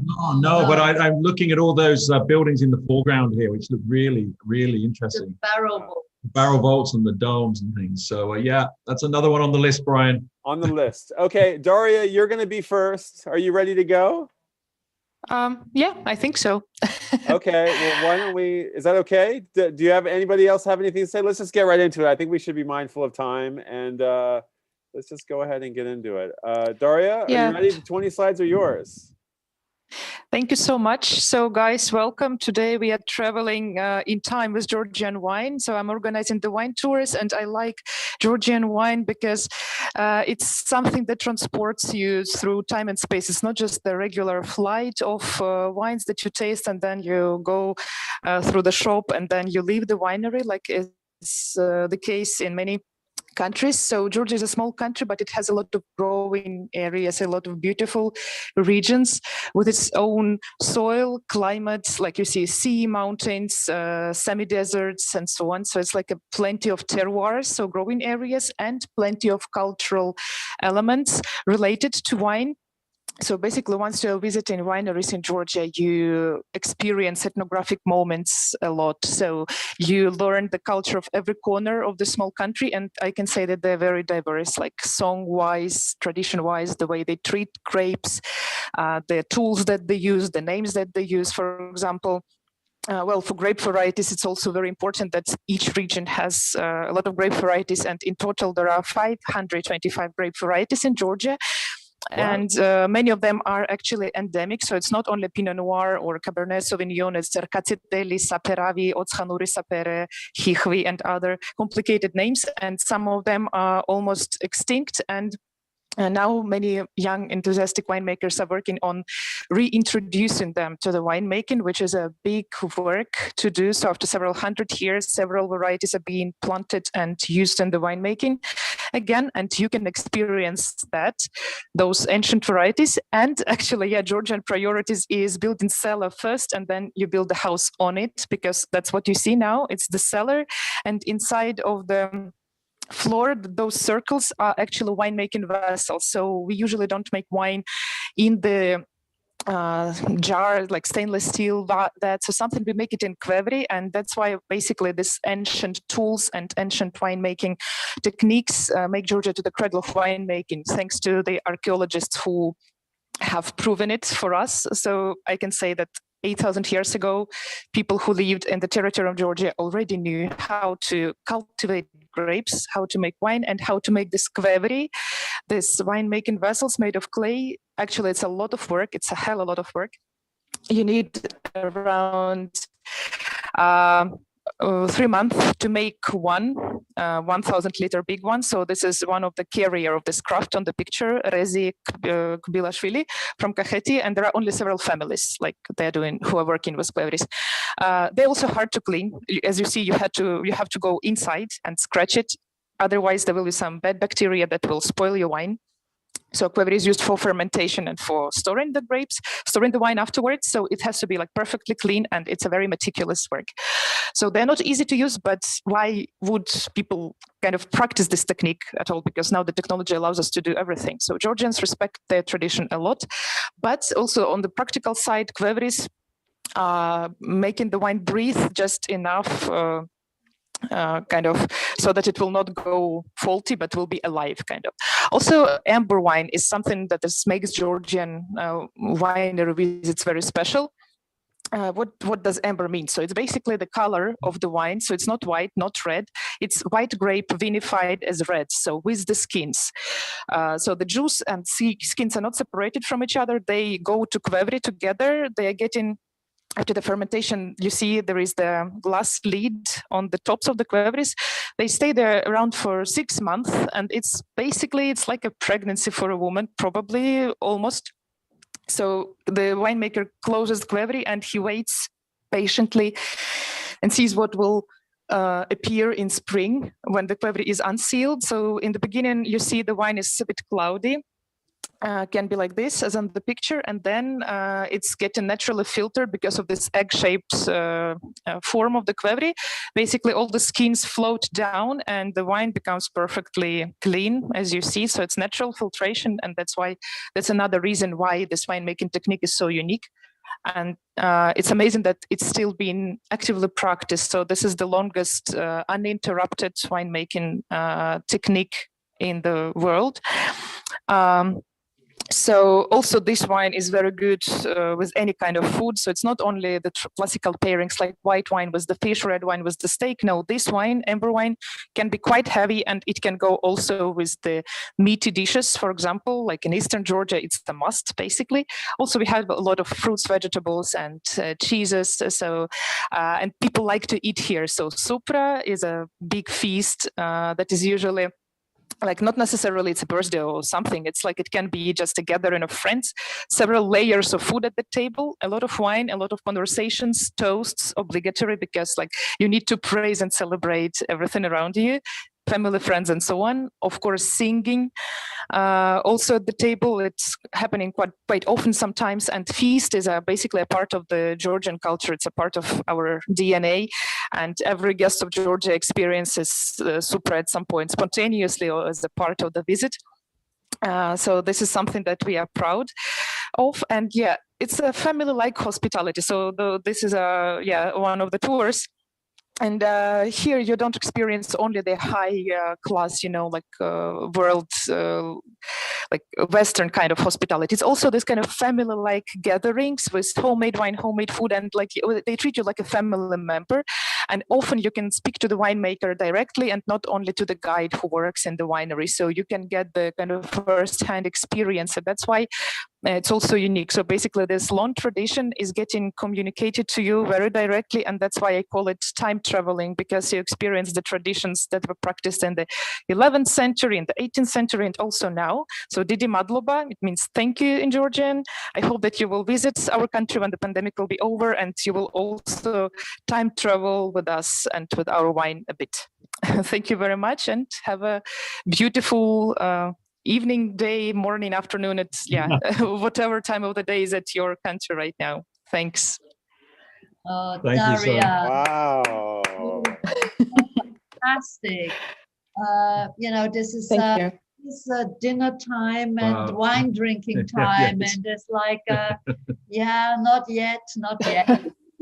But I was impressed, totally impressed by how many wine how many grape varieties. Grape varieties there are. Yeah. 500. Luckily, many of them are getting reintroduced, because in the Soviet time, as you know, Georgia was a part of Soviet Union for 70 years. There were only, say, like 5-6 of the most well-producing ones, well-yielding ones that were used. Otherwise, it was kind of the other ones were too bourgeois, too non-important. And now it's a revival of old. You should be part of the tourism board for Georgia. You are going to bring a lot of people to your country to eat and drink. The food looks I used amazing. to work there for 4 years. I worked for the National Tourism Board for 4 years together with Guri, actually. So yeah, it's been a good job. Yeah. Yeah, it seems lots of people have said it's now on that my bucket list keeps getting longer and longer. So people will be visiting. Awesome. You know what? I was reminded, we have a famous sumo Ozeki wrestler, a famous sumo guy from Georgia. He's Ozeki. Yeah, He's Tochinoshin. Yeah, that's him. Yeah. He's very I've photographed him once. Yeah. I always because the non-Japanese guys, you do one of these. You're like, hey, you do that. You try to show off your gut too, but it's never very impressive compared to theirs. Yeah, lots okay. of a visit to Georgia is a must. Yeah, absolutely. So I'm going to try very good wine in Japan. Yeah, see if there's any Georgia wine. Yeah, we'll be seriously. It looks amazing. Okay, moving along. Masha, you're up next. Are you ready to go? Yeah, I'm ready. Hi, can you hear me? Yeah, you sound great. Let's just get right into it. The 20 slides. Yeah, all right. I'm excited to be here. So as all of us know, now we live in a very strange and uncertain times where our old lifestyles have become kind of memory. And I was born and raised in Tbilisi, Georgia. And my name is Masha Margishvili. I'm an artist, designer, and founder of a parallel universe called Mashaland. Mashaland is the place filled with different creatures, places, and their stories. And I used to love traveling before the pandemics. And actually, it was a huge source of my inspiration. And when I was 18 years old, it was the first time when I relocated. I went to Lithuania to study at the Art Academy. And it was really difficult for me to go from warm Georgia to cold Lithuania. And strange things started to happen after a couple of weeks of being there. People in the street started to look like some of my friends, and the places started to look like Tbilisi.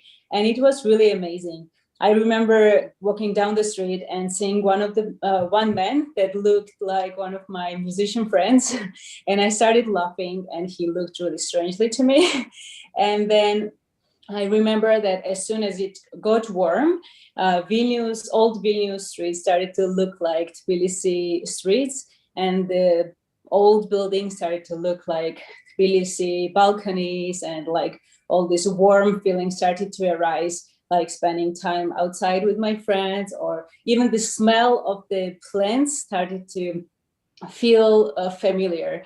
And I think that is kind of a human nature to search for familiar and build upon it. And actually, I would start just like closing my eyes and dreaming about the mountains in Georgia or in different places around the globe. And it would give me the source of inspiration to write. I wasn't drawing by that time, to write the stories of different characters. And this kind of pattern hasn't ended in Vilnius. When I was 22, I got a design internship in Hanoi, Vietnam. And when I went there, even though everything was drastically different than anywhere else I was, the markets and the people started to look very familiar. For instance, like these markets would remind me of Tbilisi bazaars that during my childhood, you could get pretty much everything there, these colorful goods and clothes and everything. It was packed with different people. And it was just like soon after being anywhere else, I would start finding similarities of some people or the places as I already been. Even the fashion, and this is this water market in Vietnam, and even like the fashion of Vietnamese people would remind me of fashion in the markets in Georgia. And in Vietnam, people wear this very beautiful clothes filled with different patterns. And in Georgia, even though it wasn't that colorful, it would still remind me of things. And it hasn't ended there. Also, like these lovely people, they were living next to my house. They were the owners of this small shop.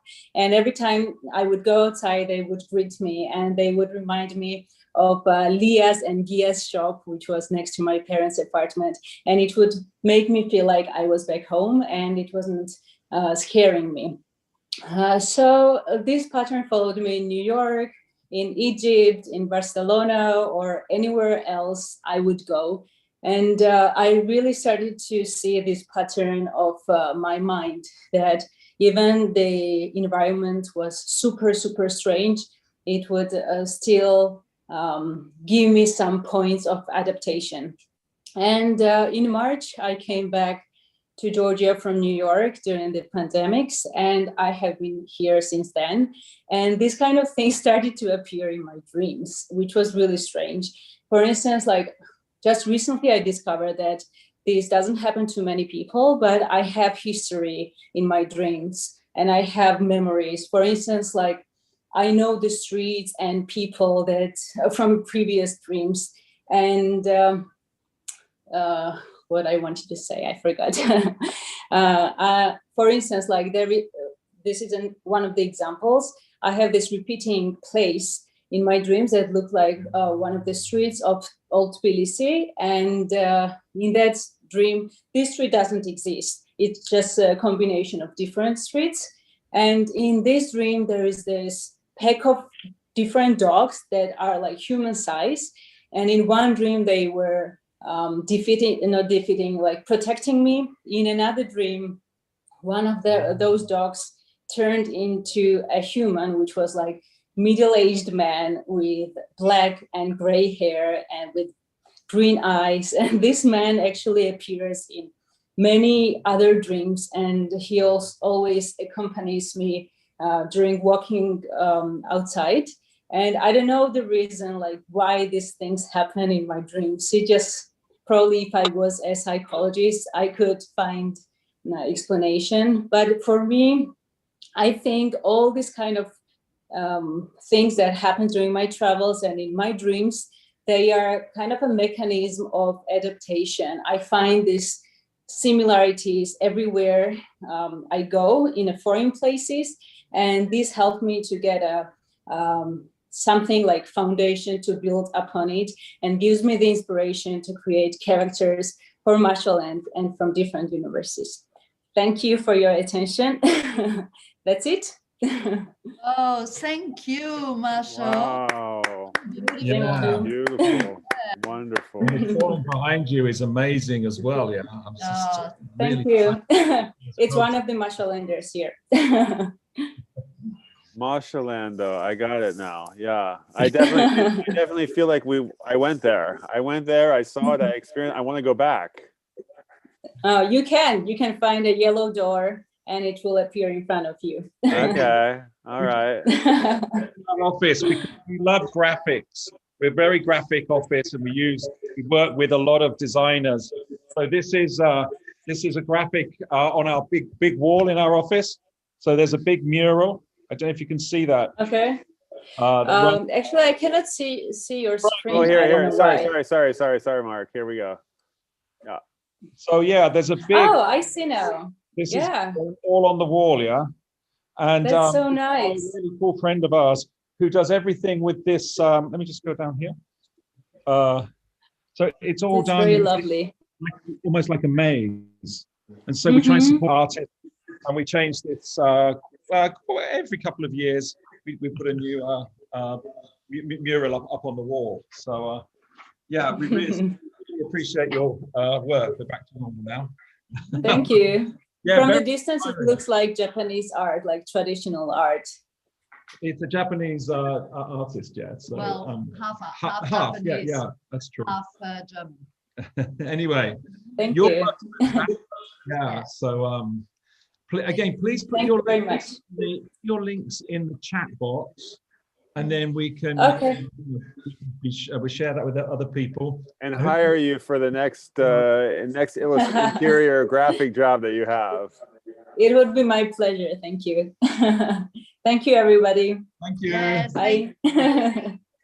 Well, I want to say, Yuri, I said to you, Yuri kind of actually well, we had a little back and forth. It was a little bit, yes, let's do it. Then it was, no, we couldn't. And then it was, I don't know if we can. And then I said, oh, it's only 2 presenters. And he said, you know what, let's go ahead. I think I've got 2 good presenters. If you really want me to do it, then I'll get you 2 presenters. And God, to think that we might have had this event without those 2 lovely presentations. No. Those are really nice. That's a great job. Thanks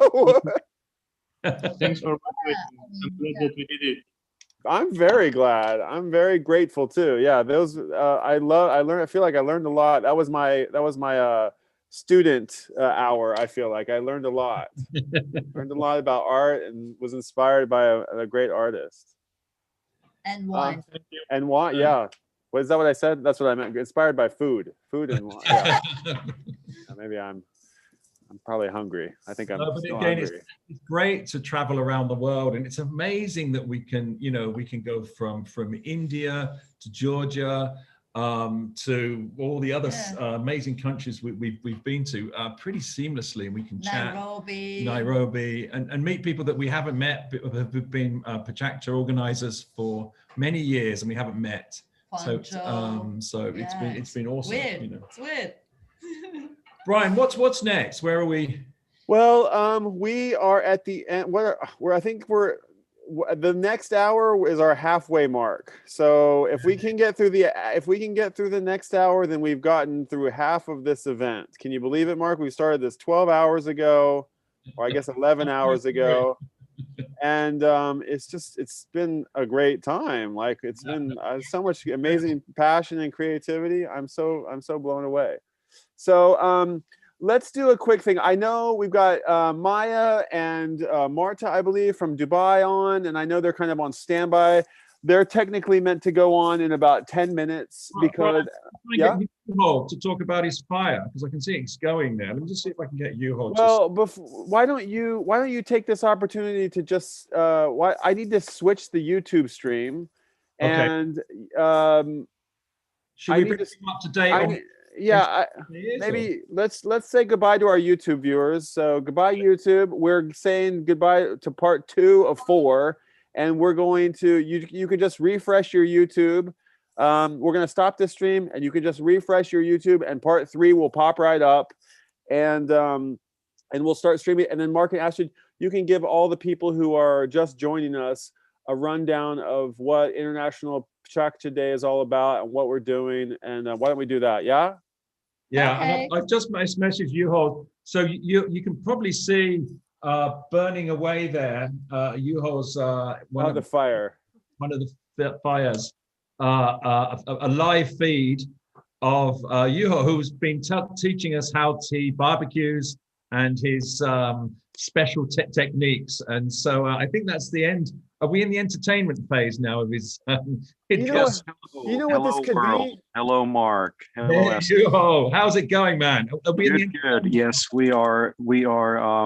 Far away into the entertainment system mode of the barbecue.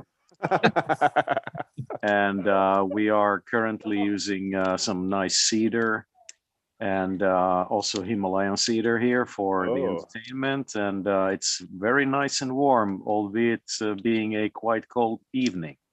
It seems to be quite a slow burn, that cedar, yeah? Yeah, so I'm using a fairly big log here. So this would probably burn till the end of this whole event. keep it going. Oh, that's much better. Fully a full screen, a full spotlight on the barbecue. So, but this has been burning. When did you light it? So this big, I think I probably put this on here maybe 2 hours ago. Okay. What were you it's gonna be, if I don't put it out with water, it's gonna go until tomorrow afternoon. Wow. Just like us then.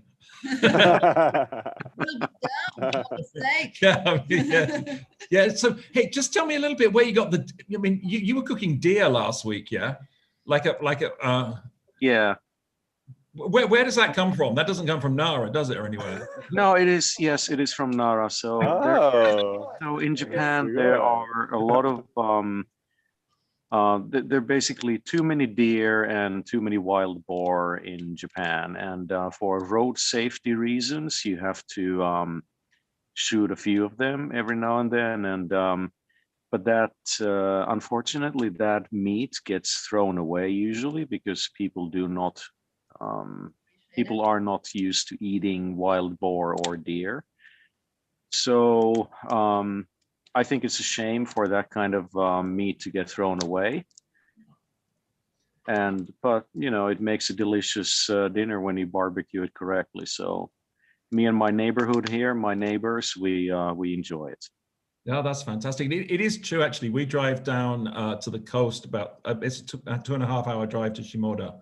We see deer right next to the road every single trip, you know? We know exactly where they're going to be. So it's kind of super interesting. And also we see a lot of wild boars down in Shimoda, and there are hunters down there.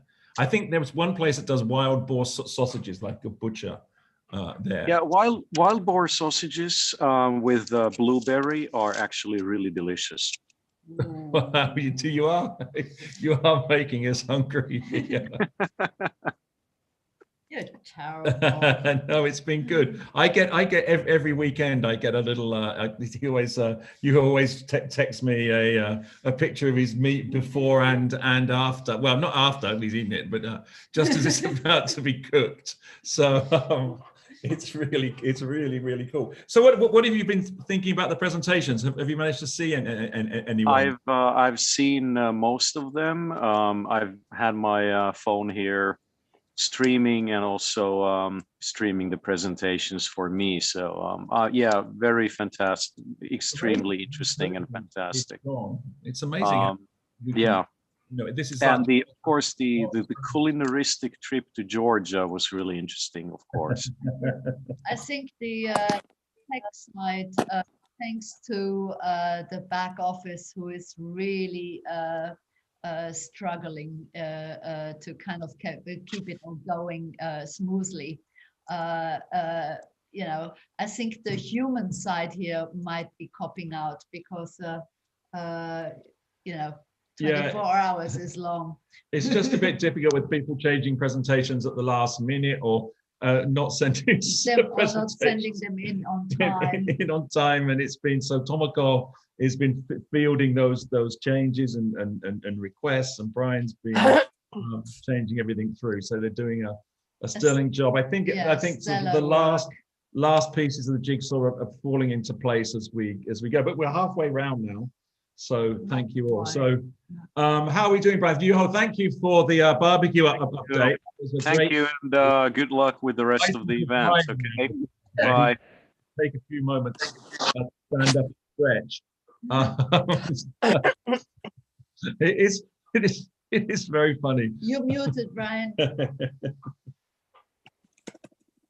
Yuho, I wanted to say keep the fire going. It's giving me hope. Okay. Okay, it's giving me hope that I can make it through this. Brian, I've been thinking about you so much today. Oh no. It gives me hope. Oh, the fire is still burning. I can still burn. Yeah. Okay. Yeah, keep the faith, man. Okay, so let's say bye to our YouTube guys, and let's see you guys on YouTube. We'll be right back with more International PechaKucha today. All right, end the stream. Okay, we'll do the switch over onto YouTube. Okay. So yeah, a little bit about International PechaKucha today. Wait.